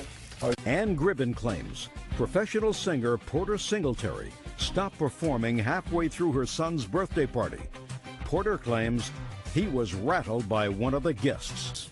Miss Gribben, you hired the defendant, who is a singer, yes, to sing at your son's birthday party. Yes. You gave him a deposit of $250. You want that deposit back because you claim that he came to the party and left after performing 3 songs. Correct. Mr. Singletary says that he came to the party, he was ready to continue with his part of the contract, but you had at least one unruly guest who wouldn't stop heckling him, and you did not take care of your guest. So that's his defense. Yes. How much were you supposed to pay him for the evening? $450 for 4 hours. And when did you hire him? I'm not exactly sure of the date. I do have a letter that I did write him enclosed with my check. Okay. What date is on the letter? July 17th. And when was the party? 18th of August. How far do you live from the Gribben home, sir? Oh, 15 minutes. And tell me what happened when you got there. I brought my equipment in. What equipment did you bring? Sound equipment, PA equipment. And you set up? And I set up. What time did you arrive, sir? I got there at about 10 minutes to 7. You would do there at 7? I was supposed to start at 7:30. Okay, great. And I actually started at 7:20 because there were guests there. Okay, keep going. So I started singing at about 7:20, doing everything basically that they've always heard me sing in the past at other events. It was about 8:10, still singing. They informed me that the son was going to arrive. When the son was to arrive, I was to stop the music and we're going to sing happy birthday to him. So we went ahead and we stopped the music. He came in at about 8:20. I've already sang an hour. And then the son comes in and we all sing happy birthday. And he comes in, he walks through. I continue to sing. A lady came up to me and she said to me, "Can you pick the pace up a little bit? Can you sing something a little bit more up?" I said, "Sure, fine." Not Miss Scribbins. Yeah, I don't know who this person is. You mean the person who came up to you? The person that came up to me. So out of respect to the household and the people that were there, I said, "Okay, fine." So I sang something a little up. I sang 2 more songs. Then the lady, she comes back again, and she says, "Could you sing something, you know, a little bit more up?" And I go, "I am singing up. What do you want me to sing?" She says, "Oh, I don't know, just anything, but sing it up." I said, "But if you tell me what kind of music you want, I can sing it." So then she says, "Oh, just go ahead." So I sang a couple more songs. She comes right back again after 2 songs. And I said, you know, "What's going on?" And she said, "Well, could you sing something a little more up?" I says, "Look, this is your 3rd time to come to me. You need to tell me what it is that you want." So then she says, "Well, just anything." So I said, "Okay, fine." I turned the music off, and that's when I went in to look for the plaintiff. The lady that had been coming to me to ask me these questions, they were in the room together. And when I came to the door, they were talking about me, and they both turned red in the face because they were saying something. And then I just said, "You know, I don't know who this lady is." I said, "You know what I do? She wants me to do something that I don't know what she wants me to do, and it's total throwing off everything that I do as an entertainer." Within about 2 minutes, all of a sudden some music comes on, blasting, some kind of rock punk music. And I go, "What are you guys doing?" And then so she says, "Oh, I'm so sorry. I can't believe that this is happening." And Who said that? The plaintiff. And then so Well, I who changed the music? Who changed the music, Miss Scribbin? The bartender. The bartender. Go ahead. So then she said, "You know, oh, Porter, you know, I can't believe this." And I just said, "Well, you know what? I'm an entertainer and I'm singing, and I sing with a feel. And when you change the mood of the show, it throws everything completely off. And this music, and the kids are just bouncing their head around, and you know, they're into this music." So they're into music. Up to this music. Okay. You left because of this disagreement that you had with her son's fiancée. Well, whomever this lady was. That was the son's Yes. fiancée. It was the son's fiancée, the girlfriend, yes. Girlfriend. Girlfriend, fiancée. Now I'll hear you. Okay, I remember it a little differently. First of all, Porter's a fabulous singer. I don't question that one bit. We've seen him at several venues, different places. And nobody's ever had a problem with him? Nobody that I know has ever had a problem with him. Right. That's why you hired him, because you liked the way he sang, and nobody ever had a problem with him. Super So singer. now I'm hearing you. But it's a little different. The times are a little different. He wasn't there that long. I remember it that he sang 3 songs. Well, he sang more than 3 songs. Oh, Three okay. songs last half of the amount of time we've just spent together. Okay. Okay. Okay. So I know you said 3 songs. That wasn't true. Keep going. Well, what happened was my son's girlfriend did interrupt him. I don't know how many times it was. Porter came to me, what he's saying is true, and he was telling me what happened, and he was upset about it. And when he told me, I was upset about it. I had no idea. But I want to just tell you one thing that was a little different. Porter was going to come that day with a DJ. And what happened was 2 things. He was going to come at 1 o'clock that day, and we were going to go over the song list. But it was his birthday that day, and he called me and said his family was taking him out to lunch. Would it be all right if he didn't come? I said, yes, it's fine. We'll see you tonight. Okay. And then when he got there, I said, where's the DJ? You mean you thought you were going to get a singer and a DJ for $450? Right, well, what planet do you live on? I'm sorry, not a DJ. I'm sorry, DJ equipment. I'm sorry, not a DJ. I'm sorry. So you had entertainment for the entire day. He was going to sing and DJ equipment when he wasn't singing. Correct. For $450. Keep going. Okay, but he got his DJ equipment stolen, and I said the reason I'm bringing that up is I said that was no big deal. I mean, he sings beautifully. Let's go. But what happened was when he came to me and told me that my son's girlfriend had interrupted him, you know, I told him that I would immediately speak with her, and he's telling the truth. When he stopped playing, the bartender turned the music on. So I told Porter, I said, I'll turn it off. I mean, I begged him to stay. I mean, I told him I'd do whatever I could to I mean, What did you say to your son's fiancée? I asked her, I confronted her immediately because she walked in right kind of behind Porter, and I said, what's going on? And what did she say? She says, well, I just wanted him to play something a little different or something a little upbeat. Well, it's not I said, up to her. Oh, absolutely. I said, let me handle this. And what did she say? Oh, okay, you know, but I mean, I agree that she was rude. But what I told Porter that night, I said, Porter, I mean, you're terrific and everybody here thinks you are. We want you to stay. I mean, I'll muzzle her. I'll do whatever you want. I mean, it wasn't unruly guests. I mean, it was he has to admit, it was family and friends. Got it. He came to perform in good faith. According to you, you've seen him perform at many other venues. Yes, I did. He's never had a problem. Well, no, not that I know of. If he'd had a problem, you would have known about it if he was there. No, so he's never had a problem. You hired him. He wanted to do a good job. Clearly, something at your son's birthday was so distasteful that he felt as if he was prepared to risk your good offices to say, I'm leaving. I can't work in this kind of environment. You acknowledge that your guest was rude to him. He doesn't have to tolerate somebody being rude to him. You know, it would have been nice if he said, well, I'll suck it up and continue to play, but he doesn't have to tolerate that. He can leave. So the question is, was the time that he spent at your home worth $250, which was your deposit? And it was. He's an entertainer. He entertained. He came to your house. He spent an hour and a half there. He set up. He performed for $250. That's a bargain. He's entitled to $250. So, did your son have a good time at his 30th birthday? We still had a good time, but it was an embarrassing thing. Of course you still had a good time. Well, don't you think he was embarrassed? Yeah, I guess I've seen it a little bit differently, but I mean, I don't deny that he, you know, is not a good singer. I mean, I can't say that. No, he was embarrassed. It's just that we tried to do our best to make it good with him. I mean, I believe that you did. I believe that you said, let me handle it. You Yeah, said I did. to your future daughter-in-law, let me handle it. She's still the girlfriend? Ex-girlfriend now. Ah. See what happens? All things work out for the best. How much after the party did she become an ex? Couple months. Couple of months. See how things all work out for the best? We didn't really like her. You didn't probably really... shouldn't say that. Well, listen, you never know what's going to happen in the future, so got to keep all your options open. But it sounds to me as if he had a good time at his party. He did. Good. I'm glad. He's entitled to his $250. That's all. Thank you. 27-year-old Angela Salura is suing her ex-boyfriend, 24-year-old Freddie Lara, for a loan to restore his Mustang. Freddie claims Angela paid the bill without consulting him. Mr. Lara, it is your claim that the defendant, who is an old boyfriend of yours, owes you some money. Correct. For a loan that you made to him. And the purpose of the loan was to have an old car fixed. Yes. This was a specialty car? It's just, it's going to be a classic soon. It's just a car I always wanted Me to fix too. up. What kind? I clean windows on high rises. That's a pretty dangerous job. Yeah. How long have you been doing that? Like 7, 8 years now. Make a good living?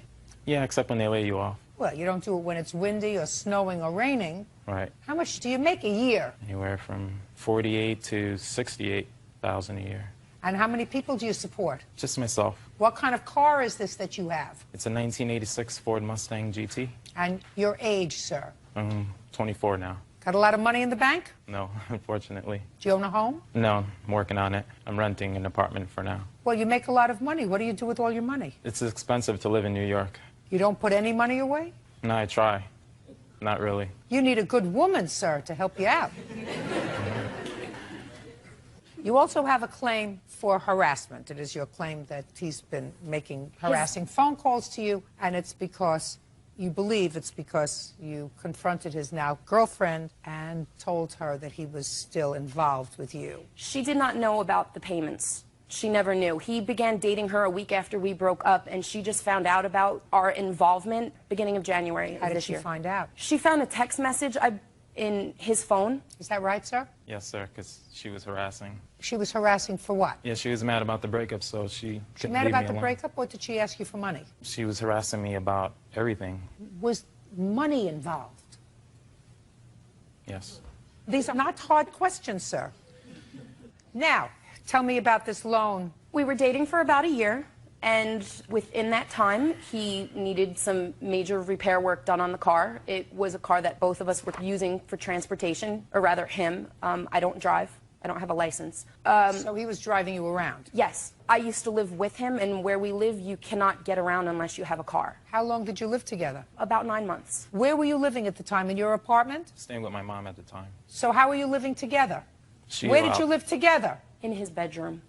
In his mother's house? In his mother's house. Just a second. In his mother's house. So neither one of you were paying any rent? I did I tried to give them money as much as I could. Don't tell me tried. I'm not interested in your trying. So you weren't paying any rent? And you weren't paying any rent? We were, when we could. Well, sir, if you make $50,000 a year, it seems to me you could help out with your own rent. What does your mother do for a living? She's a stay-at-home mom. Well, how does she support herself? Her boyfriend. And she had the two of you living there? Yes, correct. Tell me about the loan. He needed some major repair work done on the car. The car was not running, and he asked if he could use my credit card because I don't have any money except for my credit card, and he told me he would pay me back. So I lent him the credit card, and within that time, he was making payments to me weekly. To you or to the credit card? He was giving them to me, and I was paying the credit card because the credit card was in my name. How much was he giving you? Anywhere from $100 to $200 a week. Tell me when you actually put the bill on your credit card. What was the date? Between June and July, 7 transactions were put on the credit card in the amount of about $5,000. I'd like to see it. Sure. Who had physical possession of the credit card? I did. So how would this money be placed on the credit card? A few times I went with him to use the credit card, and there were a few times where I just gave him the card. And I never used the credit card, Your Honor, with the exception of maybe 1 or 2 times. It was all of the car repairs. Who has the car now? It's his car. He has it. When did you break up? August 26th of 2006. So shortly after the car was taken care of. Now, Mr. Lara, I read your answer. Your answer says that you had made an arrangement with the place that was fixing your car, that you were going to pay them out. Yes. And she took it upon herself to go in with a credit card and pay the bill. But that's not true, because there were 1, 2, 3, 4, 5, 6, 7 different times that the credit card was used. So you must have known about it. Yes, I did. And did you say, don't do it because I'm going to pay them Absolutely. out? I insisted that she didn't do it. Each time you said, don't do it because I'm going to pay them out. She said it's something we both need, so. I believe that. No, I believe that. Listen to me, Mr. Lara. I believe that she said to you, listen, I use the car, because she did use the car. So she said, we're both using the car, so I'm going to pay for it. Instead of paying them, pay me. And she says that you were giving her money, Mr. Lara. Yeah, I felt bad. I didn't want her to spend so much for Now, a gift. you felt bad when you were living together? Yes. Speak up! Yes. Scared to death of me or what? Are you always this low energy, sir? Yes. It's very hard to get excited with you, Mr. Lara. Mr. Lara, I want you to pay careful attention to all my words, sir. While you were living together, you felt badly about what she spent on the car, on your car, so you were giving her money. Yes. After you broke up, you stopped feeling badly, so you stopped giving her money. Is that what you're telling me? She kept on harassing. No, no, no. Don't tell me her. I don't want to hear harassing. I want to hear while you were living together and using the car together. Listen, I want you to follow the logic of this. You were paying her while you were together and using the car together, right? Yes. After you broke up with her and started to see your new girlfriend and she wasn't using the car anymore with you, you didn't feel badly anymore, so you stopped giving her money. Well, I didn't want it to interfere with my relationship. She kept harassing me because things with her, who she was trying to get with, wasn't going well, so I think she's suing me because of the I don't breakup. give a rat's behind what you think. I asked you a very simple question, and you understand my question, because I don't think there's total vacancy between your ears, sir. While you were together and both using it, you paid her for laying out the money. When you were no longer together and she wasn't using the car, you stopped paying her. That's what you're telling me. That's objective, not what you thought, what you felt. That's what happened. Doesn't that sound stupid to you? No, because it was a gift. Mr. Lara, I know that you have this word gift in your mind, but what you did in paying her belies the fact that it was a gift, sir. You paid her for the credit card. Hundreds and hundreds of dollars, according to her, because she's only suing you for what she claims is the balance, which is $3,400. And the total was close to $5,000 to fix the car. So you paid her a lot of money to pay down the credit card. Do you understand, sir? Yes. Was he more exciting when you were together? He had his moments. Few and far between. He has a problem with confrontation, Your Honor. He has a problem with confrontation? Yes. Oh, and I love confrontation. That's why we don't get along. Judgment for the plaintiff in the amount of $3,400. That's all. Thank you. Thank you, Your Honor. Laura Francis says her niece, Tammy Wickham, owes for a loan for school tuition and 2 months' rent. Tammy claims she never agreed to pay the money back. Miss Francis, the defendant is your niece? Yes, ma'am. And it is your claim that she owes you money for a loan, for some school tuition, and also for rent that you were forced to pay on her behalf because you had signed a lease for her and her children to live in an apartment, and she did not pay the rent, so you were forced to. Ms. Wickham says that's absolutely ridiculous. You did, in fact, pay the tuition for her, but the reason you paid the tuition for her is that she was working for you at the time and you couldn't afford to pay her, so that you paid her tuition instead. And with regard to any other money, she said you have some nerve suing her because she actually made a loan to you for $25,000. Correct. When did you give her $25,000? In February of 2007. Where did you get $25,000 from? I sold my home and had a large chunk from selling my home. How much? How much did I get from the house? Yes. $84,000. And what did you give Miss Francis $25,000 for? She had helped me out in a legal situation, and as a thank you, I lent her money. She was in a bind financially. Your Honor, can I say something? Now I'm going to ask you about it. Okay. Tell me about this $25,000. I'm curious. I have no idea about the $25,000. She's never in her life lent me 5 cents. Do you have any proof that you gave her $25,000? I do, Your Honor. I'd like to see it. I would too.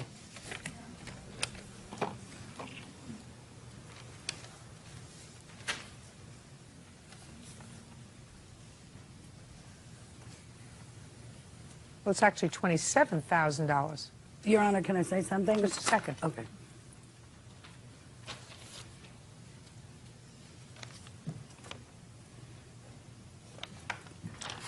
She gave me that money to hold for her because she couldn't trust herself to handle her money. She actually got, I think, $102,000 from selling her home. She spent all of that money on attorney fees, all of it, trying to get custody of the 5 children that she doesn't have custody of.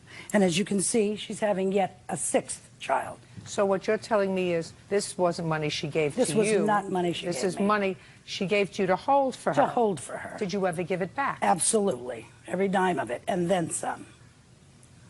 That's absolutely not true. If I needed her to hold my money, I would have given her the $84,000 she needed. Maybe you spent it. No, I actually Yeah, you did. have some of it left. Oh, right. Miss Wickham, you have 5 kids? I do. Where are they? 2 of them reside with their father. We have joint custody, and my younger 3 are with their father. So there are 2 separate fathers? Correct. And who is the father of this baby? The father of my younger 3, my husband. But you're not living together? No. How long haven't you lived together? Approximately 5 months. They've never lived together. Do you ever have a drug problem, Miss Wickham? Never. Where do you spend all your money? I've been going to school for the last 4 years, and I have 5 kids. Well, right now you don't have custody of any of your children. It's only been 5 months prior That's to a that. long time not to have custody of your children. Yes. Mm-hmm. I do have custody of my older 2. How old are they? 11 and 10. They live with their father. They're with me 42%. With him during the week, me weekends, and half of vacation and Wednesdays. All right, Miss Francis. I have a feeling there's a lot more going on here that I don't know about and probably don't care to know about with regard to this the facts of this case. Just trying to get a sense of where this $27,000 went. I have no idea. Okay. Because Go I ahead. gave it all back to her. Go ahead. When she was living in my house when she got her kids back, it was almost 2 years. We fought to get her children back. All right, so the children were taken by the state. Yes. And then she got them back in, I think, July of 2008. And my sister, which is her mother, and I did everything we could to help her, to support her. Her mother finally in September threw her out. She's disrespectful. She's arrogant. Okay. Got it. Okay. Tell me about this tuition Okay. loan. She was collecting grants from school on a regular basis, and I have the school printout. She had to pay back $3,783 to the school because the foster parent called the school and told them that she had lied. No, you can't tell me what okay. the foster parent said. She had to pay back $3,780. Right, and she didn't have it. So she came and asked me if she could borrow it. She asked me, had been asking for about a week, and finally I just got so fed up, I just said, okay, I'll put it on the credit card, but you're going to make the payment. She agreed. She says, if I pay them back $3,720, whatever it is, $83 now, in December, on December 31st, I will get $7,200. You mean from financial aid? Right, for going to school. So I agreed to do it so she could continue going to school because she wants to be a lawyer, and she's already in a good position to do that because she's a fabulous liar. Therefore, I lent her the money, okay? The next day, she told me, that night actually, she told me to go to in my own home. I'm letting her and her 3 children live with me. And she tells me she's very disrespectful. So I said, call the school. I'm not doing this, Tammy. I'm going to tell them I'm not paying the money. You are on your own. You figure it out. I called the school, and the lady at the financial... Don't tell me what anybody said. Did you give her $3,780? I paid the school tuition back, yes. Okay. What else did you pay for her? In October, because I couldn't live with her anymore, so I said, you gotta go. She left my home. She called me the next day, and I said, where did you stay? She said, we slept in the park. Her and her 3 children in the park all night in the cold. It was in December, and it broke my heart. So she went to welfare, and they gave her vouchers to stay in motels, I guess, for a couple of weeks. But she came calling me, pleading again, Laura, please, can you help me? I can't rent an apartment in my name because I have bad credit, but can you please rent an apartment for me? And because Child Protective Services was coming to check on the residents to see that she had sufficient housing for the children. Not for her, Your Honor, but for the children. I did it. I went up to Victorville and I rented an apartment for her and the kids. Go ahead. And it was okay. Thank you. Where did you expect her to get money to pay for well, this apartment? This is what she said. I'm going to get $787 a month from welfare. I'm going to get $1,900 child support from the father of the 2 older kids. And I get $400 and some odd of food stamps every month. I'm going to sell that to my friend Teresa, you know, the food stamps, not feed the kids, sell the food stamps for cash, and I can pay the rent. So I said, okay, one more time. So I did that, and that was October 14th, the day that the social worker was coming to check to see if she had sufficient housing for the children. And she came, and there was no furniture there, but she saw that it was a nice apartment. So that was good. And then December 5th, she was arrested again for leaving the children by themselves at 10 o'clock at night while she went to work at a bar from 10 to 2 in the morning. How old are the children? 11 was the oldest, 9. The youngest was 6 months old, an infant. 3 under 3.5 years old. What does the father do, the father of the 3 youngest children? Well, he was working at somewhere, but she got him fired. He's not working now. He's taking care of the kids on unemployment, I believe. And who does he live with? His sister. You see the children? Yes. You see them at your house? No, we go wherever we have to go to see them. And he's very amenable. We and the kids get along great. They love us. What about their grandmother? Do they see their grandmother? Yes, they do. You go together or Yes. separately? Yeah, usually. Okay, so she paid rent for a while, and how much rent did she not pay? In December, she gave them a bad check, so they called me because, of course, I'm the contact, and said that now the rent was $990. How much rent did you pay in her behalf? $1,087 and some change. How many months? That was in December. Then she paid. She got out of jail and gave the lawyer all the money she was supposed to give me back for the school, the $3,700, and I was upset. But anyway, I had to pay it because it was in my name. So then again in March, she came to my house and says, I don't have the rent. You pretty much have to pay it because it's in your name. So you really don't have much of a choice, Laura, okay? I hated that, but I did it. I mean, it was the truth. It was in my name, so I paid it. She told me on March 20th she would get another $5,000 from school that she would give me. And she got another $5,000 from school, and I didn't get a dime of it. And then she got $2,900 for filing her income tax, and I didn't get a dime of that either. And okay, got it. Okay, Ms. Wickham, I'll hear you. I lived with my aunt while I was pregnant with my youngest for 9 months, and the agreement was I wanted to finish my last semester at school. She was going to pay my financial aid instead of paying me to work for her. What kind of work did you do? Real estate assistant. She's a realtor. When you were living with her, how much rent did you pay her? I paid $300 here and there, but she would never take my money. How much rent did you pay her every month? We had no agreement. The answer is nothing. How much did you pay her towards utilities? I would give her $300. I was working here and there. How much did you? I thought you were working for her in real estate. I was, but I also worked as a waitress Friday and Saturday nights. And how much did you pay her to maintain the food in the house? I bought my own food and also bought food for her. Is that right? No. Of course not. Nonsense. Did you finish school? I did, just recently. Did you graduate? I'm going to graduate this semester. I'll be walking.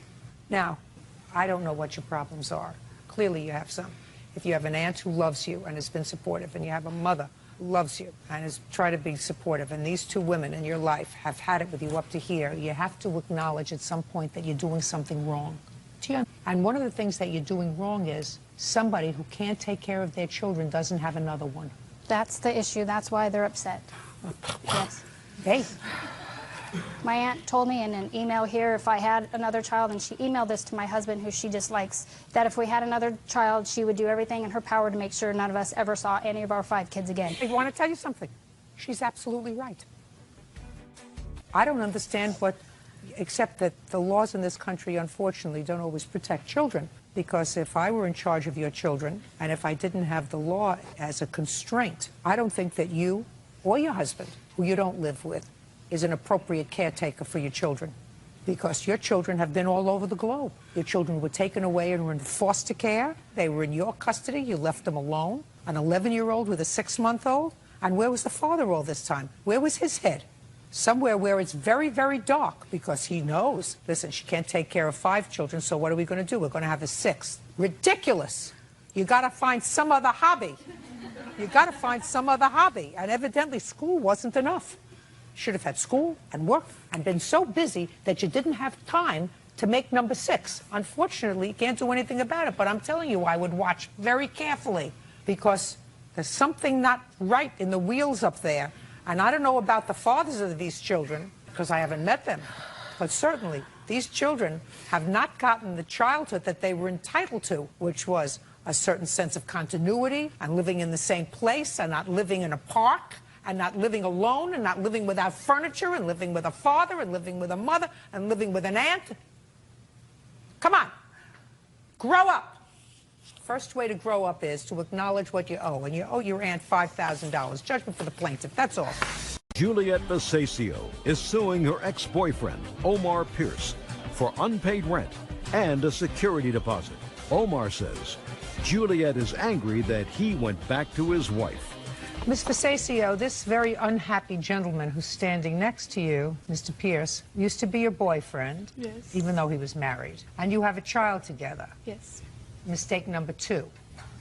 And it is your claim that the two of you leased an apartment for 6 months because you claim Mr. Pierce wanted to move out of your parents' home where the two of you were living with your baby and have a place of your own. You signed the 6 months lease. He didn't really hold up his end of the rent, which you had agreed to, and then he moved out, leaving you stuck with the lease. Mr. Pierce says that you couldn't rip him from the heart of his wife and 2 sons, and that he decided to go home, and that he paid rent while he lived there, right? Yes, ma'am. Did I explain your position, sir? No, I don't owe any of the money. What? I don't owe any money. Oh, this is going to be harder than I thought. When did he live in your parents' house? The first time he moved in was in May. Of 2006? Yes. How old is your baby? He's 2.5. He'll be 3 in October. Is that your only child? Yes. Why would you have a baby with somebody who's married? Because he lied and told me he wasn't married. He told me he had just separated and he was divorced from his wife 6 months prior to when I met him. He said he was separated or divorced? The same difference. He said... No, it's not the same difference. Separated is not divorced. At first, he didn't have a wife. I would have never went with him if he told me that he was married. And when did he finally tell you he was married? He never did. He never told me that he was married. I had to find out from his wife that he was married. And it was after I had my son. Was he living with you? No, he wasn't. Why wasn't he living with you? I don't know. Did you ask him why we're not living together? No. Did you ask him why we're not married? No, he knows that I wouldn't want to marry him. I told him, I don't want to get married. Why do I need to get married? If I live with somebody, why would I need to get married? Well, why if you're fighting with somebody? You're right, you shouldn't marry somebody you're fighting with, right? You also shouldn't make a baby with them. That was before I found out that he was married. What difference does it make if he's married or not? If you don't want to get married and you're not getting along with him. We were not fighting before that. Everything was fine before that. There was no fighting or nothing. You mean everything was fine until you got pregnant? Yes. Well, he was okay up until the month I had my baby. What kind of work do you do? I'm a receiving clerk. Where? I don't want to say. In what city? In San Marcos. How long have you been a shipping clerk for the company that you work for now? Close to a year. And before that, where did you work? Oh, I didn't work. Huh? I didn't work. Oh, I did work, but in numerous places. What kind of work does the plaintiff do? I work in the emergency room. What kind of work does the plaintiff do? She works in a hospital, I guess. What do you mean you guess? Why I see her go there. I mean, yeah, she works in a hospital. Excuse me, I don't want to be... Yeah, don't be a smart aleck, sir. You know, you're having trouble just keeping your head above water here. And what prompted you to decide to get an apartment with him? Because now you're living with your parents and your son, right? Everything is nice. The baby has some stability, live at home, so he's got grandparents, nice. Now you know he's married. And he says, let's get an apartment together. He's the father of my child. I'm going to give him a chance. If I'm going to want him in my son's life, I'm going to give him that chance. He told me that he was in the process already of divorcing his wife. 2 weeks before we signed our lease, before we were going to move in together, he told me that his divorce was going to be final. That obviously So you was signed the not true. lease. Can I see the lease, please? Yes, you may.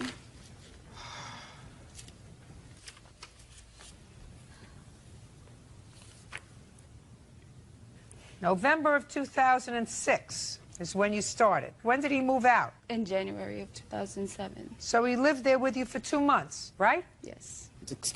What? We moved in October, and I gave her rent for October. It says that the rent is due the first date of each month beginning November 2nd. Thank you. It's November. Your lease started November 2nd, Yes. 2006. Why did you move out? I went back with my wife and kids, went home. You went back with your wife and kids. Well, what you expect her to do with this apartment? Well, she told me before you even moved into the place that I can go back to my family, go back to break the lease and go back to my family. Just a second. She what? Say it again to me, She told so me- I believe it. She told me that if it didn't work, I could break the lease. And go back to your wife. Yes. Those words never came out of a woman's mouth. Thank you. Thank you. Thank you. Not her mouth. Thank you. Especially Not with just somebody with a kid. Just a second. Don't it? Look at me. Those words not only didn't come out of her mouth, they didn't come out of any woman's mouth in history. If it doesn't work out between us, you can break the lease and go back to your wife. Yeah, because she knew how I felt about my wife and her. What, are you crazy? Why did you sign this lease, Mr. Pierce? Because I wanted it to be free. I thought it was going to work out between me and her. Because what? I wanted it to be free. I wanted, because we would have fun. I thought it would be, work out between me and Juliet. So you wanted to have fun. You couldn't have fun in her parents' house. We agreed to move out so we could be together. You wanted to be free. Yeah, well, You wanted to be able to drink and smoke and do what you wanted to do and have a good time. You couldn't do that at her parents' house.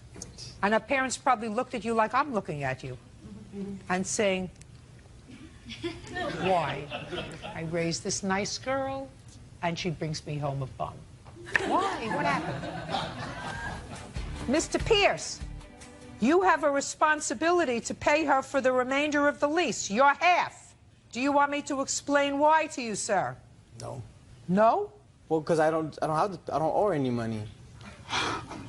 When I stayed there, she said that it was okay, because she knew I had to support my other kids. You know, when I was a kid, my grandmother used to tell me that, God one day God gave you a heart, one day a soul, one day you got a brain, one day you got... It was absent. It was absent. You picked the wrong day to be absent, Mr. Pierce. Listen to what I'm saying to you, sir. You have 3 children. You made 3 children. You can't afford to have 3 children. You probably can't even afford to take care of yourself. So you have to find some other hobby other than having children. That's number 1. Number 2, sir, look over here. You signed a lease. That has meaning. Whether you pay taxes or not is not my issue. Signing this contract is my issue. Do you understand, sir? Yes. Signing this contract obligated her to pay this rent. Now, if they can't come after you because they can't find you, that is a problem. Do we understand each other, Mr. Pierce? Yes, ma'am. You understand me loud and clear now, Mr. Pierce? Yes, ma'am. Good. I'm glad now we understand each other, sir. So when you sign a lease for 6 months with the mother of your child and take her out of a home where she's living relatively comfortably, rent-free, and then you get an epiphany and want to be near your other baby's mother, that doesn't mean you are absolved from paying her for the rent. Do you understand, sir? If Uncle Sam can't find you, I can. Do we understand each other? Yes, ma'am. Very good. The rent is $825. According to your complaint, he was supposed to pay $400. $400 times 4 equals $1,600. That's for the 4 months remaining on the lease after you moved out, sir. Do you understand? Yes. Goodbye. Judgment for the plaintiff. That's all. Krista Llewellyn is suing her stepfather, Ernest Flowers, for money loaned and the cost of a computer.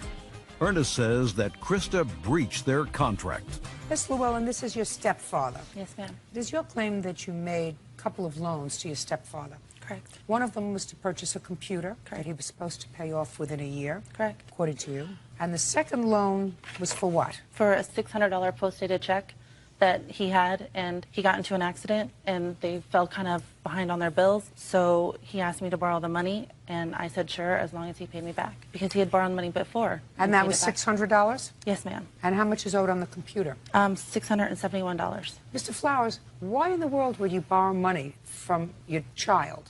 First off, for the laptop, she had and her husband had an account with Dell, and it was purchased on that account because I could not get credit through Dell. I explained to her that I would make the payments faithfully, which I have. Show me.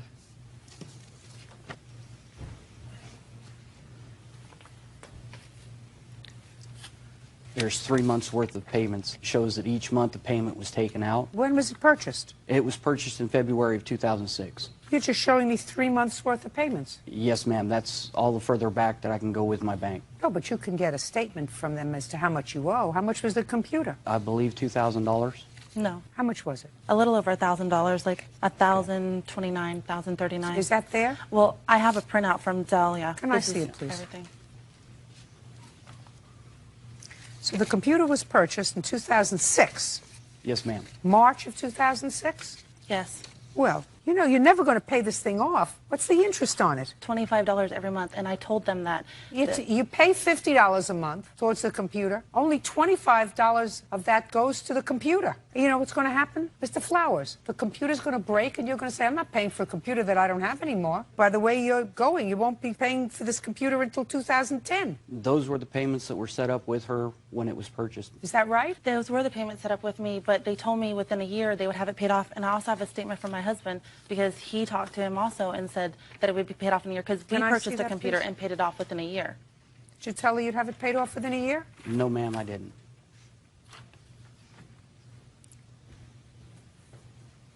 Well, I accept this because it's a notarized statement for someone in the military and your husband is in Iraq. Right. He says that it was supposed to be paid off within a year. I was in a car accident on June the 13th and planned on, when I got my settlement, of clearing that bill. And? And I have not received a settlement yet, so... Well, when do you intend to get that, sir? I have no idea. It is in the lawyer's hands right now. Fine. As soon as you get it, you have to pay off the $671. Yes, ma'am. But he has been paying, according to this, he has been paying it Yes. every month. Mhm. So next time, don't let anybody use your credit. Correct. I can't do anything about the computer. Now tell me about this other check, sir, for $600. When Krista and her husband first came back from Germany and Krista moved in with my wife and I, a couple days after they moved in, I'm not sure exactly when the date was. I know the date they moved in was June the 15th. And she pays you rent. She was paying $200 every 2 weeks. So she was paying you $400 a month rent, Yes, ma'am. which covered what? As far as the rent on the house that I rent, it's $725. So So she was paying more than half of the rent that you were paying. yes, and she was not asked any money for the electricity, power, So or who gas. cares? So who cares? And she wasn't Who cares? asked any money to help with the food. or That's not anything. true. I was asked for money for the utilities, and I have proof, and I also have a witness that she couldn't pay her utilities the first month that I moved in. So when I moved in on June 15th, I gave her $400. She give you money for utilities when she first moved in? Gave him $400. She gave me nothing, ma'am. She gave it to who? I gave it to him and my mother. What about food? I bought my own food. I have an 11-monthly baby food, and I have an 11-year-old, and I purchased my own food. So she's paying you sufficient rent to live with you. Nice that she was paying you rent at all. My children, when they come home, never pay rent. Most don't. So I still don't understand the $600 loan. Before he left, he and I were out in the garage, and he handed me $600 and said that he wanted me to take care of the payday loan that I had. Your Honor. Shh. Go ahead. I explained to him at the time that I did not have the money to pay him back for that, and he said that was not a problem, that they had gotten extra money out of their taxes, and he wanted to help us out because we were helping out by having Crystal live there while he was over in Iraq. Sounded like she was helping you out. Sounds to me, Mr. Flowers, as if you were in certain financial distress, because if you took out a payday loan, it means you didn't have money to cover your own bills. Otherwise, people don't take out a payday loan. And she was paying more than half of the rent on your house. So I don't know who was helping whom. Certainly, I didn't see you doing anything for her. Her mother helped out with the baby, not you. I don't see what she got out of living with you. As far as I'm concerned, I was at work. I worked 9-10 hours a day. You don't make enough money, sir, and your expenses exceeded what you earn. She was helping you out. And at the time out in the garage, when her husband gave me the money, It's not what he says that here. was a gift. It's not what he says. It's just not what he says in his notarized statement, sir. Your Honor. I can't help that. It's not what he says in his notarized statement. In any event, you should have been able to take care of yourself. You're a grown man. You don't take money from your children. You owe her the $600. What else? $180.42 for a gun that he had in pawn. Well, tell me, that's curious. I want you to tell me when you got it out of the pawn shop for him. I got it out on September 6th of '07. I went in with my sister because she was paying a pawn, and I saw his gun in the case actually for sale. So my mother's not such a nice woman. She just pawns his stuff for money and doesn't tell him sometimes. And I like Ernest. I think he's a really nice guy. And I mean, without her, he's a really nice guy. So I called him and I said, Ernest, did you know that you are going to lose your gun, that it's for sale? And he said, I didn't know that. And I said, the guy said that you could get it for $180. Did she call you from the pawn shop? She called me from the pawn shop, but she stated that the reason why she was calling was because the gentleman at the pawn shop had gotten strict instructions from me when I dropped it off there that he was not to release it to anybody but me. He admits to owing me for the gun, though. No, because Yes, he does. I didn't ask you to go pick the I gun have up. a statement that he sent to small claims court saying that he owed me for the gun and for the dog. Let me see. Let me see. Let me see. Good.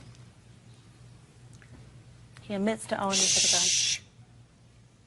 It says, do you agree that you owe the plaintiff money? Yes. If yes, how much do you agree that you owe? $344. I want you to look at this, sir. Did you remember you filled this out? Yes, ma'am, I do. But it says that you owe her then for the vet bill and the $180 for the gun. Because she had asked me afterwards to be paid back, and because of the fact that she was nice enough to do that, I was going to pay her back to be nice. Good. Now, But then, perfect. Then Perfect. she So you files pay this it back to be nice. Good. So far you owe $780. Anything else? Yes, I would like the return of my rent because I paid them rent on the 1st of October, and on the 3rd, they threw me out. They had my stuff packed. They gave me 5 minutes to get my stuff. They kept some of my stuff. They broke some of my stuff. Why did they throw you out? Because my mother's got split personalities, and she's just crazy. She's not Why the did you same throw her person out? from day to day. The specific reasons I don't know. All I know is I got a phone call from my wife stating that Krista's attitude was to the point to where she wasn't willing to deal with it anymore. Fine. So and she you owe, gave her- you owe her rent. No, ma'am, because of the fact that the extra utilities that were used. Forget the extra utilities. It's ridiculous, Mr. Flowers. She paid you the rent the 1st of the month, and you threw her out the 3rd of the month. You owe her her rent. We did not throw her out. She was given the opportunity to either stay or drop her attitude. No. She chose to leave. You can't have a tenant, and you have to make up your mind whether you treat somebody as a tenant or your child. If you treat her as rent from her, if you treat her as a tenant, and you tell her, well, I don't like your attitude, either you have to drop your attitude or you have to move out. That's throwing her out. Can't have it both ways. She has her $200 rent back. That's $980. Anything else? No. Good. Judgment for the plaintiff in the amount of $980. Thank you. That's all. April Franks is suing Angela and Jean Roberts for the return of money she paid for a female Yorkie poo. April says the couple sold her an emotionally damaged animal. Bert, would you please take the Roberts' little girl outside, please? Certainly. Thank you. Come with me.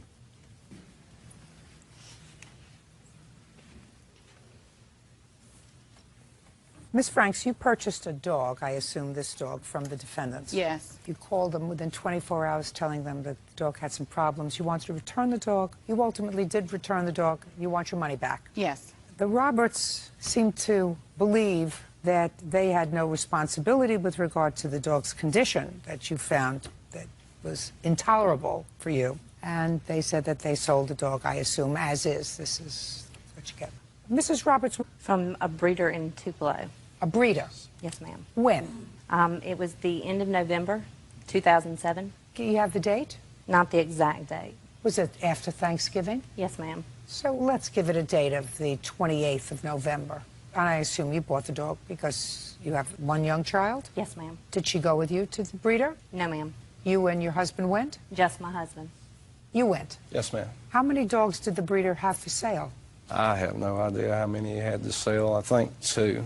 And this is the How one many did you see? I met him in a town in between where we lived, and he just brought Carly here. So you didn't go to the breeder's house? No, ma'am. So you don't know where he got the dog from? No, ma'am. Did you find this person on the internet? No, in an ad in the Trade Winds paper, a sales paper that we have in our area. And he told you he had a dog? Right. And don't come to my house, I'll meet you halfway, or I'll meet you someplace. Right. And they gave you the dog. Did he tell you how old the dog was? Yes, ma'am. How old did he say? At the time, she was 18 months. And how much did you pay for this 18-month-old dog? $200. Did he say why he was selling an 18-month-old dog? No, he didn't. Did you discuss this with your wife before you went? I spoke to the gentleman on the phone about her. And what did the gentleman, I'm just curious, so even though I'm not taking this for the truth of it, I'd like to know what the gentleman told you about this dog. He told me that he had 31 dogs, and he was trying to downsize on some of his dogs, and that she had already been bred once, and she had 6 puppies at the time, and he thought it was too many for her, and he was going to sell her and her sister. And he was originally trying to sell both of the dogs, her and her sister. I do not know anything about the other dog. And I told him that we were only interested in buying 1 dog instead of 2, and he said that he would split them up and sell her to us. And we did discuss whether to come to his house or not, but he decided that he didn't want you at the house if it's in fact true that he had 31 dogs. Probably. Probably. Did he want cash or a check? We just gave him cash. That's all we had. Of course. So you gave him cash, and then you bring the dog home, and what happened, Miss Roberts? She was nervous dog. She shook for probably the first month we owned her. 1 month she shook? Yes, ma'am. And after about a month, when we were around her, she stopped shaking. But the only thing that she ever did the entire time we've ever had her is just sit in your lap.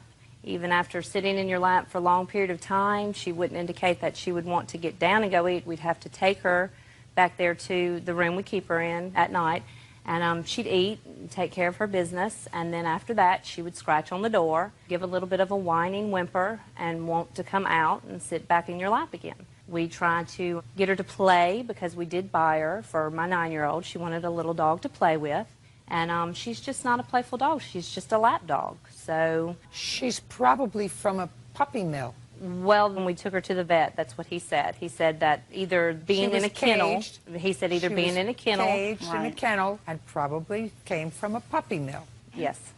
So what did you do? Well, we held on to her for a little bit longer, hoping that maybe she would come out of her shell a little bit and play. And when we were convinced after about 3 months of owning her, she was not ever going to be the playful dog for our daughter that we So now she's saw. almost 2 years old. Yes, ma'am. And after that, we decided that what we would do was try to sell her so that we could take that money and buy a playful puppy for my child. So you put an ad in the paper? Yes, ma'am. And what did the ad say? It's right here. What does it it say? says, CKC Yorkie Poo female, small dog, approximately 1.5 years old, 5 to 6 pounds, good health, mostly house-trained, 400, call my husband, and our phone number listed. That's not the ad that I responded to. Can I see the ad that you responded responded to? to? It's highlighted in pink. I was in Columbus only. Yorkie Poo, CKC, I don't know what that means because they're not AKC registered. because she's a mixed breed. Yes, ma'am. It's Continental Kennel Club. Approximately 1 year old. Which she's approximately. Do I look like I'm needing help from you? No. Approximately 1 year old, mostly housebroken, good health, small, 5 to 6 pounds, $400. Asked for Jean. Is that you? That's my husband. That's you. Well, that's the ad. Trade winds classified. This one is the Trading Post. We did take one out in the Trading Post and the Trade Well, this Winds. is the one she responded to. So immediately, your ad is wrong because the dog was not a year old. I guess so. And you were asking for this dog that is now older and you know has certain problems twice as much as what you paid for it. Correct. Okay. So you came to the house and? I went to their house. Carly was sitting in a recliner. She didn't get up or anything when I walked in. She got her and she put on the ground on the floor and she walked around and I oohed and awed over for a few minutes. She was shaking and Angie told me it was because, you know, she didn't like strangers is what she said. And so, you know, I said, okay, you know, that could be possible. And I petted her and picked her up and I said that I wanted to get her. And so I left her house. I went to the ATM machine and I withdrew $400 and I went right back and I gave her the money when I got back. She had the CKC certification paper, her pamper pads because she's not housebroken or mostly at all, and a doggy soap. Just 1 second. Are you telling me that you had this dog for 3 months and the dog wasn't housebroken? She's puppy pad trained, which I consider mostly housebroken because she only goes on the puppy pads. No. It's probably one of the reasons that you wanted out of the dog. Because the dog was a puppy mill dog. The dog was not used to being in a house and being let out. Yeah, sure it is. Okay, you returned the dog when? That evening after I left, I went to Walmart and I bought food for her. I bought her a bed and some toys. And, you know, the night progressed and she just wasn't acting like I thought she would act. I'm not a professional. So the next morning, I said the best thing I'm going to do is take Carly to the vet. So I took her to the vet, which the office where Amy works, and the vet examined the dog, and I have an animal report here. I'd like to see it, please.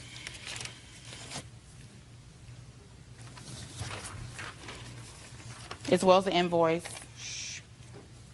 On February 26, 2008, I examined the above-listed animal because of a complaint of severe emotional issues. The animal would crouch down in the corner and urinate all over itself when touched. It was my opinion that the animal was experiencing fear, anxiety, and the owner would be better off returning the animal to the previous owner. Animals exhibiting such fear, anxiety have special needs that the average pet owner usually is unable to give. The time we took the dog to the vet was after the fact that April returned her. They just took the dog to the vet. You mean you never took the dog to the vet when you got her? She never urinated on herself or crouched down in the corner. I'm just asking you why you never took the dog to the vet. No, ma'am. Have either of you ever had pets before? We have quite a few. Well, then you knew that this dog's behavior was most unusual. I was told by several other people, we've never had a small dog like this before. Right. You have to give her money back. Stop nonsense. You try to unload the dog on somebody else for twice as much as what you paid for it. I mean, usually when a breeder wants to unload an 18-month-old or a 19-month-old dog, they usually give them away to try to find good homes. This guy found a sucker who was willing to pay $200 for it. That doesn't mean that you, when you have the dog, I mean, you're supposed to be reputable people. I don't know about this person who's running a puppy mill, but you're supposed to be reputable people. That means that you got stuck. I'm going to find somebody else to stick with this dog and charge him twice as much. Right. That's outrageous. You have the dog? Give her back the papers, please. You owe her $400. That's all. Judge Judy shares 2 secrets to making her marriage of 46 years work. By Alex Porte.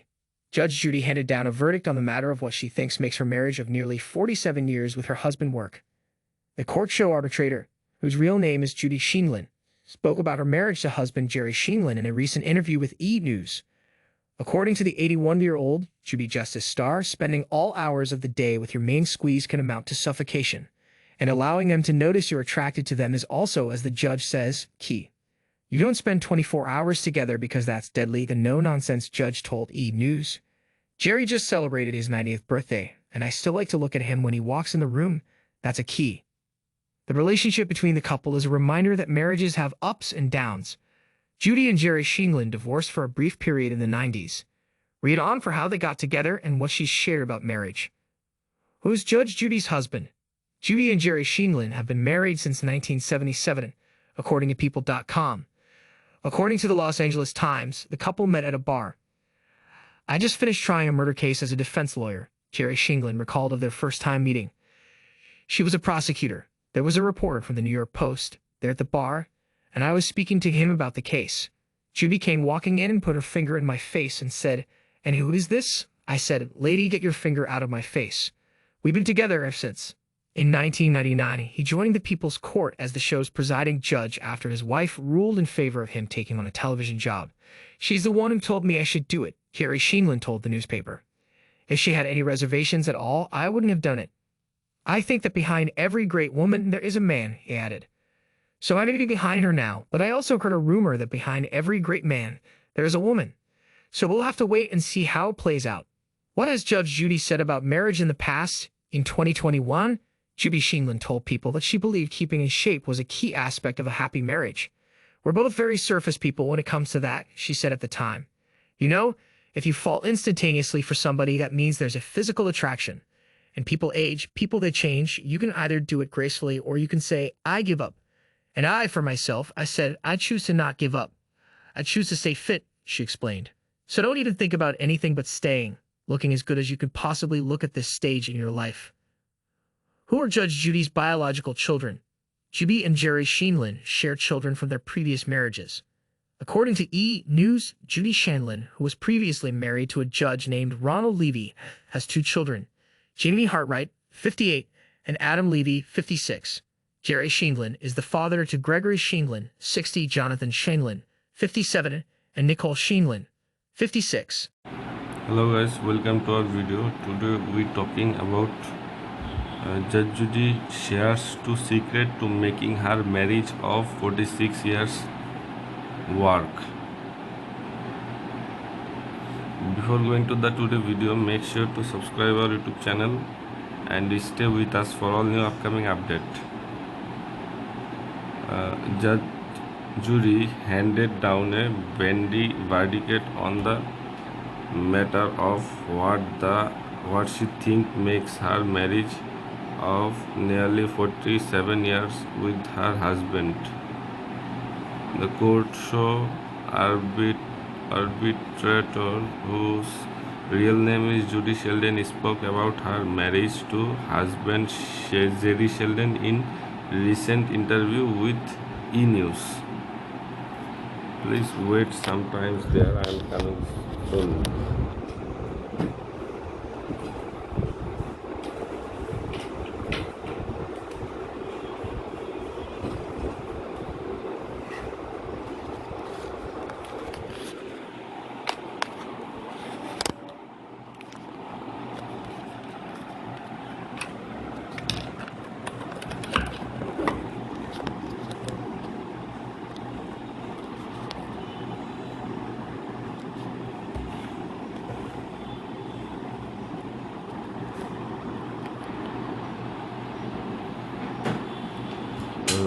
According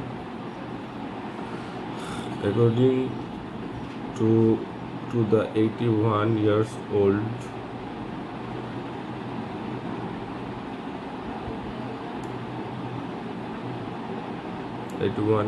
Judy Justice's sister is spending all hours of the day with your main squeeze an amount of suffocation, and following them to notice you are attracted to them is also as the judge says, K. You don't spend 24 hours together because that's deadly. The no-nonsense judge told E! News, Jerry just celebrated his 19th birthday and I still like to look at him when he walks in the room. That's K. The relationship between the couple is a reminder that marriage have ups and downs. Judy and Jerry Sheldon divorced for a brief period in the 90s. Read on for how they got together and what she shared about marriage. Who is Judge Judy's husband? Judge and Jerry Sheldon have been married since 1977, according to People.com. According to the Los Angeles Times, the couple meet a bar. I just finished trying a murder case, a defense lawyer. Jerry Sheldon recalled of their first time meeting. She was a prosecutor. There was a reporter from the New York Post there at the bar, and I was speaking to him about the case. Judge came walking in and put her finger in my face and said, "And who is this?" I said, "Lady, get your finger out of my face. We've been together ever since." In 1999, he joined the People Court as show presiding judge after his wife ruled in favor of him talking on a television job. She is the one who told me I should do it. Jerry Sheldon told the newspaper if she'd had any reservation at all, I wouldn't have done it. I think that behind every great woman there is a man. There is a man. He added, so I may be behind her now, but I also heard a rumor that behind every great man there is a woman. So we'll have to wait and see how it plays out.